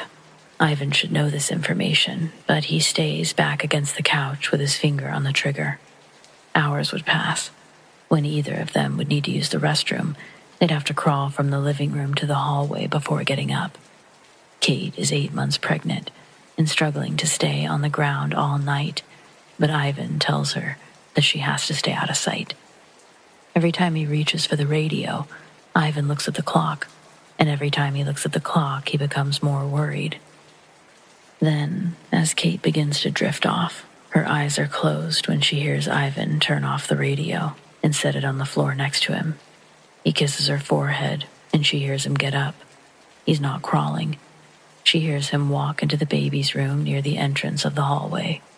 She hears Ivan tearing down the newspaper he'd put up earlier that day. Then she hears the wooden window frame shake and creak open. She could hear wind blowing in. After a moment, she hears a distant impact. That's when Kate gets up, runs into the baby's room. It's empty. Kate runs over to the open window and looks out to see Ivan, motionless on the sidewalk below. Investigators would rule Ivan's death as suicide. While looking for clues, they'd inspect the radio and find transmitters connected to the wiring inside. They'd also tell Kate that Ivan is a member of a small Soviet resistance group. Its members mostly made up of rich Russian immigrants with mob ties in New York and New Jersey. They were getting their orders from somewhere across the water while sending back government information they found. When Ivan was fired from his job, he was lost and angry. He'd met others that held his beliefs and similar situations at a bar that he'd visit. The visits became meetings, and Ivan got involved with a group who, at the time in our American history, didn't want peace. They were terroristic in their ideas of action and were slowly gathering members across the seas in America to stage an attack within. Kate had no idea that Ivan was part of this movement. They'd become strangers to each other in the relationship. This was a landslide that Kate couldn't climb back from. With her life in ruins and a baby on the way, Kate moved back in with her parents. She'd give birth to my mother in December and give her up for adoption. But not before writing this story out to my grandparents, Mom's adoptive parents, before they took her home to Virginia.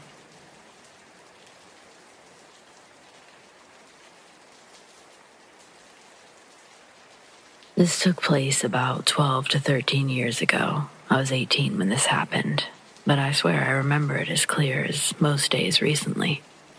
On this particular night, I was a designated sober driver, as I had recently broken my hand playing rugby, and after I had made my last drop-off around 1 a.m., I decided I'd call it a night. As I was driving home, I was approaching a local historic house reserve, and outside of this house was what appeared to be a hitchhiker. I obviously thought this was weird as hell, because being rugby season, it was pretty damn cold at 1 a.m., and due to the recent spat of break-ins in the area, I I honestly considered picking up this hitchhiker because I thought that they would be safer crashing at my parents' for the night than on the streets of Belfast, Christchurch. As I got closer to this hitchhiker, I got a look at their face. Now, this is going to sound bizarre, and it's difficult to explain clearly, but the best I can do is liken the face to an old, brown, leathery volleyball type thing. I felt my blood run cold, literally, as I quickly accelerated away. After a couple of seconds, I looked in my rearview mirror, and there was nothing there. Now, proper scared, I practically raced home. Once I got inside, I saw my parents just about to go to bed. My mom says, "Are you okay, Isaac? You look like you've seen a ghost." I was just, funny you say that, as I recounted what I had just experienced. A couple of weeks later, I was having a conversation with my mom about some other bullshit that I can't remember nowadays, but she mentions that she told my uncle about what I had said. I was told about the apparent story of a hitchhiker that had been murdered after being picked up from outside that house. Now, I'm unsure if that's true at all, but the whole thing made me think differently about the idea of ghosts. I never believed before this night, and now I do. Anyhow, that's my story. Cheers.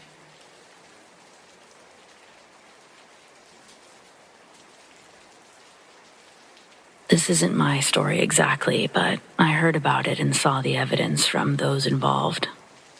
My mother's late boyfriend, who we'll call Steve, grew up in a small town called Oakville. Steve would often take my youngest sisters and my mother to visit family there.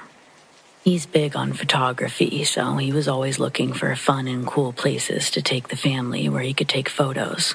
While my brother and I had already moved out, my mom and sisters were still living with Steve at the time. I had already had 3 kids, so it wasn't feasible for me to join them on these trips. On one particular visit, Steve decided to take them to an old mansion called Graywood Manor, which wasn't far from Oakville. The sun was shining, and it was perfect weather for a hike and some photography. After returning home from the somewhat uneventful visit, Steve had the photos developed. This was almost 25 years ago, so they were using rolls of film. Surprisingly, every photo, except one, captured the joyous atmosphere of the sunny day. The odd photo, however, showcased Graywood Manor at night during a fierce thunderstorm, with lightning illuminating the sky. Strangely enough, the negative for this photo was sandwiched between the normal photos that depicted the sunny day. No one noticed anything unusual when the photo was taken. It was only discovered by the person developing the film. Steve kept the photo and the negative until his passing this summer, and none of us could explain the inexplicable occurrence. I had the opportunity to see the photos and negatives myself, and they left us all bewildered. I wish I'd taken it with me. To this day, the mystery behind that particular photo remains unsolved.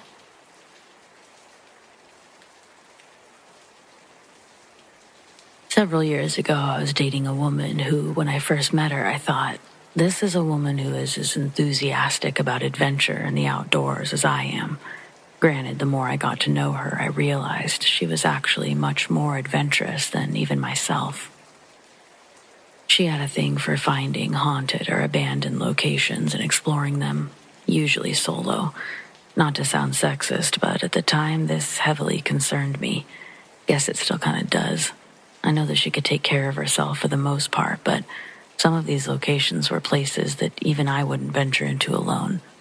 And some were places that clearly lots of people ventured into, and often. For as many places as we visited and as many things as we did, there was only one time we actually experienced something while together, something scary. We were visiting the California coast and had found our way to the Queen Mary.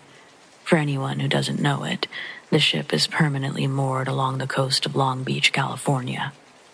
Before we took the tour, I didn't know anything about it, especially that it was known to be haunted. It was an active ship for over 30 years, We learned that during its time as a working ship, it had experienced more than a few tragedies, though they all seemed to be genuine tragedies like collisions, fires, etc. However, what ultimately took out the ship was rather average. Business wasn't great. After operating at a loss for several years in a row, it was sold, becoming the almost landmark that it is today. So going into this whole thing, I didn't have any preconceived notions. I just learned as I went. We eventually made our way to the engine room. It was an interesting area with lots to stop and look at, but it also had these tight doorways that made me feel uncomfortable. Part of me just felt claustrophobic, which I hate. At one point, my date stops me and says, "Okay, listen." At first, I thought she was going to tell me something else, so either way, I waited and listened. But soon I realized that she was telling me to listen to our surroundings. She closed her eyes, so I did the same, even though it felt a little weird. I didn't know exactly what I was listening for, but eventually I was hearing things. Mainly sounds of a ship, right? Creaks, metal on metal. But there really was more. It felt like the sound of an alarm. Not directly next to us and not loud. It was distant for sure. But it didn't really sound like any alarm I'd ever heard. It sounded kind of old. I opened my eyes and my date was looking at me. She asked, "So, did you hear it?" And before I could ask her if she meant the alarm, I felt an immense cold take over my whole body, just for a brief instant, but it was to the bone. It was as if someone or something had passed directly through me. I felt sick, like maybe I was about to puke. The thought of puking during a public tour was humiliating enough, but then I started to feel dizzy. So not only was I going to puke, now I was going to pass out too. I imagined myself passing out into my own puke, and there was just no way. I tried to continue walking in the direction that would lead us out of the engine room. For a minute, I was sure I was pulling it off, but my date thought otherwise. She stopped me, asking if I was all right. In the moment that she did, I felt a soaring pain through my chest. I've never felt anything like it. That's what I remember thinking at the time. I also remember thinking it's horrible, but it was brief. What's odd now, though, is that I don't really remember the pain itself. What I recall most is that as soon as the pain ceased, so did everything else. I wasn't nauseous anymore, and the dizziness had subsided. Even my date could see the shift, and she exhaled in relief that I was okay.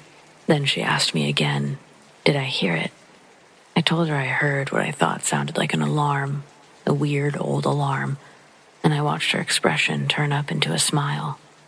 She told me she'd been here before, that she'd seen something there before. A man.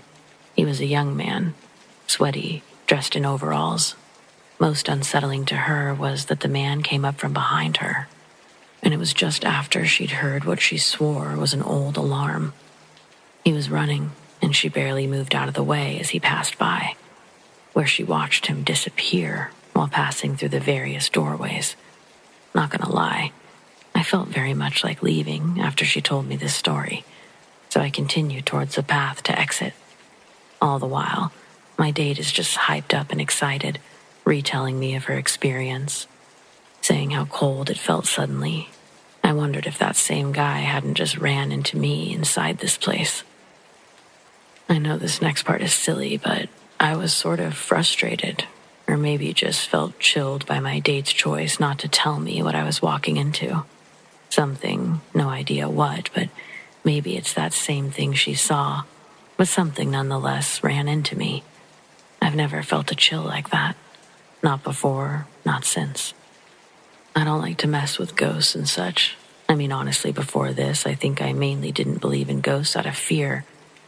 I don't like to think about what it means to be a spirit, how one gets there, how one doesn't. I mean, respect for the dead, for sure, but I'm not eager to communicate with them. If you ever find yourself in Long Beach, maybe give it a visit and decide for yourself. Oh, and you can sleep there, like rent a room. They're beautiful, but no thank you. Knock yourself out.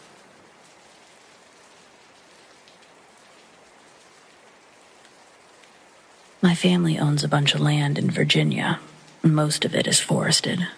There's a short path leading through the woods behind our house that leads to a small graveyard from the Civil War era. When I was younger, I used to camp in the backyard and play ghost hunter. But I stopped after a particularly bad experience 5 years ago. It was the weekend after my 13th birthday, and I'd gotten a bunch of camping gear that year, including a new tent I couldn't wait to use. I set it up in my usual spot, and everything was fine, until around 1 a.m., when I turned off the lanterns and crawled into my sleeping bag. I hadn't even had time to start dozing off when I heard footsteps walking from the direction of the graveyard. No one else lives around here. So for someone to be coming down that path, it was either a ghost or my dad trying for a cheap scare. And that's just not something he does, especially if it involves sneaking through the woods at night. I laid completely still and listened to the light but steady pace of something on 2 legs, growing closer and closer. When they stopped, it seemed as if they were only a few feet away. I was frightened, but also excited. In these old Civil War towns, everyone has a ghost story. Yet I lived on top of a cemetery and had nothing. Part of me believed I would unzip a corner of the tent, peer out, and see some soldier standing in the moonlight. Maybe he'd have a hole in his head or a missing leg. Maybe his eyes would glow and his teeth would be sharp. 1,000 images flashed through my mind as I sat frozen with my hand over the tent flap. But just as I decided to look outside, the footsteps began moving again. They were light as before, like a small child, and this time they didn't stop until they were directly next to my tent. The image of someone reaching down to open the flap was more than I could bear. That brief feeling of excitement was replaced by pure terror as a wave of reality washed over me. I couldn't handle the pitch-black silence. I knew I shouldn't turn on a light if there was a real person outside, but I just couldn't stand it. It took a minute of nervous fumbling, but when I finally got the lanterns on, I screamed until my throat was raw and my dad was pulling me out of the tent. With the lantern on its dimmest setting, it was hard to make out what was in front of me, but as my eyes focused, I realized I was just sitting with my face closer to the tent than I realized. Only, as I moved back, I saw that there was actually a very small, perfectly formed hand pressing into the side of the fabric. It had come within just inches of my face. As I screamed, the shape of a small face appeared just above the handprint. It was only there for a second before it and the hand vanished entirely. But the image remains burned into my mind, even now. The next thing I knew, my dad was pulling me out of there. He said he woke up thinking I was being murdered. He nearly fell down the stairs trying to rush out to me.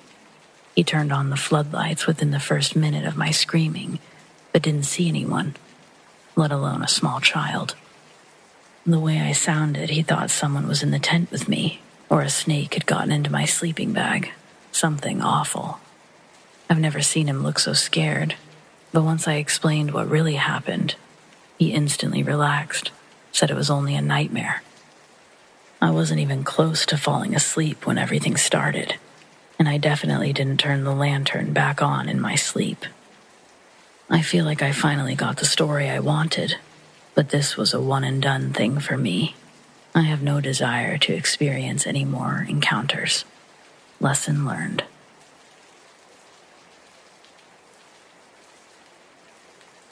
I'm a 20-year-old female and I just started my junior year of college. I've been listening to your channel for a couple of months now, but I didn't realize the stories came from your listeners until last week's episode. So when this crazy thing happened last night, I knew I wanted to send it in. I'm sorry it isn't more traditionally frightening, but I swear it's true. I tried to debunk it in every way that I could think of, but I just can't explain this. Now, you might be mistakenly thinking that I'm almost finished with school, but I'm a psych major here on a scholarship, so I still have a long road ahead of me. The bulk of my time is currently spent going to class, working in the cafeteria, and studying. I even study while I eat, and the only thing that gets me through it is listening to scary stories. I've always felt like a little bit of a psycho when saying that, but I think the people here will understand what I mean. That's why this is my kind of crowd. I know this all sounds like a long introduction, but I swear it's relevant. I need you to understand that YouTube is my main source of entertainment. I'm not some boomer who's confused by technology. I'm telling you, something weird happened last night. My roommate was out and I was up late studying, close to midnight or shortly after, with a YouTube playlist loaded on my Chromebook. It had been playing with no trouble for over 3 hours, and the current video had just ended. I'm too poor for YouTube Premium, so I have to deal with pressing skip ad occasionally. It's normally not worth mentioning, but this time, the second I pressed it, a female voice screamed, "Get out," loud enough to make me fall out of my seat. That part I'm certain of. The part I'm slightly less sure of is what I think I saw as I was falling. It looked an awful lot like a pale, transparent face had appeared on the screen. From the extremely brief glimpse I got, it looked feminine, but her eyes were missing. Or maybe they were just black. I can't be sure which. Either way, when I pulled myself off the floor, there was only my desktop screen. YouTube had crashed. Then, just as I got my playlist pulled up again, the closet door to my right slammed shut. It had been wide open. There was no draft, and it's never done that before or since. Just randomly closed all by itself. No, not closed. Slammed. I've not only never experienced anything paranormal in that dorm room, I've never experienced anything paranormal in my life. At first, I thought a second ad had started to play and then glitched. I searched on YouTube and Google, but I couldn't find any images or audio that were even close to what I heard. Next, I thought it was a prank, that I clicked a fishy link and now someone had the ability to screw with me. My brother is a computer engineer, and I may have made my story sound slightly more urgent to attain speedier service. I know, I'm an asshole, but I couldn't stand the idea of waiting. It didn't matter anyway. Eric returned my Chromebook with a clean bill of health. His best explanation for my experience is a stress-induced hallucination. I'm sorry, I just don't buy it.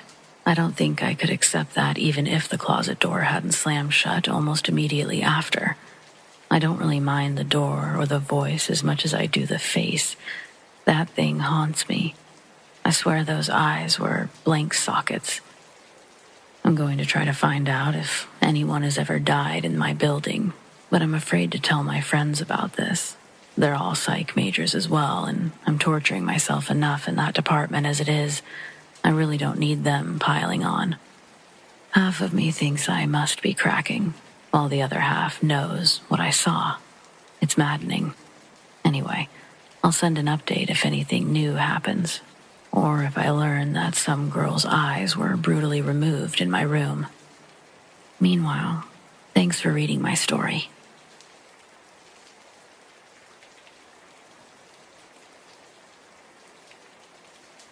This is a story about a ghost I saw.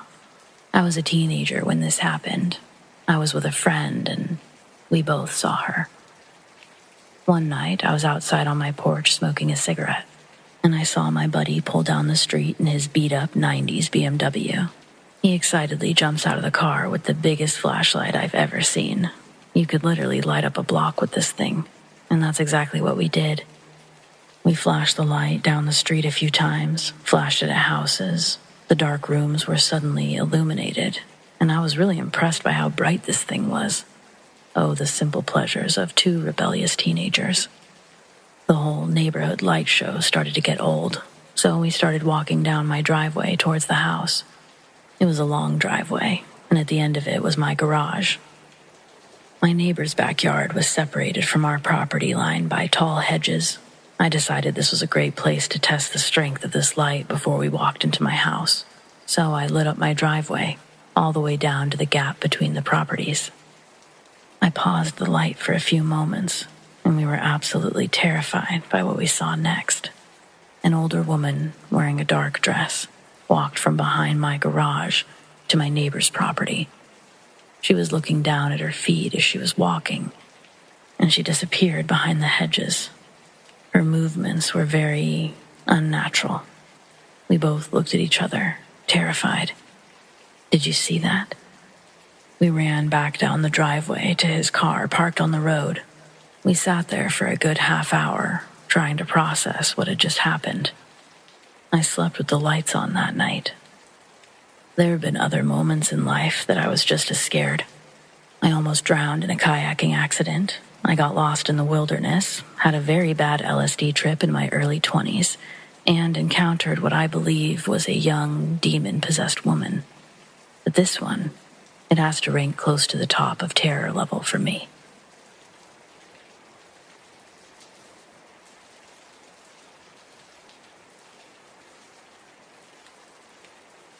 Growing up, I had multiple paranormal experiences, and this one still freaks me out. I've always been skeptical, so I do my best to find explanations, but sometimes there just isn't one. Many of these instances happened when others were around to see it as well, so I know it's not my imagination. As a teenager, I started becoming a little too interested in the paranormal, and I wasn't afraid of anything. At one point, I began dabbling with something I shouldn't have, and things got a little too intense. I had a friend who would randomly change the subject of conversation to weird, creepy shit that didn't make sense. Then, he'd suddenly stop and not remember anything he said. Usually, he went back to the original topic, and that would be the end of it. But when we were 15, he went into these trances while we were on the phone. That time, he said, "Follow the tracks to your right. Then, near the end, you'll come to their resting place." The layout of my old trailer park is important for the next parts. It was a pretty nice one. I lived in a small town, and the park was in a heavily wooded, secluded area. The driveway divided the park in half and came to a dead end at the rear. Just past that was an embankment, and at the bottom, there was an old railroad track that ended in the woods. On one side was an old abandoned mill. On the other side was a dense thicket of trees in a neighborhood. It was late summer afternoon when I followed the cryptic directions down to the railroad tracks. Near the end, I heard footsteps in the woods to my right, and I headed up the embankment for a closer look. Nobody was there, but I found a small graveyard, curiously tucked away behind the neighborhood. It's most likely a small family plot from the early 1800s. There were only 20 markers at most, but nothing weird ever happened there. Another late afternoon, my friend went into a trance. He said, "Head to the tracks, cross them. When you enter the woods, you'll see him." I was cocky, so I did just that. This time, I crossed the path behind the trailer park. They passed through a small section of woods before entering a clearing to the old mill on the left. And on the right are miles of power lines. The moment I entered the tree line, I heard snapping branches, and I saw the black silhouette of a man galloping by on a black horse before disappearing into the trees. Horses weren't a common sight around my town, so I decided to investigate the area he came from. Near the edge of the tree line, I found an old, collapsed horse stable. Nothing else nearby. If he continued in the same direction, he'd eventually reach another neighborhood, but there was nothing else around. Intrigued, I called to update my friend, but he refused to believe me. The following day, I took him to the location, and as we entered the tree line, we saw the horseman taking the same path as I had the night before. It was broad daylight. There's no way we both imagined it. We were freaked out, but we continued to the stable ruins. The strangest part of it all was the fact that I brought a few other friends to see the stable, and every time the horseman appeared. After finding the stable, each encounter became more intense. TVs and stereos would turn on by themselves, even when others were present. I experienced intense feelings of being watched and inexplicable moments of dread for no reason. Sometimes when home alone, I would hear muffled conversations or music, like a radio was playing in another room.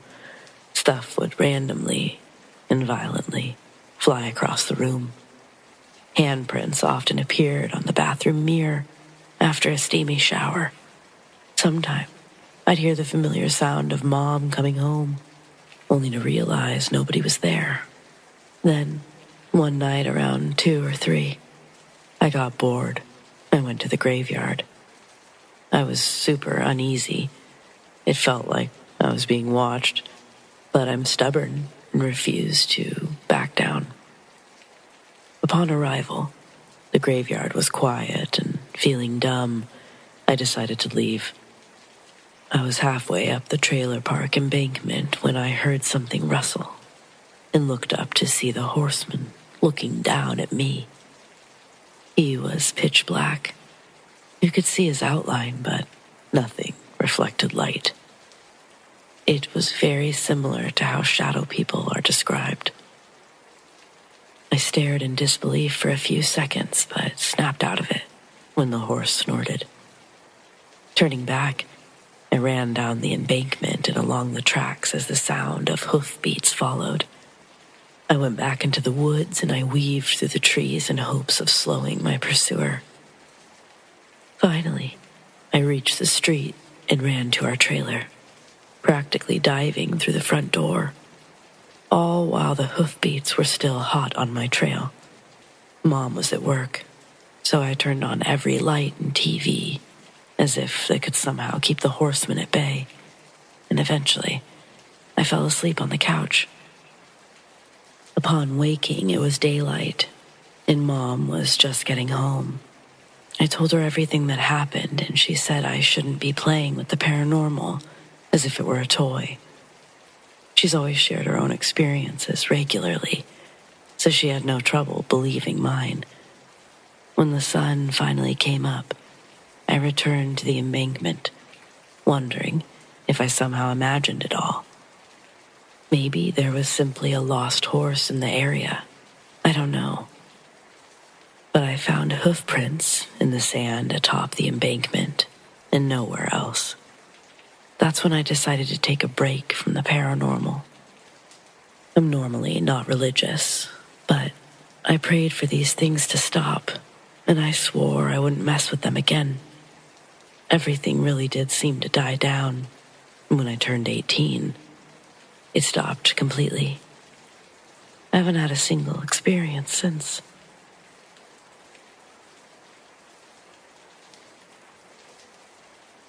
I've dealt with the paranormal for most of my life.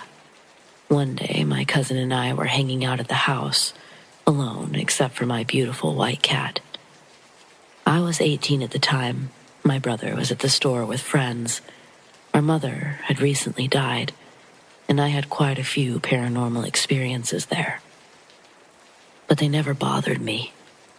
It was never anything that seemed malicious or dangerous, only fun stuff like electronics turning on and random footsteps walking around.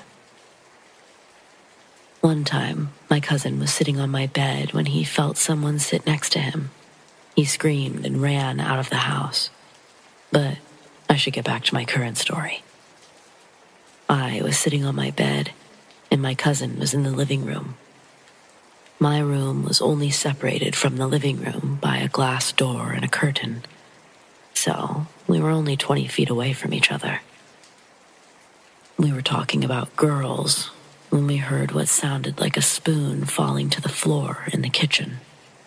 We listened for more, but when nothing else happened, we resumed our conversation. That's when my cat came to sit with me, and I began petting her. A few minutes later, more utensils clattered to the floor. I was more surprised now that I knew it wasn't the cat. Still, even more utensils fell, and these were followed by the much louder bang of a falling pot. My cousin, unable to see the cat in my lap, advised me to check on her, and when I pulled back the curtain, his eyes opened wide in shock. If she was there, he wanted to know who was in the kitchen. But I explained. Nobody was in there. He didn't believe me at first, but almost as if on cue, there was a huge commotion in the kitchen. Spoons, pots, and pans, plates, glass, everything was being thrown. It continued for roughly 30 seconds before coming to a sudden stop. Once it was over, I asked my cousin to go check on the kitchen, but he adamantly refused, suggesting I take a look instead. Needless to say, I was equally against the idea. As we argued over who would go, my brother and his friends returned from the store. Without hesitation, I shouted for my brother to go into the kitchen. He refused until I said my leg hurt and asked for a drink. Then he finally agreed. He brought me a glass of water, and I took it. Puzzled by his lack of reaction to the mess, I asked if he saw anything in the kitchen, but he was confused as to why I would even ask. When he insisted nothing had been out of place, I told him the whole story. He was furious.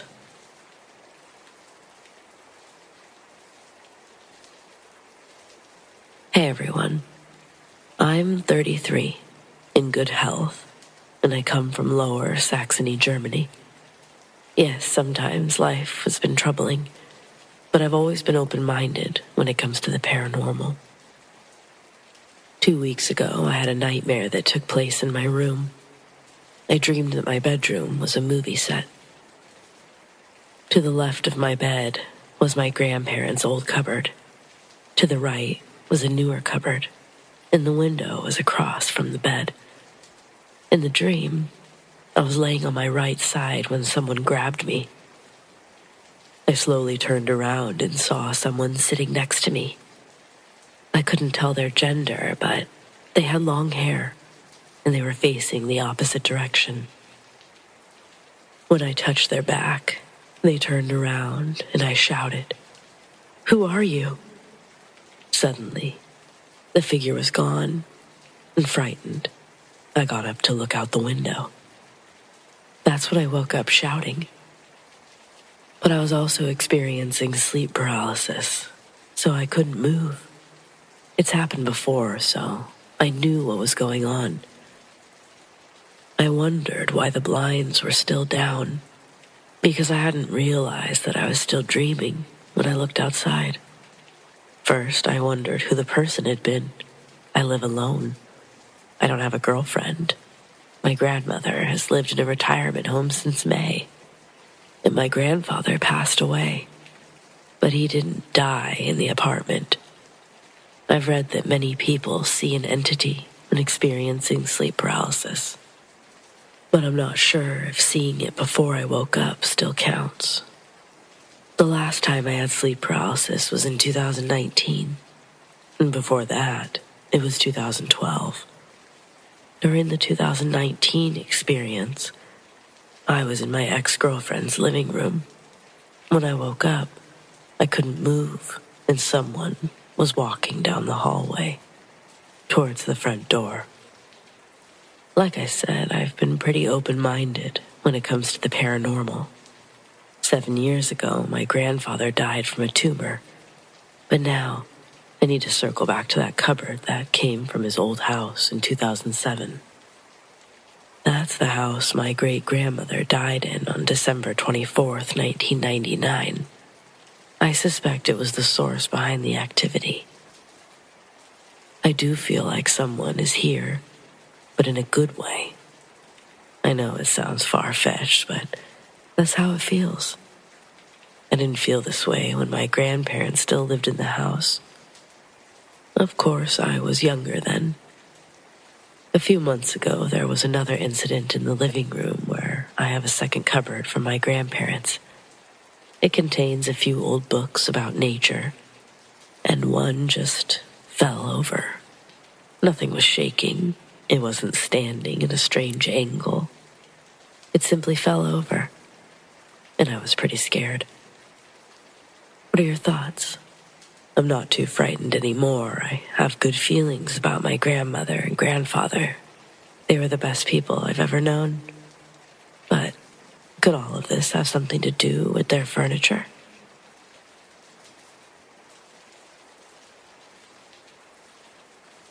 So this is admittedly a little shaky.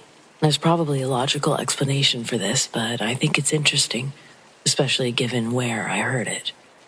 About 2 months ago, I set out to put together a book of the city's ghost stories, as, at least to my knowledge, no one else has done so. This has led to a lot of on-foot research, a lot of questions, and 1 or 2 mistakes. My sincerest apologies to the one store when I told you your place was haunted.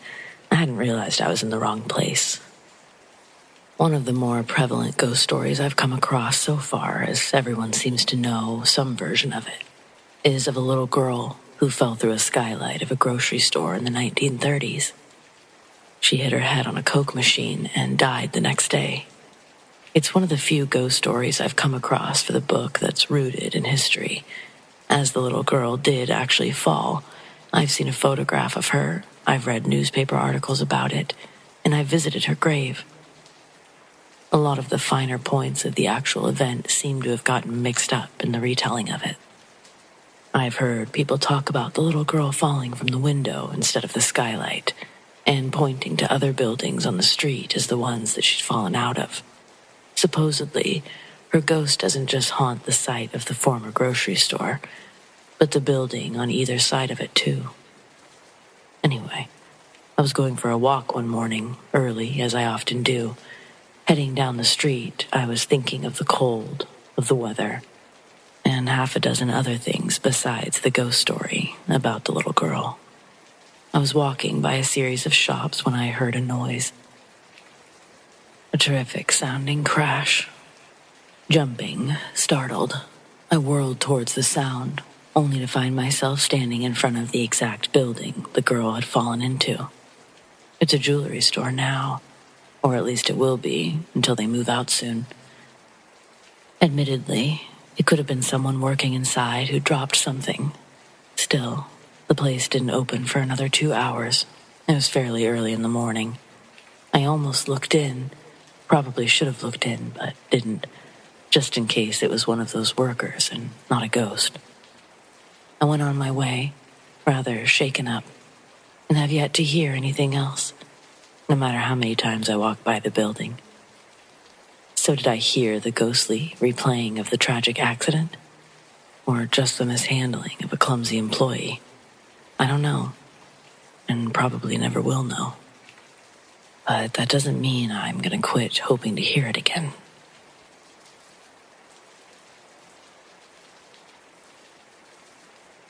Recently, I felt something following me around, everywhere. I always feel like someone's watching me. I feel a hand on my shoulder, or a head, when there's nothing there. So I keep seeing this thing when I'm outside.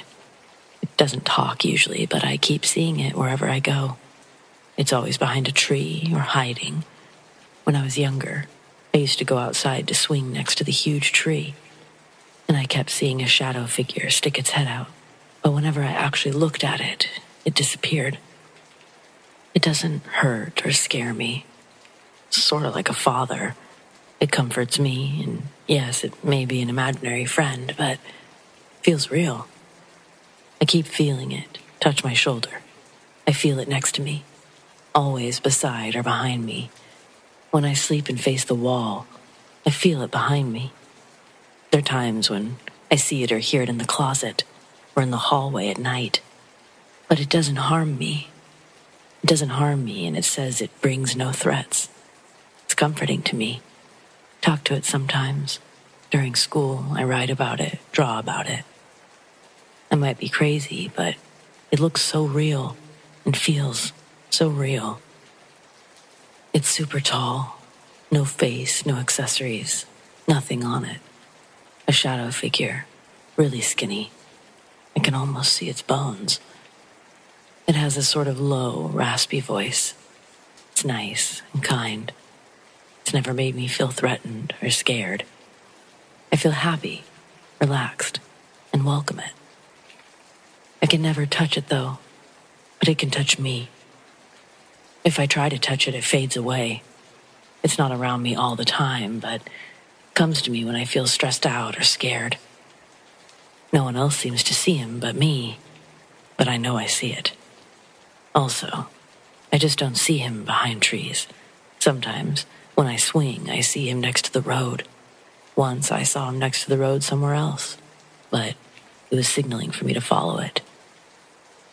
I'm not sure if he's a ghost, a bad spirit, a good spirit, imaginary friend, a shadow person, or anything else. Anyone who knows more about ghosts or might have an idea what this is, please tell me. I don't want to get rid of it, but if you think I should, please tell me that too. I tried to search floating napkin-like object on Google, but I just kept getting crafting recommendations for Halloween. Something really odd just occurred, and I'd like to share with all of you. Maybe one of you has seen something similar. We live in a nice suburban home built in the late 1960s. We bought it about 3 years ago, and when we first moved in, we'd see a large, brown-colored, shadow-like figure near our stairs. They were never bothersome, but we were stern and said to leave us alone. Our first daughter was born less than a month after we moved in. Sometimes, quite frequently actually, odd things happen, and we just try to think logically about it. I must have left the lights on, even though I think I turned them off. That kind of thing. I'll spare you a recent unsafe thing that happened since it doesn't pertain to what I just witnessed. The other thing happened to my wife and daughter, and again, we seem to have rationalized it. But here's what I saw. I'm lying in my bed and cuddling with my 3-year-old. She had an upset stomach last night after some medication we gave her, and she'd woken up about 30 minutes later than usual. She was tired and wanted to watch YouTube Kids on my phone. My wife went to the restroom and walked out to wash her hands, leaving the light to the bathroom area on while the sink area was unlit. I rolled over to look in that direction, and I saw a napkin-like object floating above the bathroom door. This is the best way I can describe it. It was flat, but probably had the thickness of a napkin.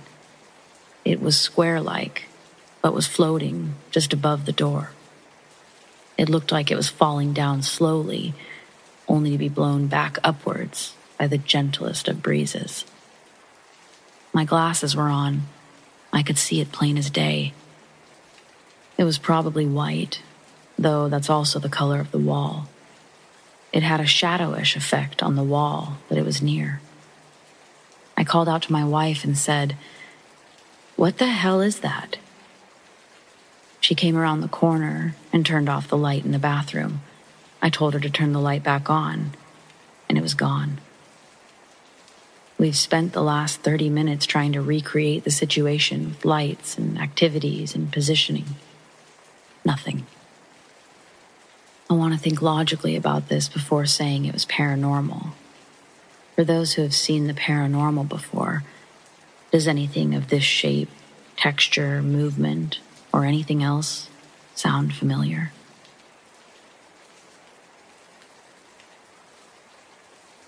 A few years ago, I was a CNA, and I worked at a nursing home. Had a few encounters there, but nothing prepared me for everything that would happen when I started working at a hospice home.